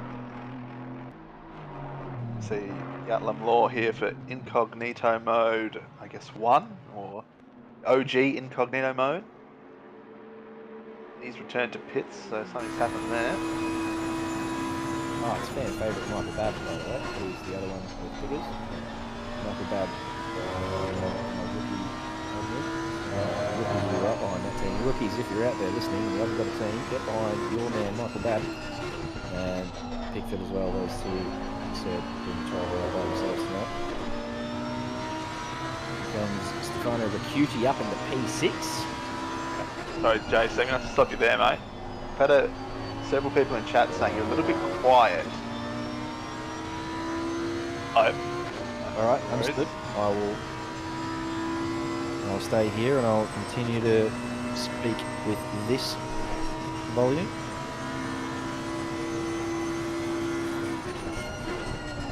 I will disregard that, so...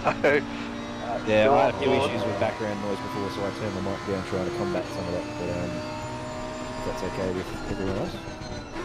I just want to hear your sweet voice, mate. No, I understand that, and I'll tell you what, it's been a long night watching these guys go around. I've probably lost a little bit of my energy, so I might go take a sip of coffee. I might need a sip of coffee to get back up and about. I'll tell you what, I'll do that before the shootout. That's where I'll get back up and jazz around. Don't worry about that. I'll get on my feet.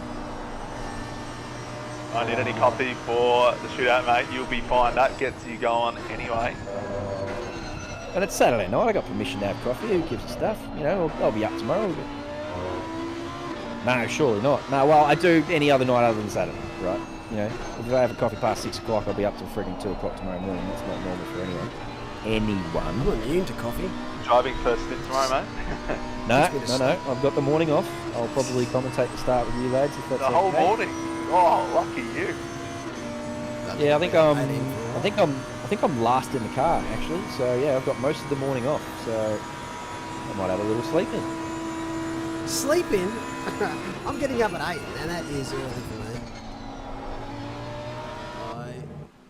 R.I.P. By the way, they can hear.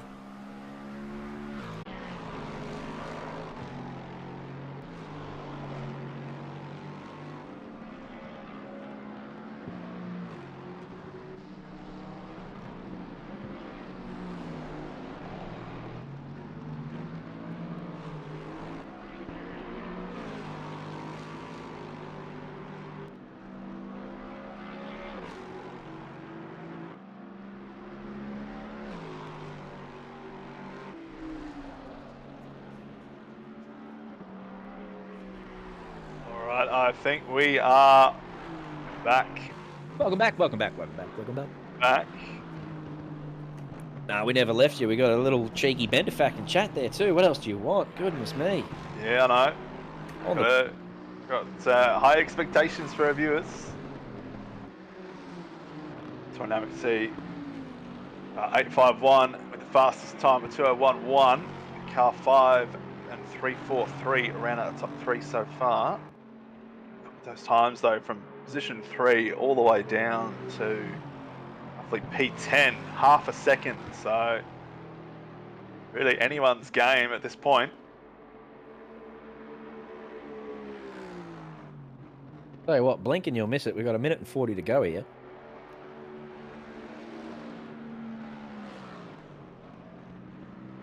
There you go, ACC TV not playing ball tonight.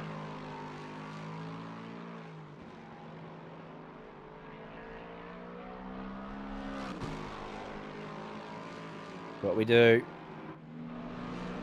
We're a flexible bunch in here. Easy to be flexible when you're not wearing pants.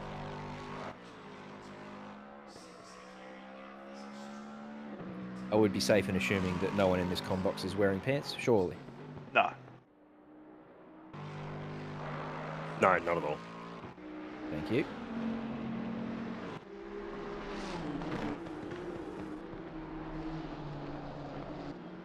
So here's the professor. After his earlier incident, back out on track now, putting down some laps. 40 seconds to go. I would suggest he's not going to have enough time to put in another one, so this will be it. And he's coming up to a yellow flag. I think I saw one waving there. No, never mind. Still pretty clean. Look nice around there through McPhillamy. Over Skyline and dead again for Simo. Unfortunate. Oh, that Bentley got very close. I wonder if that upset their lap. Unlucky, Simon. It's a big day tomorrow, mate. 12 hours. Doesn't really matter where you qualify. So you took it up. Qualifying's a bloody hard task, mate. Oh, I didn't want anything to do with it. So we're lucky Gibbo's going to do that for us. But yeah, you've done well to step up. Right. I think it's an interesting question for the statisticians out there. What is the lowest position that someone has won from in a special event?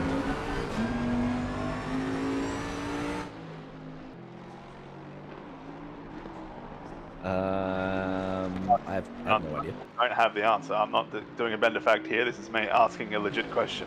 Jesus, I thought you were popping it at me. I thought, am I supposed to know this? What's the question? What's the lowest starting position that a winning team has had in an OOR special event? Oh, wow, that is a good one. Oh, not that low. I'd say 5th. And that's just at a guess. Don't bump me up in class. If you make the shootout, you can expect nearly a double bump. This is and it is with punishment for not doing classification. So welcome to GOAT tier. GOAT tier. You can join. You can join old mate Jason Leonard Scott. Why you bully me? Another one that hasn't done a classification, or did, but his full team didn't. Jonathan Wong, 201.1. Mal, we like this livery. Yeah. Do we not? Yeah, I like it. Why not? What's wrong with it? We love it. It's a fan favourite. Everyone on chat will back me up. Diebold, I love it. Alright. It's not ridiculously pink. It's a nice pink. This one's alright as well. You're a massive fan of orange, so I think that's why you love it. I think it's tastefully done. The coloured rim's there. I don't mind that one, but it's got nothing on the other one. That pink one's beautiful. We go. Pro-Am qualifying done and dusted. The quick squeeze at the times. Possibly, please, Mr. Cameraman. It's coming. Tell me about it. Who was it, Bender? So it's car 851, driven by Jay Wong. 201.105 is the fastest time. We had a couple others, several other cars in 201s. So, what do we think as we approach the pro qualifying session here? Is going to be the cutoff to get into the shootout. 2011 is a bloody sharp time. I think that'll be very close. What was the Pro-Am time? That was a 201.0. Oh, there you go. That's still the fastest time so far. Well, if you make it into the twos flat, then you're in. Yeah, but how many are going to do that? Don't know. That's going to be 10 drivers there. I don't know, but we'll see. I reckon if you're under 201.3, 201.3 will be the cutoff. So if you're in chat, put your bets in of the cutoff mark to make the shootout. I think that 2011 there will be 10th. That's my bet. Then What I'm more interested 201.0 will in- be 9th. Tell you what I'm interested in. Andrew O'Hara is qualifying. And if you know Andrew O'Hara, which 90% of us do, he's a super fast man. And he did a 59 on the hot lap leaderboard this week. But it was in a different car. So I'm not sure. I'm sure he's obviously very good in every car. But can he ring a 59 out of the Lambo would be my question to you. Well, I've had the pleasure of commentating on a couple of his laps around Bathurst in pro sessions and shootouts, and honestly, they're just mesmerising watching them. I remember one of them, it was just incredible. He kept it absolutely pinned across the top of the mountain, and it was just ridiculous. I think it was like 6 tenths faster than everyone else, and stuck on a pole, but it's the commitment and the ability to find absolute limit and then drive within a millimetre of it. That's what separates him. Gets you firm in, what's what you're saying. Oh, yeah, absolutely.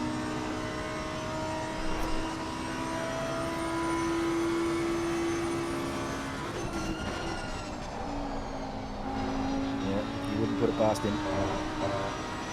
Has been OR's fastest rider for a very long time, so he has proven to us time and time again. He goes above and beyond. I'm loving watching him drive this Lambo. This is what I'm driving. And, we've got Gibbo as well. Jan Tully getting behind Gibbo. He's in the Lambo as well. Just makes it look effortless. There's no corrections. Smooth motion. As I said, I know this is only a warm-up lap, but it's a pleasure to watch him go about it. Well, odds are it'll be a little bit faster than his last lap time at 52.09. Yep, probably. Although he's only a second up on that at the moment, so he's got some work to do. So final of the third sector.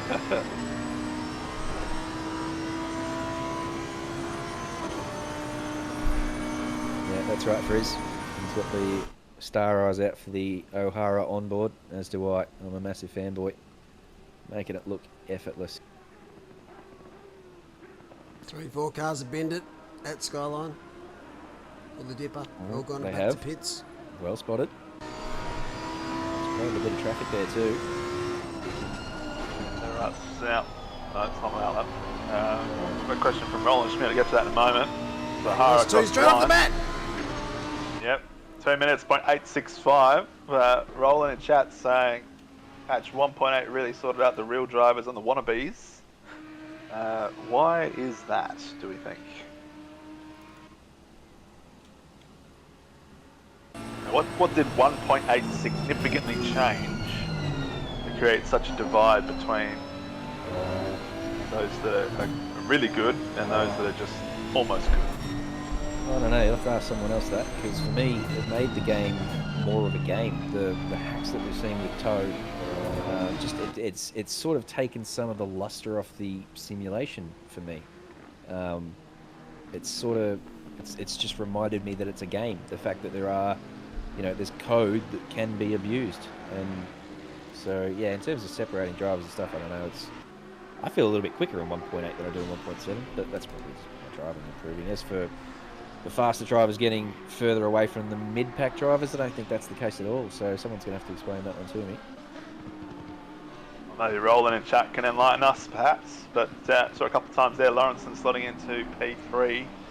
He was 3/4 of a second off Hara's time. Smithy up there in car 445, doing a 2:01.0. Very nice time for his first time lap.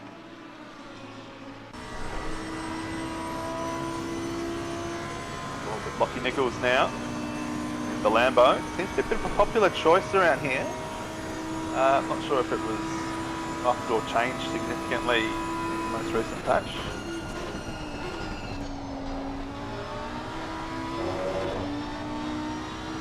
Certainly seems to be handling better than when I drove it several years ago now for one event.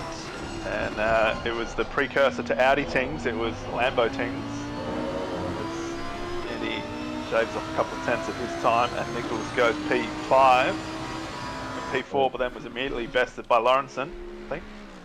Tell you what, Smithy closed that gap in P2 though. He's only 3 tenths behind O'Hara now, and that's after O'Hara improved by 2 tenths, so Smithy's done a very nice lap there somewhere. Oliver Kitching also looking very nice in the Aston, up there in P3, and my man Gibbo in P4 also doing very nicely.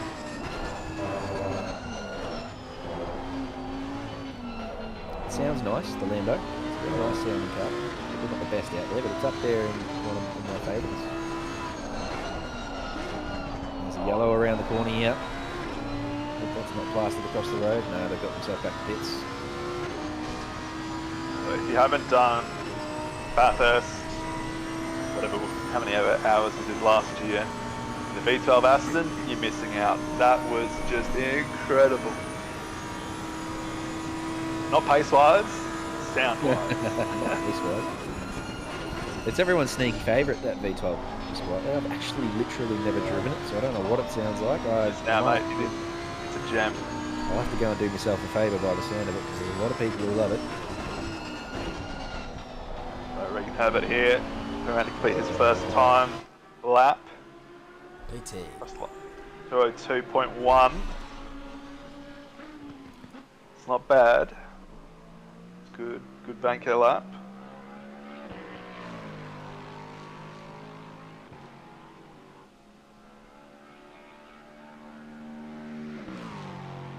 Still got a couple teams at a time in the pro class. Actually, 3 teams: 818, 63, and the team that I was about to say has just set a lap. So 888. This is a big improving time coming up right now from JP. Getting closer to that 201 flat mark. There's 6/10. Bang, 201.1 puts him P3. That's a nice time. Safely say shootout worthy. Oh, I don't know about safely say. That's still 11 minutes to go, mate. How much money do you want to bet on it? How much money do you want to bet on I'm not putting any money on that Come on, because Bender. Noel knows his shit this weekend. They give you the tip. He's called everything under the sun. So if that's what he says, I'm right behind that. Bender, you Lock- name your price, champion. Page, lock him in for the... Nickel seems to be on a bit of a flyer. 3/10 up.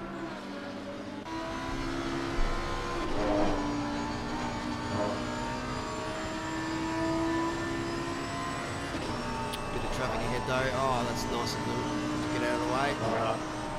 Obviously not on a hot road. Nichols has been up and about this weekend so far. Driving fantastically in the support races. Yeah, he's another one who participated in a lot of those, didn't he? So, yeah, you're not wrong. He's been up the pointy end too. And now backing it up in pro qualifying, if you don't mind. Just trying to think what the cut-off would be. Probably 201.1 or 2 mark. 1, 2, 3. Safe-ish. One of those times being JP Bender. I saw a Pro-Am time in 201.1, I think. And Am time 201 flat. Yep. XM time. Now, Ex just Pro-Am to take time. pressure, I do want to I do want to take pressure off his teammates, which I know aren't as quick as Kim Long. Like, it's not fair we just bump them straight to pro based on one time. It is a team challenge, but yes, it's definitely going to be bumped a bit higher than pro. But all the drivers in that Higher team than pro. Up higher than Am. Sorry, up at higher than Am. That's JLS territory up there. It is JLS territory. But obviously we have to base it off what you guys tell us. That's why we say provisional. It gives us the opportunity to change it, to make it fair. If we didn't say provisional and then we changed something, there'd be more whinging. So either way, you can't really win. But Can't please everyone, mate. well, we do our best. This is our 13th special event, and pretty sure we've nailed most of them as terms of classes. So Yeah, but at 2 seconds mark, we've got Smithy here. He's just lost a little bit of time coming out the chase there. He was 3/10 up. He's only 2/10 now. Finding a little bit of time in the last corner, but not enough. Across the line, Into closes the the two, gap so. to O'Hara. To 2/10 there. Lock him in. See you in the shootout, Smithy. Smithy thinking, I could maybe have that provisional last run in the shootout with a better lap. He knows the time is there. thank you, Hush. Look at those 2 times at the top. They have set themselves apart up there. 201.1 there for no idea. Another team that have been there or thereabouts over the team challenge races. Very unfortunate last time out though. Expect those guys to be up at the pointy end at the end of this event.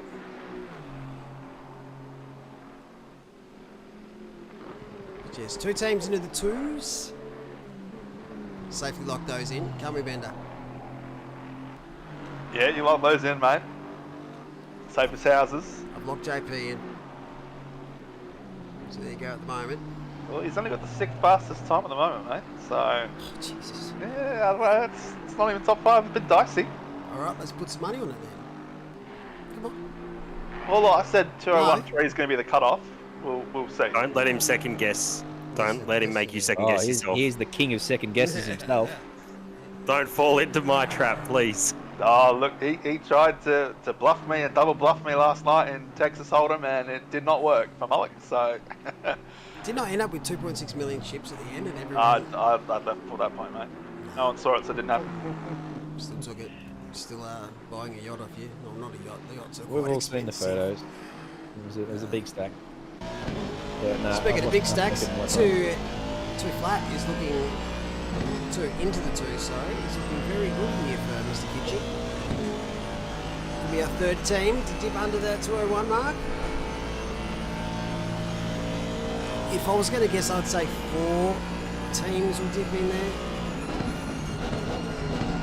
Great to see a variety of Well, there's one manufacturers dipping as every well. lower. If he gets a 59, I swear on Bender's life, I'll get a tattoo of Bender's face. No, I won't. No, please don't. Nah, I reckon he's dead, mate. Someone clip what he just said, my face. Oh, close there, Kitchen. He lost a bit of time in the chase there, Kitching, but still good enough for 201.0.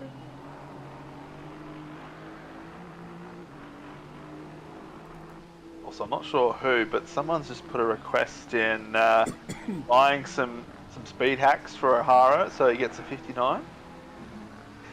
That's not necessary. We don't need that. Someone really wants to see this tattoo.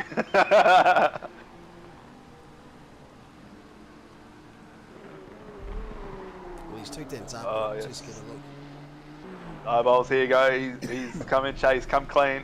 Never bet against Bender. He learned that the hard way when we were betting last time. It was I think it was the Mercedes versus the Bentley or something. There were 5 Mercedes in the shootout. He bet on them. I bet on O'Hara and the Bentley, and he cleaned them all out. Took pole, won all the Twitch points. It was great, whole thing. And then we stopped streaming on Twitch. Tell you what, he was on. He was nearly 4 tenths up coming into the dipper, but he just lost within the dipper there a little bit, and those 4 tenths have disappeared. So looks to be backing out of this lap now. Just cool those tyres down again. He's got 5 minutes, so he's still got time. Love You just look at clipped this the car. wall on the exit there. Possibly. Love looks at this car. Love it. It's nice to look at. Absolute doghouse to drive. Says you. Yeah, look. Yeah, look. it says me too. Just I've had a bad experience with the Nissan, and unfortunately for the Nissan, that has tarred my view of it forever. Have you talked to someone about it? I've talked to you now, mate. Okay. Tell us how you feel. How does it make you feel, Bender? We don't have time to go into how it It makes me actually feel. has traumatised you. I'll take that back. Alrighty. So, just under 5 minutes left. 2 minutes, 0.4 is the time to beat so far. So it looks like 6:16, 4:05. Definitely through the shootout. I'm going to say 15:191. Definitely through the shootout. And it's a little bit really spicy after that. Nick De Silva, good to see him back racing ACC. Speedy Mike Racing. I do like that livery. Nearly Phoenix Suns-ish. That's more Lakers than Phoenix Suns, isn't Yeah, it? if it gets rid of the yellow and puts orange, it's a pass from me. It is good to see Nick back. So you've seen him previously in our F1 series many seasons ago now. The faster guys in the F1 world out there. For the special events we did, the support races, what was the pick of the lot? What is the pick of the fall? Went wild. Yeah, it's a race in, definitely Wet and Wild. Yeah. Not sure for spectator viewing wise, what would have been the fame? You Lambo saw the for Wet and viewing. Wild. Yeah, The viewing, it was the Lambo. That was take away the giant car park pile up. In terms of the racing that you saw all of them, Neil. So what was the best to watch? Out of the four, it's hard to go past the Lamborghini Sprint for me. I don't know. We added some drama in it. Yeah, mine would be either the Lambo or the GT4 night race. I think last night for watching. 2 seconds, Ted. 201.0 for Andrew Lawrenson and Gibson Motorsport. So they've booked their ticket to the shootout. Oh, he's done, Lawrenson. Yeah, He's teleporting back. grab a No quick- time for all that. Quick beer. Only thing with the midnight race is this is hard to see. Same again for the flooded track race. But they look like both a bit of fun. For me, I'd say the flooded race is probably the most fun to drive in 100%. because you just never do that normally. But the night race, I reckon, had best wheel-to-wheel racing because it is just so different and it's in GT4 cars. We don't really use it that often. It's something different. Right, we don't use the Super Trofeo or the Porsche Cup car either, but they're kind of similar enough to the GT3s, you know? Yep. I think that's what- Porsche. That's what the support races are for. Of course, because that's what the support races are for, you know? Something fun, something different, not too similar, samey to what we've already doing. And something that you don't use often or gets Yeah. neglected a little bit. It's nice to see the new Super Trofeo to actually be used in this game soon. Same with the Ferrari Challenge car. Those two cars we're going to use a lot of once they are released. But I think for support races, you're right. It's stuff that's fun, something a bit different. I still think we should do a low fuel race to see how far someone goes in one tank. But Yes, I love that idea. Yeah, that's a great idea. we'll Got get there. people rolling around in like 6th gear, low fuel maps. Set some parameters. Not allowed to go under 100 kilometres. A couple of little rules in place, but yeah, that's a great Yeah. idea. So we saw Smithy improve a little bit. He's pretty well ensconced up there in P2 and didn't quite improve enough to challenge O'Hara. But Gibbo's on here, 2 tenths up, and doesn't have to really improve all that much to get in front of Nichols and Senekis. There's not a lot between them. And Lawrenson's only 2.5 tenths as well, so Gibbo coming down Skyline is now half a second up. Absolutely flying yet. So we'll stay with him. He comes down to the elbow. Just lost a little bit of traction coming out of the dipper there. That cost him a little bit. He manages to hold on to most of his time, and also the elbow there, just not quite getting the exit he wanted. But again, this is still an improvement. And Still enough time to gain 3 spots. Lawrenson's finished. He's in the pits, so if he holds this lap, he might just sneak in front of him. Interested to see where Senekis and Nichols are on track. Probably still on laps somewhere along the line. Nichols just coming out of the elbow a little while ago, so he's behind Gibbo here. We'll see him come across once Gibbo finishes this lap. Down into the last corner here. Let's see if we can get this braking zone right. He goes deep. Magic. Gets the exit done Got as it. well. P4. Bang. Nice lap from Gibbo there. 2010. Jeez, there's a few cars on that 2010, so that'll be very close for the shootout order. Super close.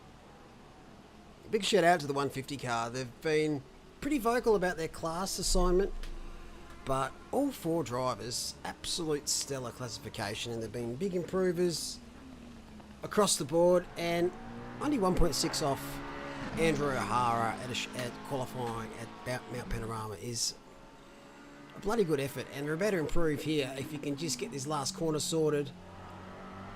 And does this 3 tenths. Nice, Dawn. P number 12. Great effort. 2019 into the 201s. Hats off. Sam Misson in the Nissan. Love it. Is he going to improve? I don't think so. 8th at the moment. There we go. Time's done. So let's check it out. O'Hara doing O'Hara things in qualifying. Once again goes P1. He DC'd a pigger. He's got to try and get back up. Like, he's into the qualifying. He's into the shootout. You've got... We were going to shorten this free practice because based on how late we are, but we can wait at the max 15 minutes for Smitty to get back in. In the meantime, let's just check out who's actually going through. Right, so qualifying 3, the cutoff for top 10 was 201.6. So I reckon those 3 teams are in a bit of trouble. 21.252. So Wong is through, definitely. Maybe Brooke. You can definitely lock in Lee. So Lee, you're through. Pro-Am, you can see Wong, Brooke. Now, who out of the 6s is going to be through? 6, 6, 7. Goodness me, that's close. There you go. So Fajardo is just snuck in. I think. Did I say 3? No, never mind. I'll take that back. So that's out. Brooks through. Yep, Brooks through. He's the last one. So the cutoff was a 201.4. 70. 470. Well done, Timmy Brook.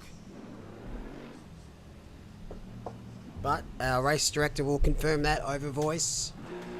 If you haven't made it through to the shootout, make sure you leave the server. So we've got the top 10 sitting in track. But that's pretty close. So just reaffirming that. Yeah, the 850 car, incognito mode. Oh, I don't know what they do. Is it 3? They've gone backwards from the number, so it's confusing. So 201's flat, they're through.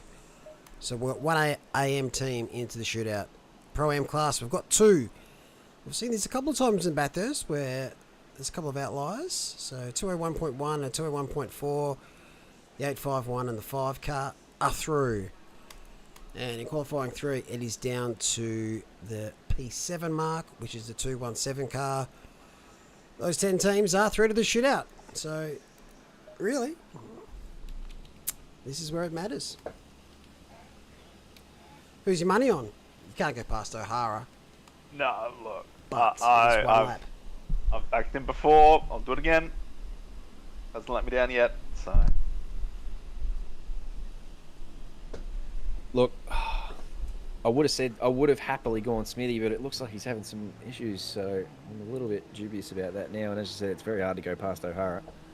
I really wanted to get behind Smithy and try and back him in against O'Hara. What a massive effort that would have been. But yeah, if he's having issues and is going to come in late, then he'll have to warm up his tyres in quick, smart time to get anything done. If Smithy gets out there, I'm going to call him because he's done a 2-minute 2, I think that was his classification time or something. So I think he'll be able to certainly improve on that over 1 lap. I'm going to call it there and say I think Smithy gets it over O'Hara, but it'll be within a tenth.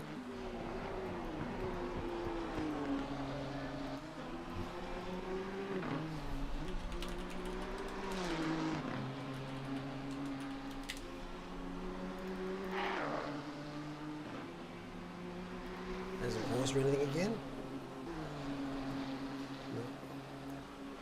No. Just taking some big deep breaths in preparation for what we've all been looking forward to. This is it. This is crunch time. Oh no. Zach Smith's in chat saying his internet has dropped out. Well, he's got 10 minutes to get back in. If not, unfortunately, they're going to be placed as if they didn't set a lap. Well, here's an interesting question. Does the driver who does pro quali then have to do the shootout? Yes. The all emergency Wi-Fi would be coming out, I would suggest. Yeah, it's been set that way from the very beginning. Half of racing is luck. Not wrong. Yeah, just ask Fernando Alonso. I think we saw a driver or two have, what's the word? Controller issues. unable to set a lap in one of our other events. Maybe it's qualifying. But there you go, Lawrenson just flexing 2 minutes 0.9.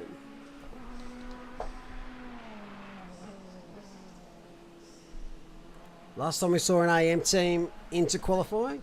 Now I do believe that was Zachary Smith at this track, wasn't it? Wasn't as loud vocally that those people about the classes then. They got bumped up to Pro-Am after that though. But yeah, I'm pretty sure it was Zachary Smith in an Audi. That's, I guess, the car. Good news in chat. Diabols is looking after him. He's keeping an eye out for us, and Smithy stream's back up. So the internet has restarted. The hamsters have jumped back on the wheel, and it looks like we are a go. So if that is the case, and he gets a full crack at qualifying, I'm with Preach. I'm behind Smithy. I'd love to see him challenge O'Hara. As I said, it is super hard to go past O'Hara, but I'm an underdog backer most of the time, so that's what I'll do. Get in there, Smithy.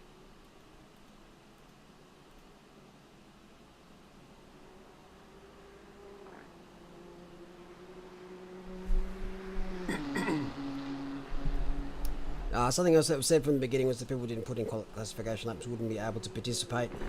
That's generally based off if there's 50 entries or more. Those that put in the effort to make the classification will get priority. There's a few that have messaged me that aren't able to set the laps and they get a pass because they've let us know. But I think common sense is always applied to these things.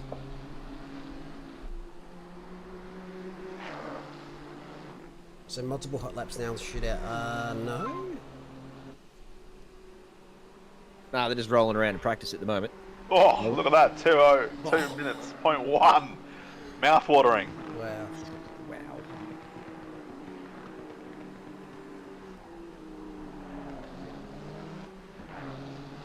And that was also on a 1-lap sprint. So he'd gone out, warmed up, and finished his lap, and just straight back in the pits. I think we could see sub 2 minutes.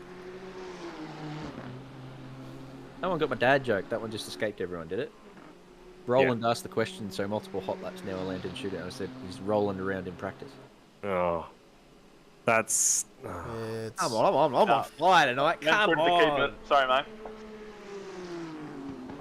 I am lost on you people.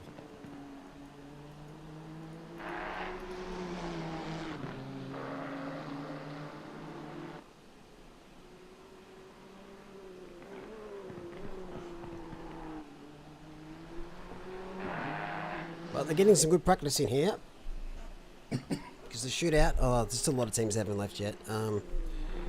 Just going to... Be 1 sec.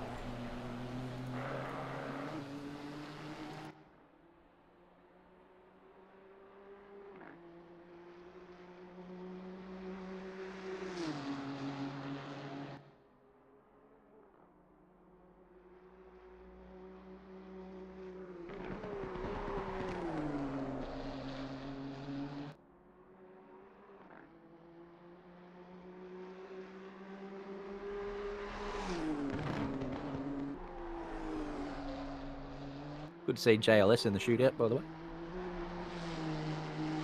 Yes, you'll have to see it. Is he on track? He is. He's setting a lap. Wouldn't be surprised if he gets in the 59s.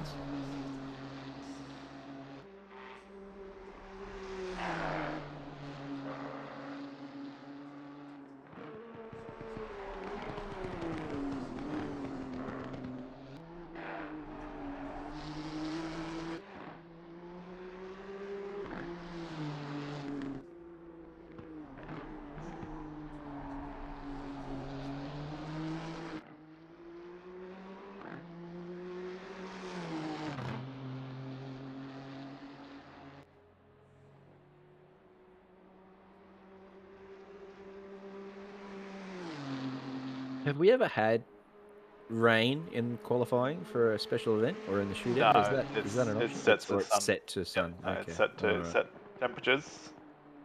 Optimum and virtually the same. I mean, track was 32 before, it's 31 now, 23 degrees still, so no, it's set to the same conditions. Alright, learn something new every day. Oh, mate, you can learn something new here as well. We know what time it is. Yeah, we're gonna sneak in one last bender fact. Now, similar to the one I've given before, where you peak in happiness at the age of 4, it's all downhill from there. In terms of friends, you have the most friends you'll ever have at age 25. Well, I'm not sure that's a fact that applies to anyone because I had to everyone. Sorry, because I had bugger all friends when I was 25. But that's a bloody sad note. The happiest you'll ever be in your life is 4. I didn't know that one. That's Yes, no, it's that makes sense when you think about it. Well, yeah, precisely. I mean, what have you got to worry about?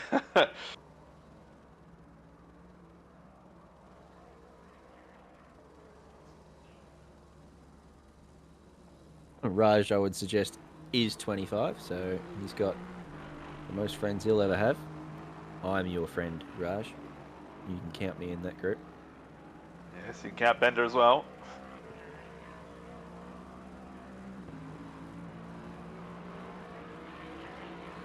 I'm trying to remember what I would have been up to when I was 4 years old. Well, it's interesting. They measured this study of happiness. Obviously, it's hard to interview a 4-year-old in the same way for scientific research that you would someone that's 20, 50, and so on.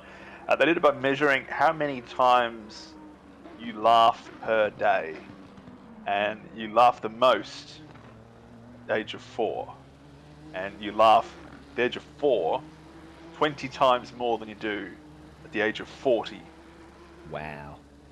So, for good reason too. I mean, when you're 40, you know, you've probably got a mortgage, you've got a partner, you might have kids, you've got a job, perhaps a career that's maybe not going in the direction you want it to. So there's plenty of reasons that you wouldn't laugh. Yeah, but that's a bit of an eye-opener, isn't it? It makes you sort of wonder, what are you doing by the time you get to 40? Because you know you've got all these things to worry about, but you've got plenty of time to find reasons to be happy too. Oh, for sure. So, yeah, I might make a little mental note of that. Make sure I find a few more reasons each day to be happy and have a laugh. Because I do love a giggle. I'm not a very funny man myself, but I do enjoy other people making me laugh. I've got plenty of funny friends, so that's a good point from you, Bender. I might go and make note of that. Plenty of reasons to be happy. All right, Zach Smith is out on a lap. Yes, here we He's go, just Smithy. fired up. So That's one reason to be happy. That makes me Yes. smile.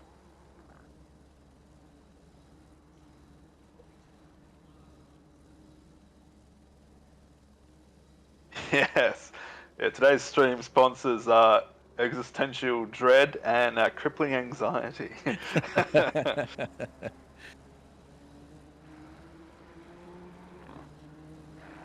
Sadly relatable. But you can always laugh at me if you're looking for someone to laugh at. You know, that Bender guy gets on stream and talks about random shit. Rah, rah, rah, you know. Look at his rejoins. Oh, rah, rah, rah, you know. Oh, look at his rejoin. I wasn't going to bring it up, but now that you have. Look, You are known for your facts more than you know for your rejoins, I'm sure. Oh, I don't know, mate. The rejoin, everyone new seems to know about it. There must be something going on somewhere in the sign-up process that, you know, not a capture, but it's identify this image, and it's a picture of my accident at Paul Ricard. I think, do you like pineapple on pizza is one of the sign-up questions that is of utmost importance, but I don't remember the identify image Bender rejoin. Might be worth throwing it on there. Still can't believe we didn't get vision of that last week at Port Ricard. No, I can't believe it either. Cameraman must have been asleep.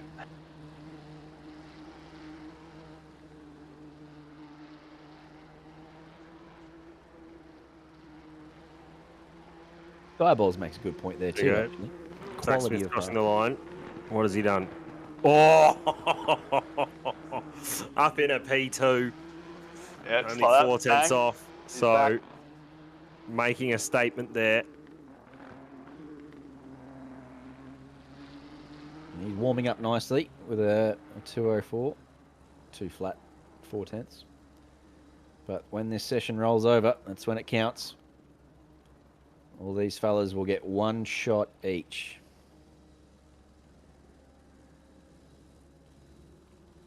But yeah, that's a very good omen for Zachary.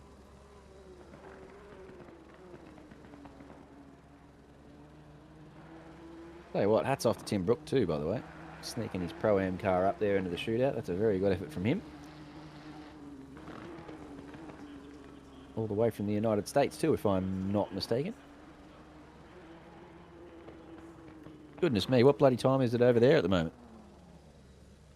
Oh, it depends where. I mean, East Coast, that'd be, 6, 7 a.m. probably.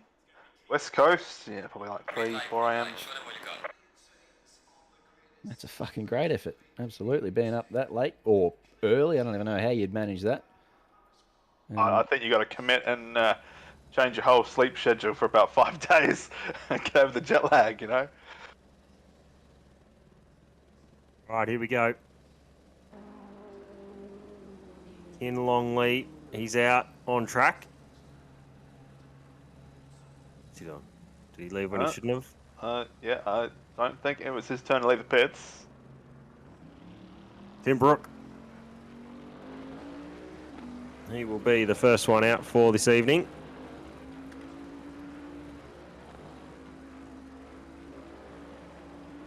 At a 201.470 to get into the shootout.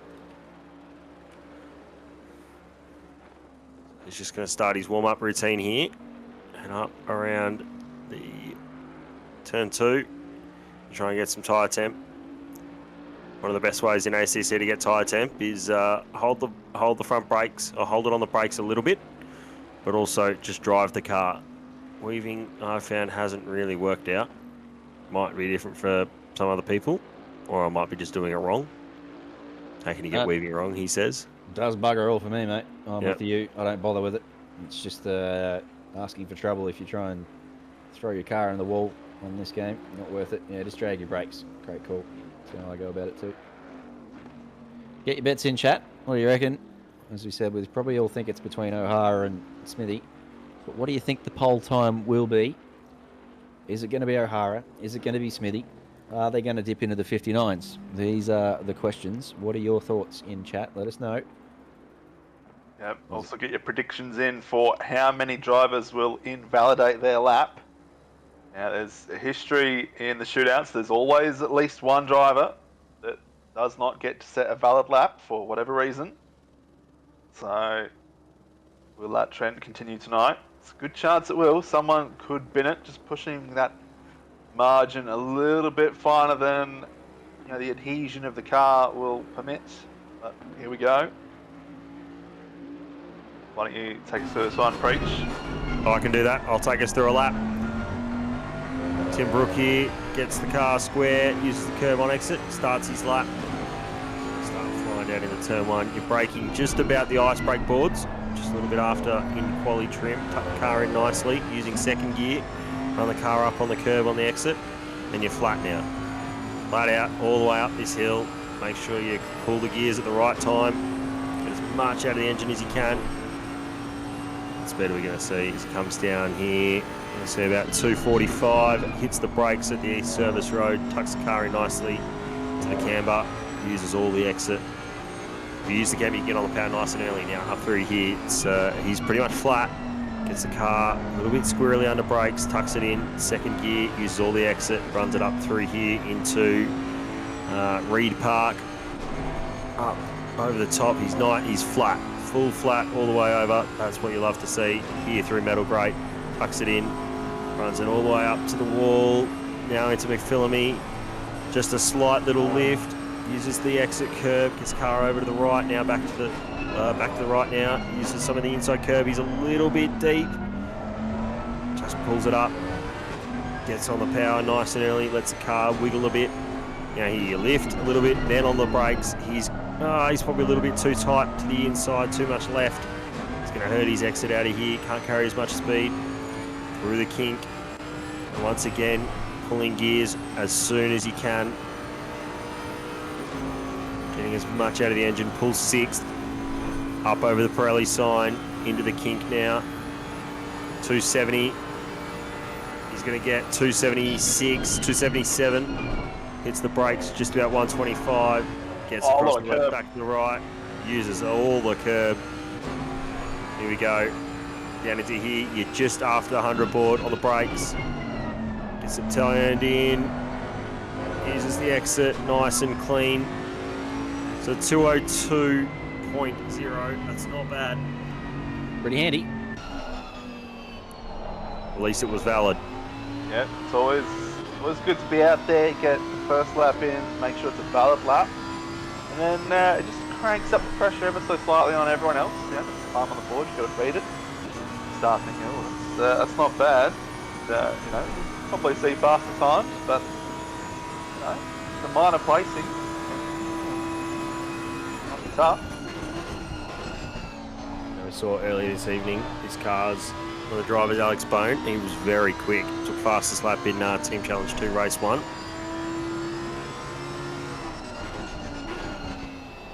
I always start his lap now. I always forget when we get to these shootouts that they've only got one really slow out lap really to sort out their tyres. So I think those 59s might be not the times we see. It probably is going to be some mid 2.0s from the top guys. Boys, 3 laps. So that's a little bit squirrely on exit. Yeah, running TC1. BBS3, so just wants to try and get as much exit as he can without that TC interfering. Go 2.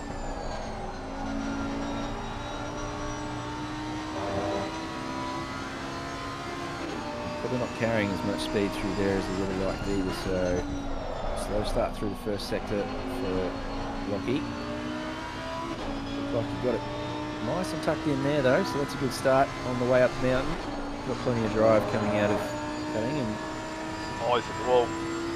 Ever so slightly, I reckon. very close to the wall, absolutely. Got away with that. He's pushing it.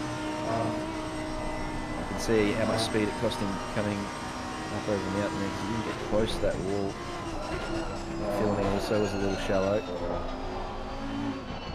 It's a little bit nicer down the hill. Yeah, he looked committed down there, that's for sure. He's certainly pushing.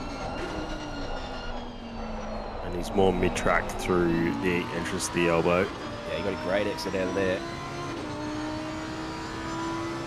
We'll be able to carry up a little bit more speed. We saw 277 from the Bentley.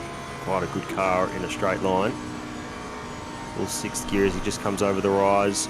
260, 270, 280, 282 when he hits the brakes. That's very quick.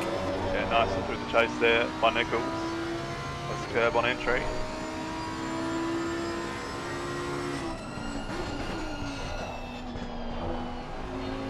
Just one corner to go. It's amazing how this one corner can cost a lap. It's a bugger of a corner. It's a nice lap. 3/10 improved on Brooks. So 2:01.7's very nice from Nichols, considering obviously the few mistakes he noticed. Too displeased with that. Of course, everyone up here is just happy to be in the top 10 for the big dance tomorrow. We don't want to be in the midfield. Very nervous starting in the midfield. So up here in the top 10, you've already done your job, but it's always nice to start up as high as possible.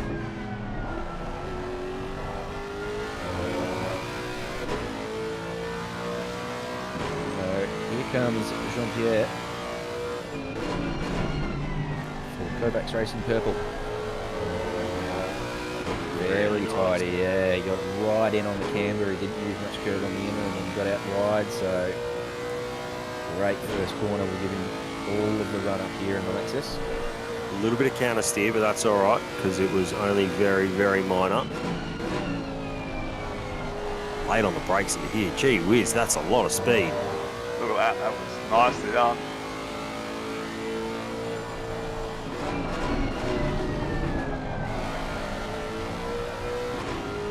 Another driver who's very smooth on his inputs. Yeah, not a lot of mistakes, not a lot of corrections and crossing over and whatnot. Just smoothly, casually getting the job done. Looking effortless at the moment. Across the top of the mountain here. We'll be able to use all of the Lexus power down the con rod to really put in a good time here. looking very good so far. A little wide there. I think he may have hit the wall on the other side of the river. Interesting to see how much that costs him. Nice entry there. Absolutely Beautiful. slingshot it out of there, so that'll be handy again. You've got turn 1 right, lift him out the straight. And you've got the elbow right. One rod straight, that's what the Lexus wants. Just give me as much straight line as you can, says the Lexus. We'll see what he gets down here. We saw 282 from the Lambo, he's already done 282. Yeah, 284. 284 he got up to on the Lexus. A little bit wide on the exit of the chase. Saved it though. Good hold, still valid. Pretty handy lap, I think. And Yonu Maurice. A little bit on the exit there. Definitely tense. Times just keep Very coming committed. down. Very committed.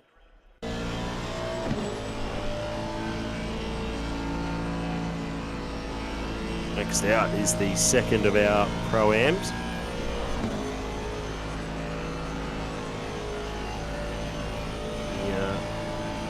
Aston Martin. Quietly goes Long. about its business, the Aston. I reckon it's just sort of sneaking under the radar as a pretty strong car here.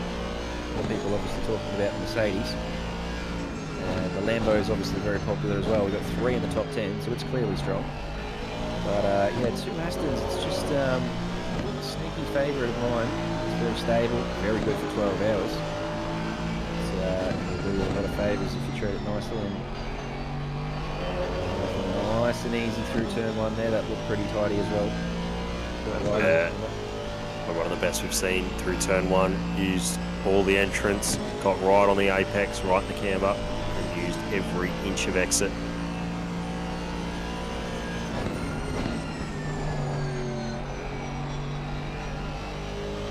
Chat saying that JP's lap was a bit faster than 2015. It was very smooth, very clean. So it's a little deceptive.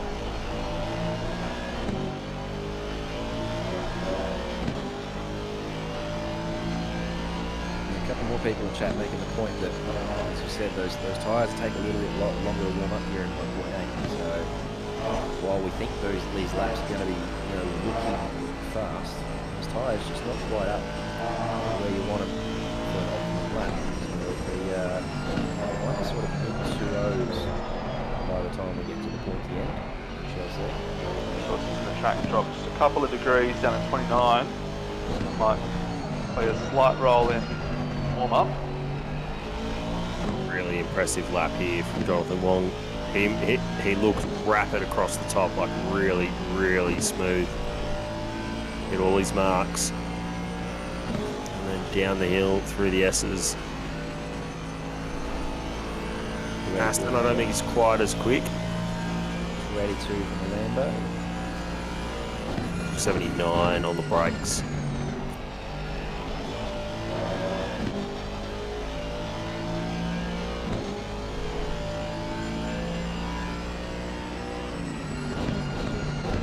And Murray's longer laps ruined here, but now we got that one right as well. Nice work. That's a great time. Hello. Gee whiz, 6/10 better. That's going to put him a fair way up. Yep, benchmark has been set. Great time from Jonathan. Did a 2:01.1 earlier. He dips into the 2 flats in the shootout. Kind of bucks the trend that we see sometimes. Drivers perhaps with 1 lap warm up struggle to replicate the time for the regular sessions.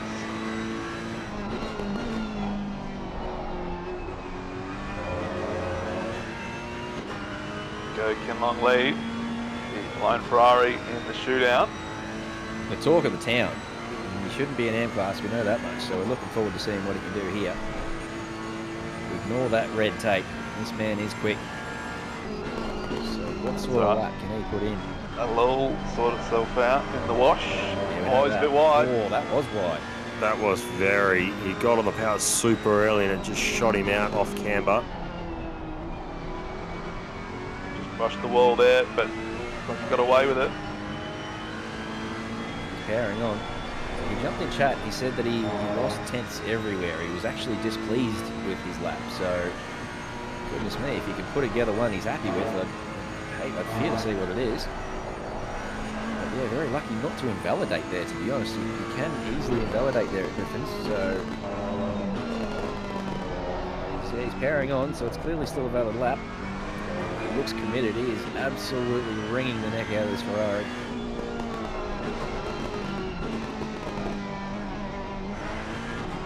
Incognito mode 3. Won't be incognito very long. Keeps this up. Like that exit from the elbow there, taking that slightly more race line, a slightly wider line, and others are taking a very tight line through it. Yeah, on entry, it was certainly probably half a car's width, or even a third of a car's width further to the right on entry. Tucked it in nice and neatly. 282 from the Ferrari, so that's up there in the top echelons that we've seen so far. Joins the Lambo on the 282.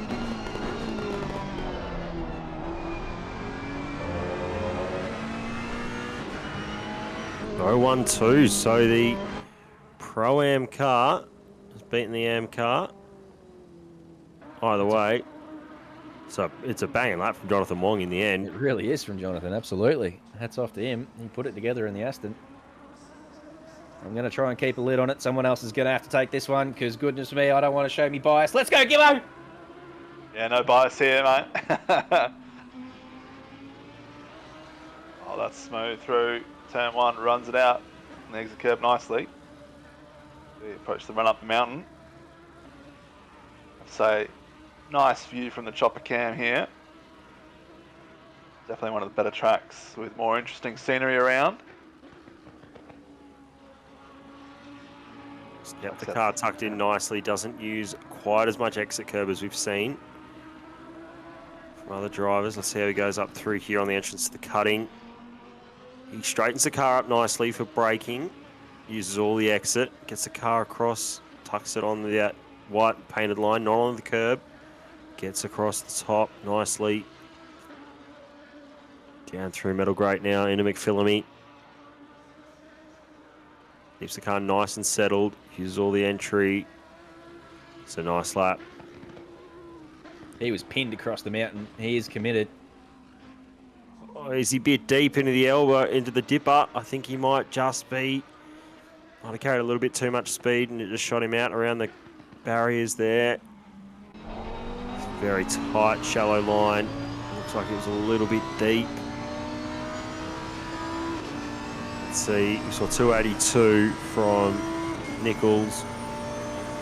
We're going to see the same here. 260 as he comes under the sign. 270. 281, so pretty darn close. Nice run. Really nice, yep. Use that exit curb like a motocross berm to get the car straight again. 58, he's on for a 58. Let's go, Gibbo. There goes the 58 on the dash. Not quite there. It's a 2 on the 1-4. Very good, Callum. Very impressive. Oh, all right. You put me bias that away. Very pleased with that. Saw Andrew Lawrenson last night absolutely challenge Zachary Smith last night in the team challenge. Just hounding him. Let's see what happens here. Expect the gears to be 1 gear higher in the Nissan. Pulls itself out of the corners much better. I'd say probably one of the older gen cars, but certainly not a slouch here at Bathurst.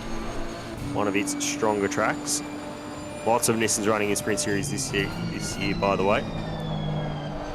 So he's in third up through here. It's not bad. Doesn't use as much exit as anyone else. Probably just trying to straight line it a bit. Car nice and settled as he doesn't brake in a straight line. Brakes with a little bit of curve, so you can't use all of the brake. Otherwise you might pinch inside front or rely on the ABS too much. A bit of understeer. Gets nicely across through Reed Park, Silman, the Great, into McPhillamy now. Really committed, up close to the wall. A bit twitchy as he comes over the crest.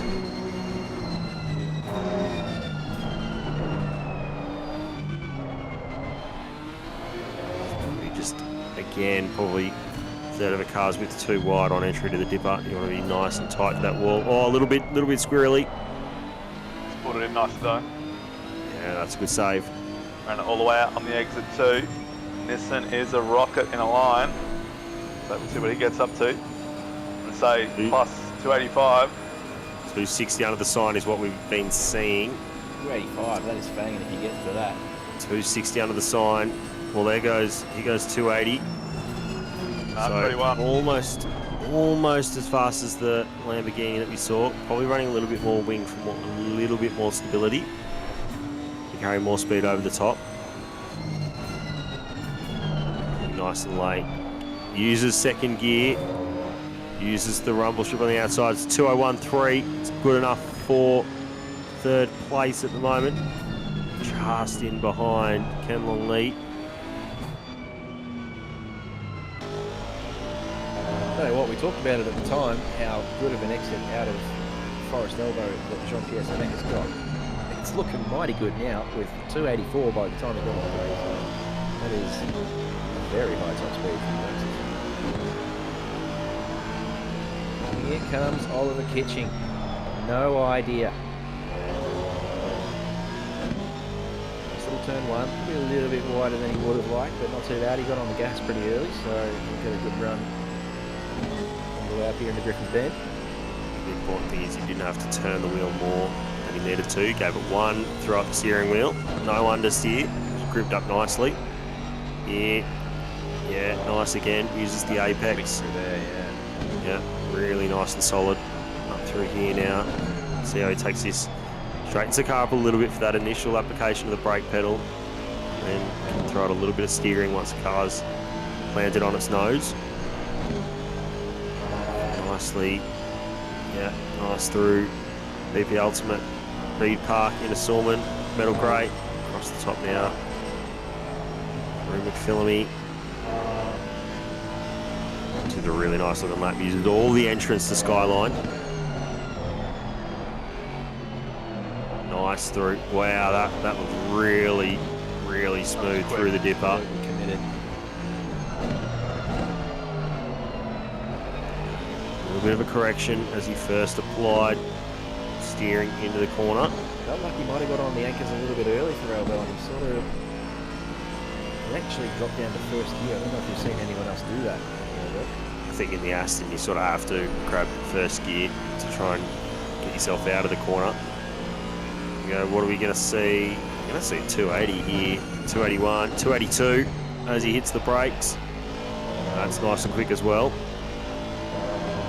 Uses all the entrance, all the exit. Yep, uses that exit curve as the motocross berm. Do the same thing down here if he can get it stopped. This car turned in, hits the apex nicely. Not quite as much on the exit. It's good enough for a 2 minute flat, 2 minute 0.9. P2. Only 700ths behind. Here we go. Zach Here's Smith. the benchmark. Absolutely rapid through the team challenge in this car. Yeah, they've got it set up well. Oh, little correction mid-corner. Same one, but I reckon that wouldn't have cost him much, if anything.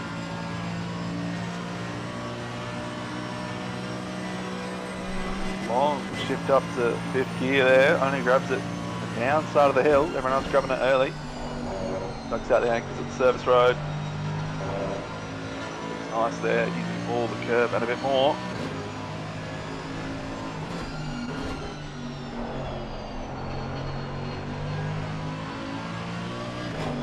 Very nice from Smithy so far. Just flowing nice into the corners.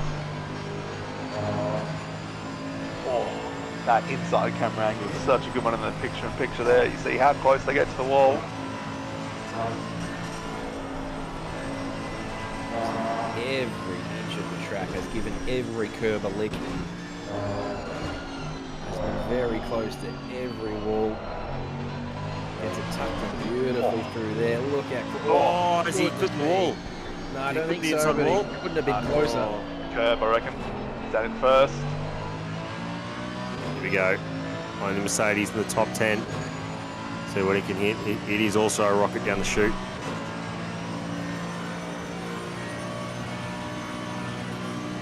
Cool. 260 just doesn't pass under the Pirelli sign. Oh, long bend is really extended. 270. 280. 280 from it. Oh, beautiful to the chase there. This is fast. Hold on to your hats.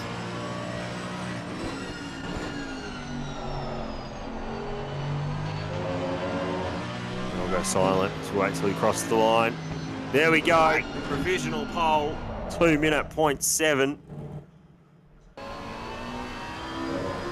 This is the man though.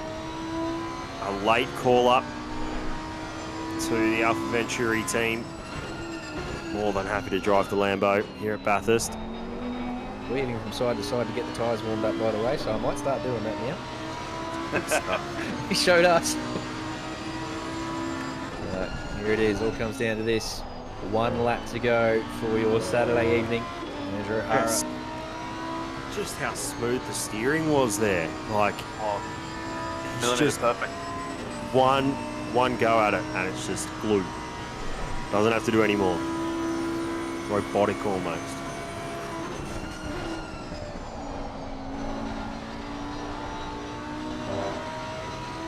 Correction on exit there. Yeah, that's just come up off Yeah, the just nothing serious. Didn't cost him any pace. You know, he's on point at the moment. Right tucked into the camber there.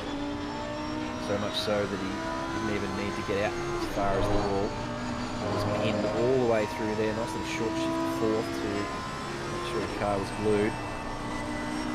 I was pulled fifth in the compression of the grate. All the way out. Again, licking every curve, looking at every wall very closely. Oh, goodness me, he was quick through there. That's Almost- really tight on the entrance to the dipper. Jeez, Car that almost was a got off the good ground car. coming through the S's. Your predictions in for the lap time, chat. Yeah, as All you the said, exit. 59, so you can have another crack. What do we see here? 282 from most Lambos so far. His run through Forest Elbow was incredible. 262 under the sign. The whole lap's been smoked. Go the H up. You'd think this is it. 280, 281, 282, 283 as he hits the anchors. Car turning nicely, uses that curb a little bit, uses the exit curb. Doesn't touch that outside curb like we've seen other cars do. Give me a 2.2. The mega lap. He does it every time. Ladies and gentlemen, half a second if you don't mind. He does it to us every fucking mind. Goodness me. Take a breath, step back and admire. A Pro-Am car is P3, boys, as well. Yeah, that's a mega lap from Jonathan. Absolutely. Zachary Smith, when the push came to shove, also put it on P2, so nothing wrong with that. He'll be very happy.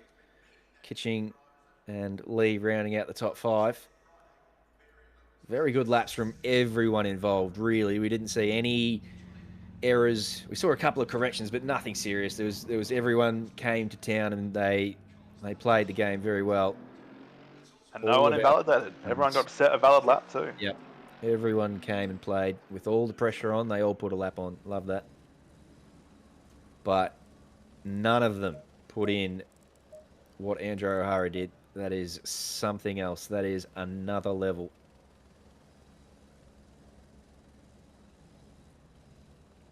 Wow.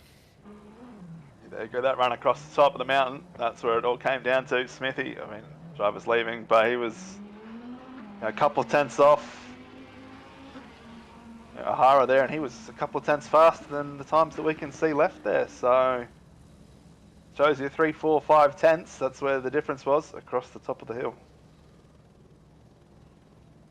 And that's where it comes down to commitment. You know, who's got the stones to keep it pinned, you know, full throttle.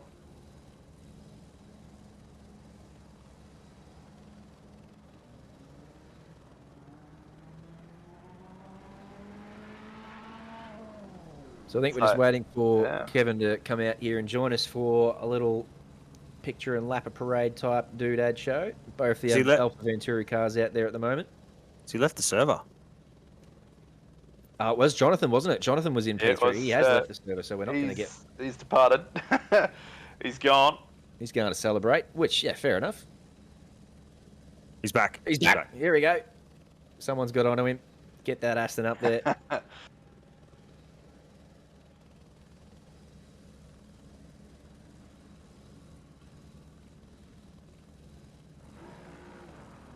So, yeah, just for the customary photos and lap of honour. Jonathan making his way out of the pits now. He'll come up and he will join Andrew O'Hara and Zachary Smith. There he is. Nice work.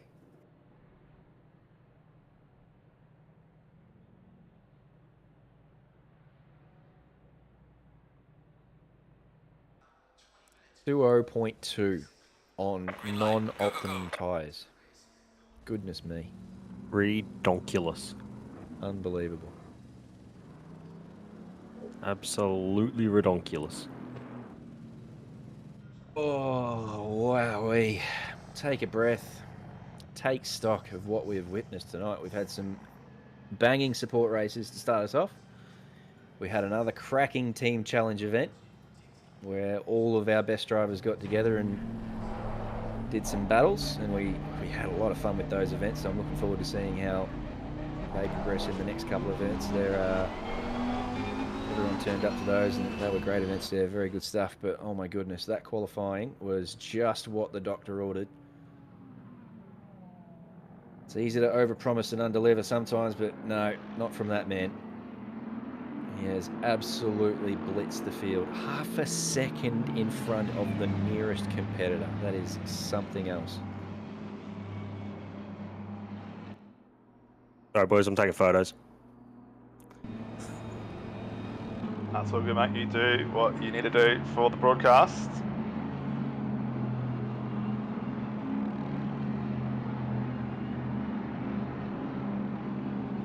We're looking forward to you all joining us tomorrow. It's a very big day.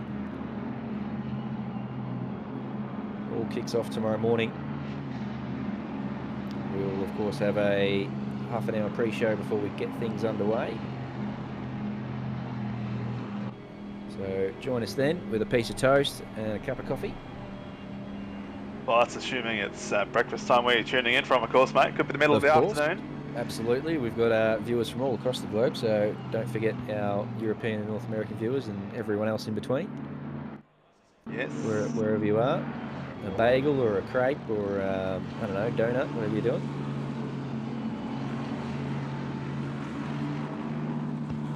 Yep, so we'll be back bright and early. So we're going to watch the end of this formation lap, but pre-race starts in, what's that, 10 hours from now, roughly? So, busy night ahead. Of course, massive, massive day of racing tomorrow.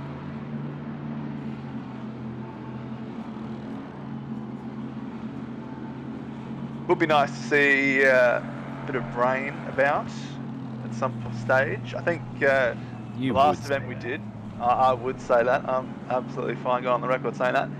But the Silverstone 12 hour we did at the end of 2021, I think that was possibly the most exciting we've had because it rained at the start and no one really knew, is it wet, is it dry, wet, dry, and then it rained with, what was it, like 2-3 hours to go, and it just threw a cat amongst the pigeons about pit strategies and can we get to the end only making 2 stops, do we have to make a third, all sorts of different strategic permutations, and I think that's what you really want to see.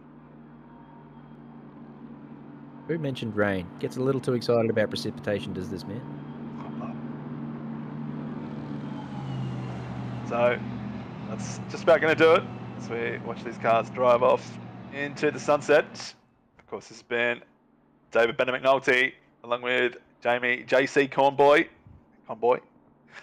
Thomas Riley McPreach, and all the other broadcasters who've been joining us tonight. Thank you very much, everyone, for tuning in.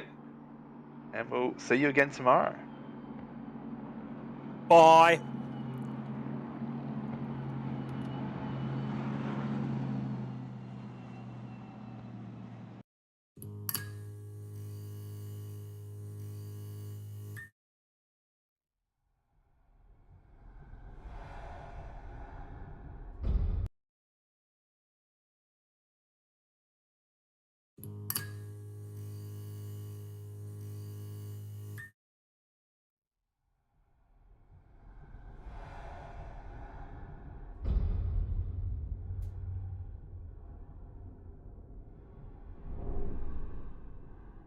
And we're away!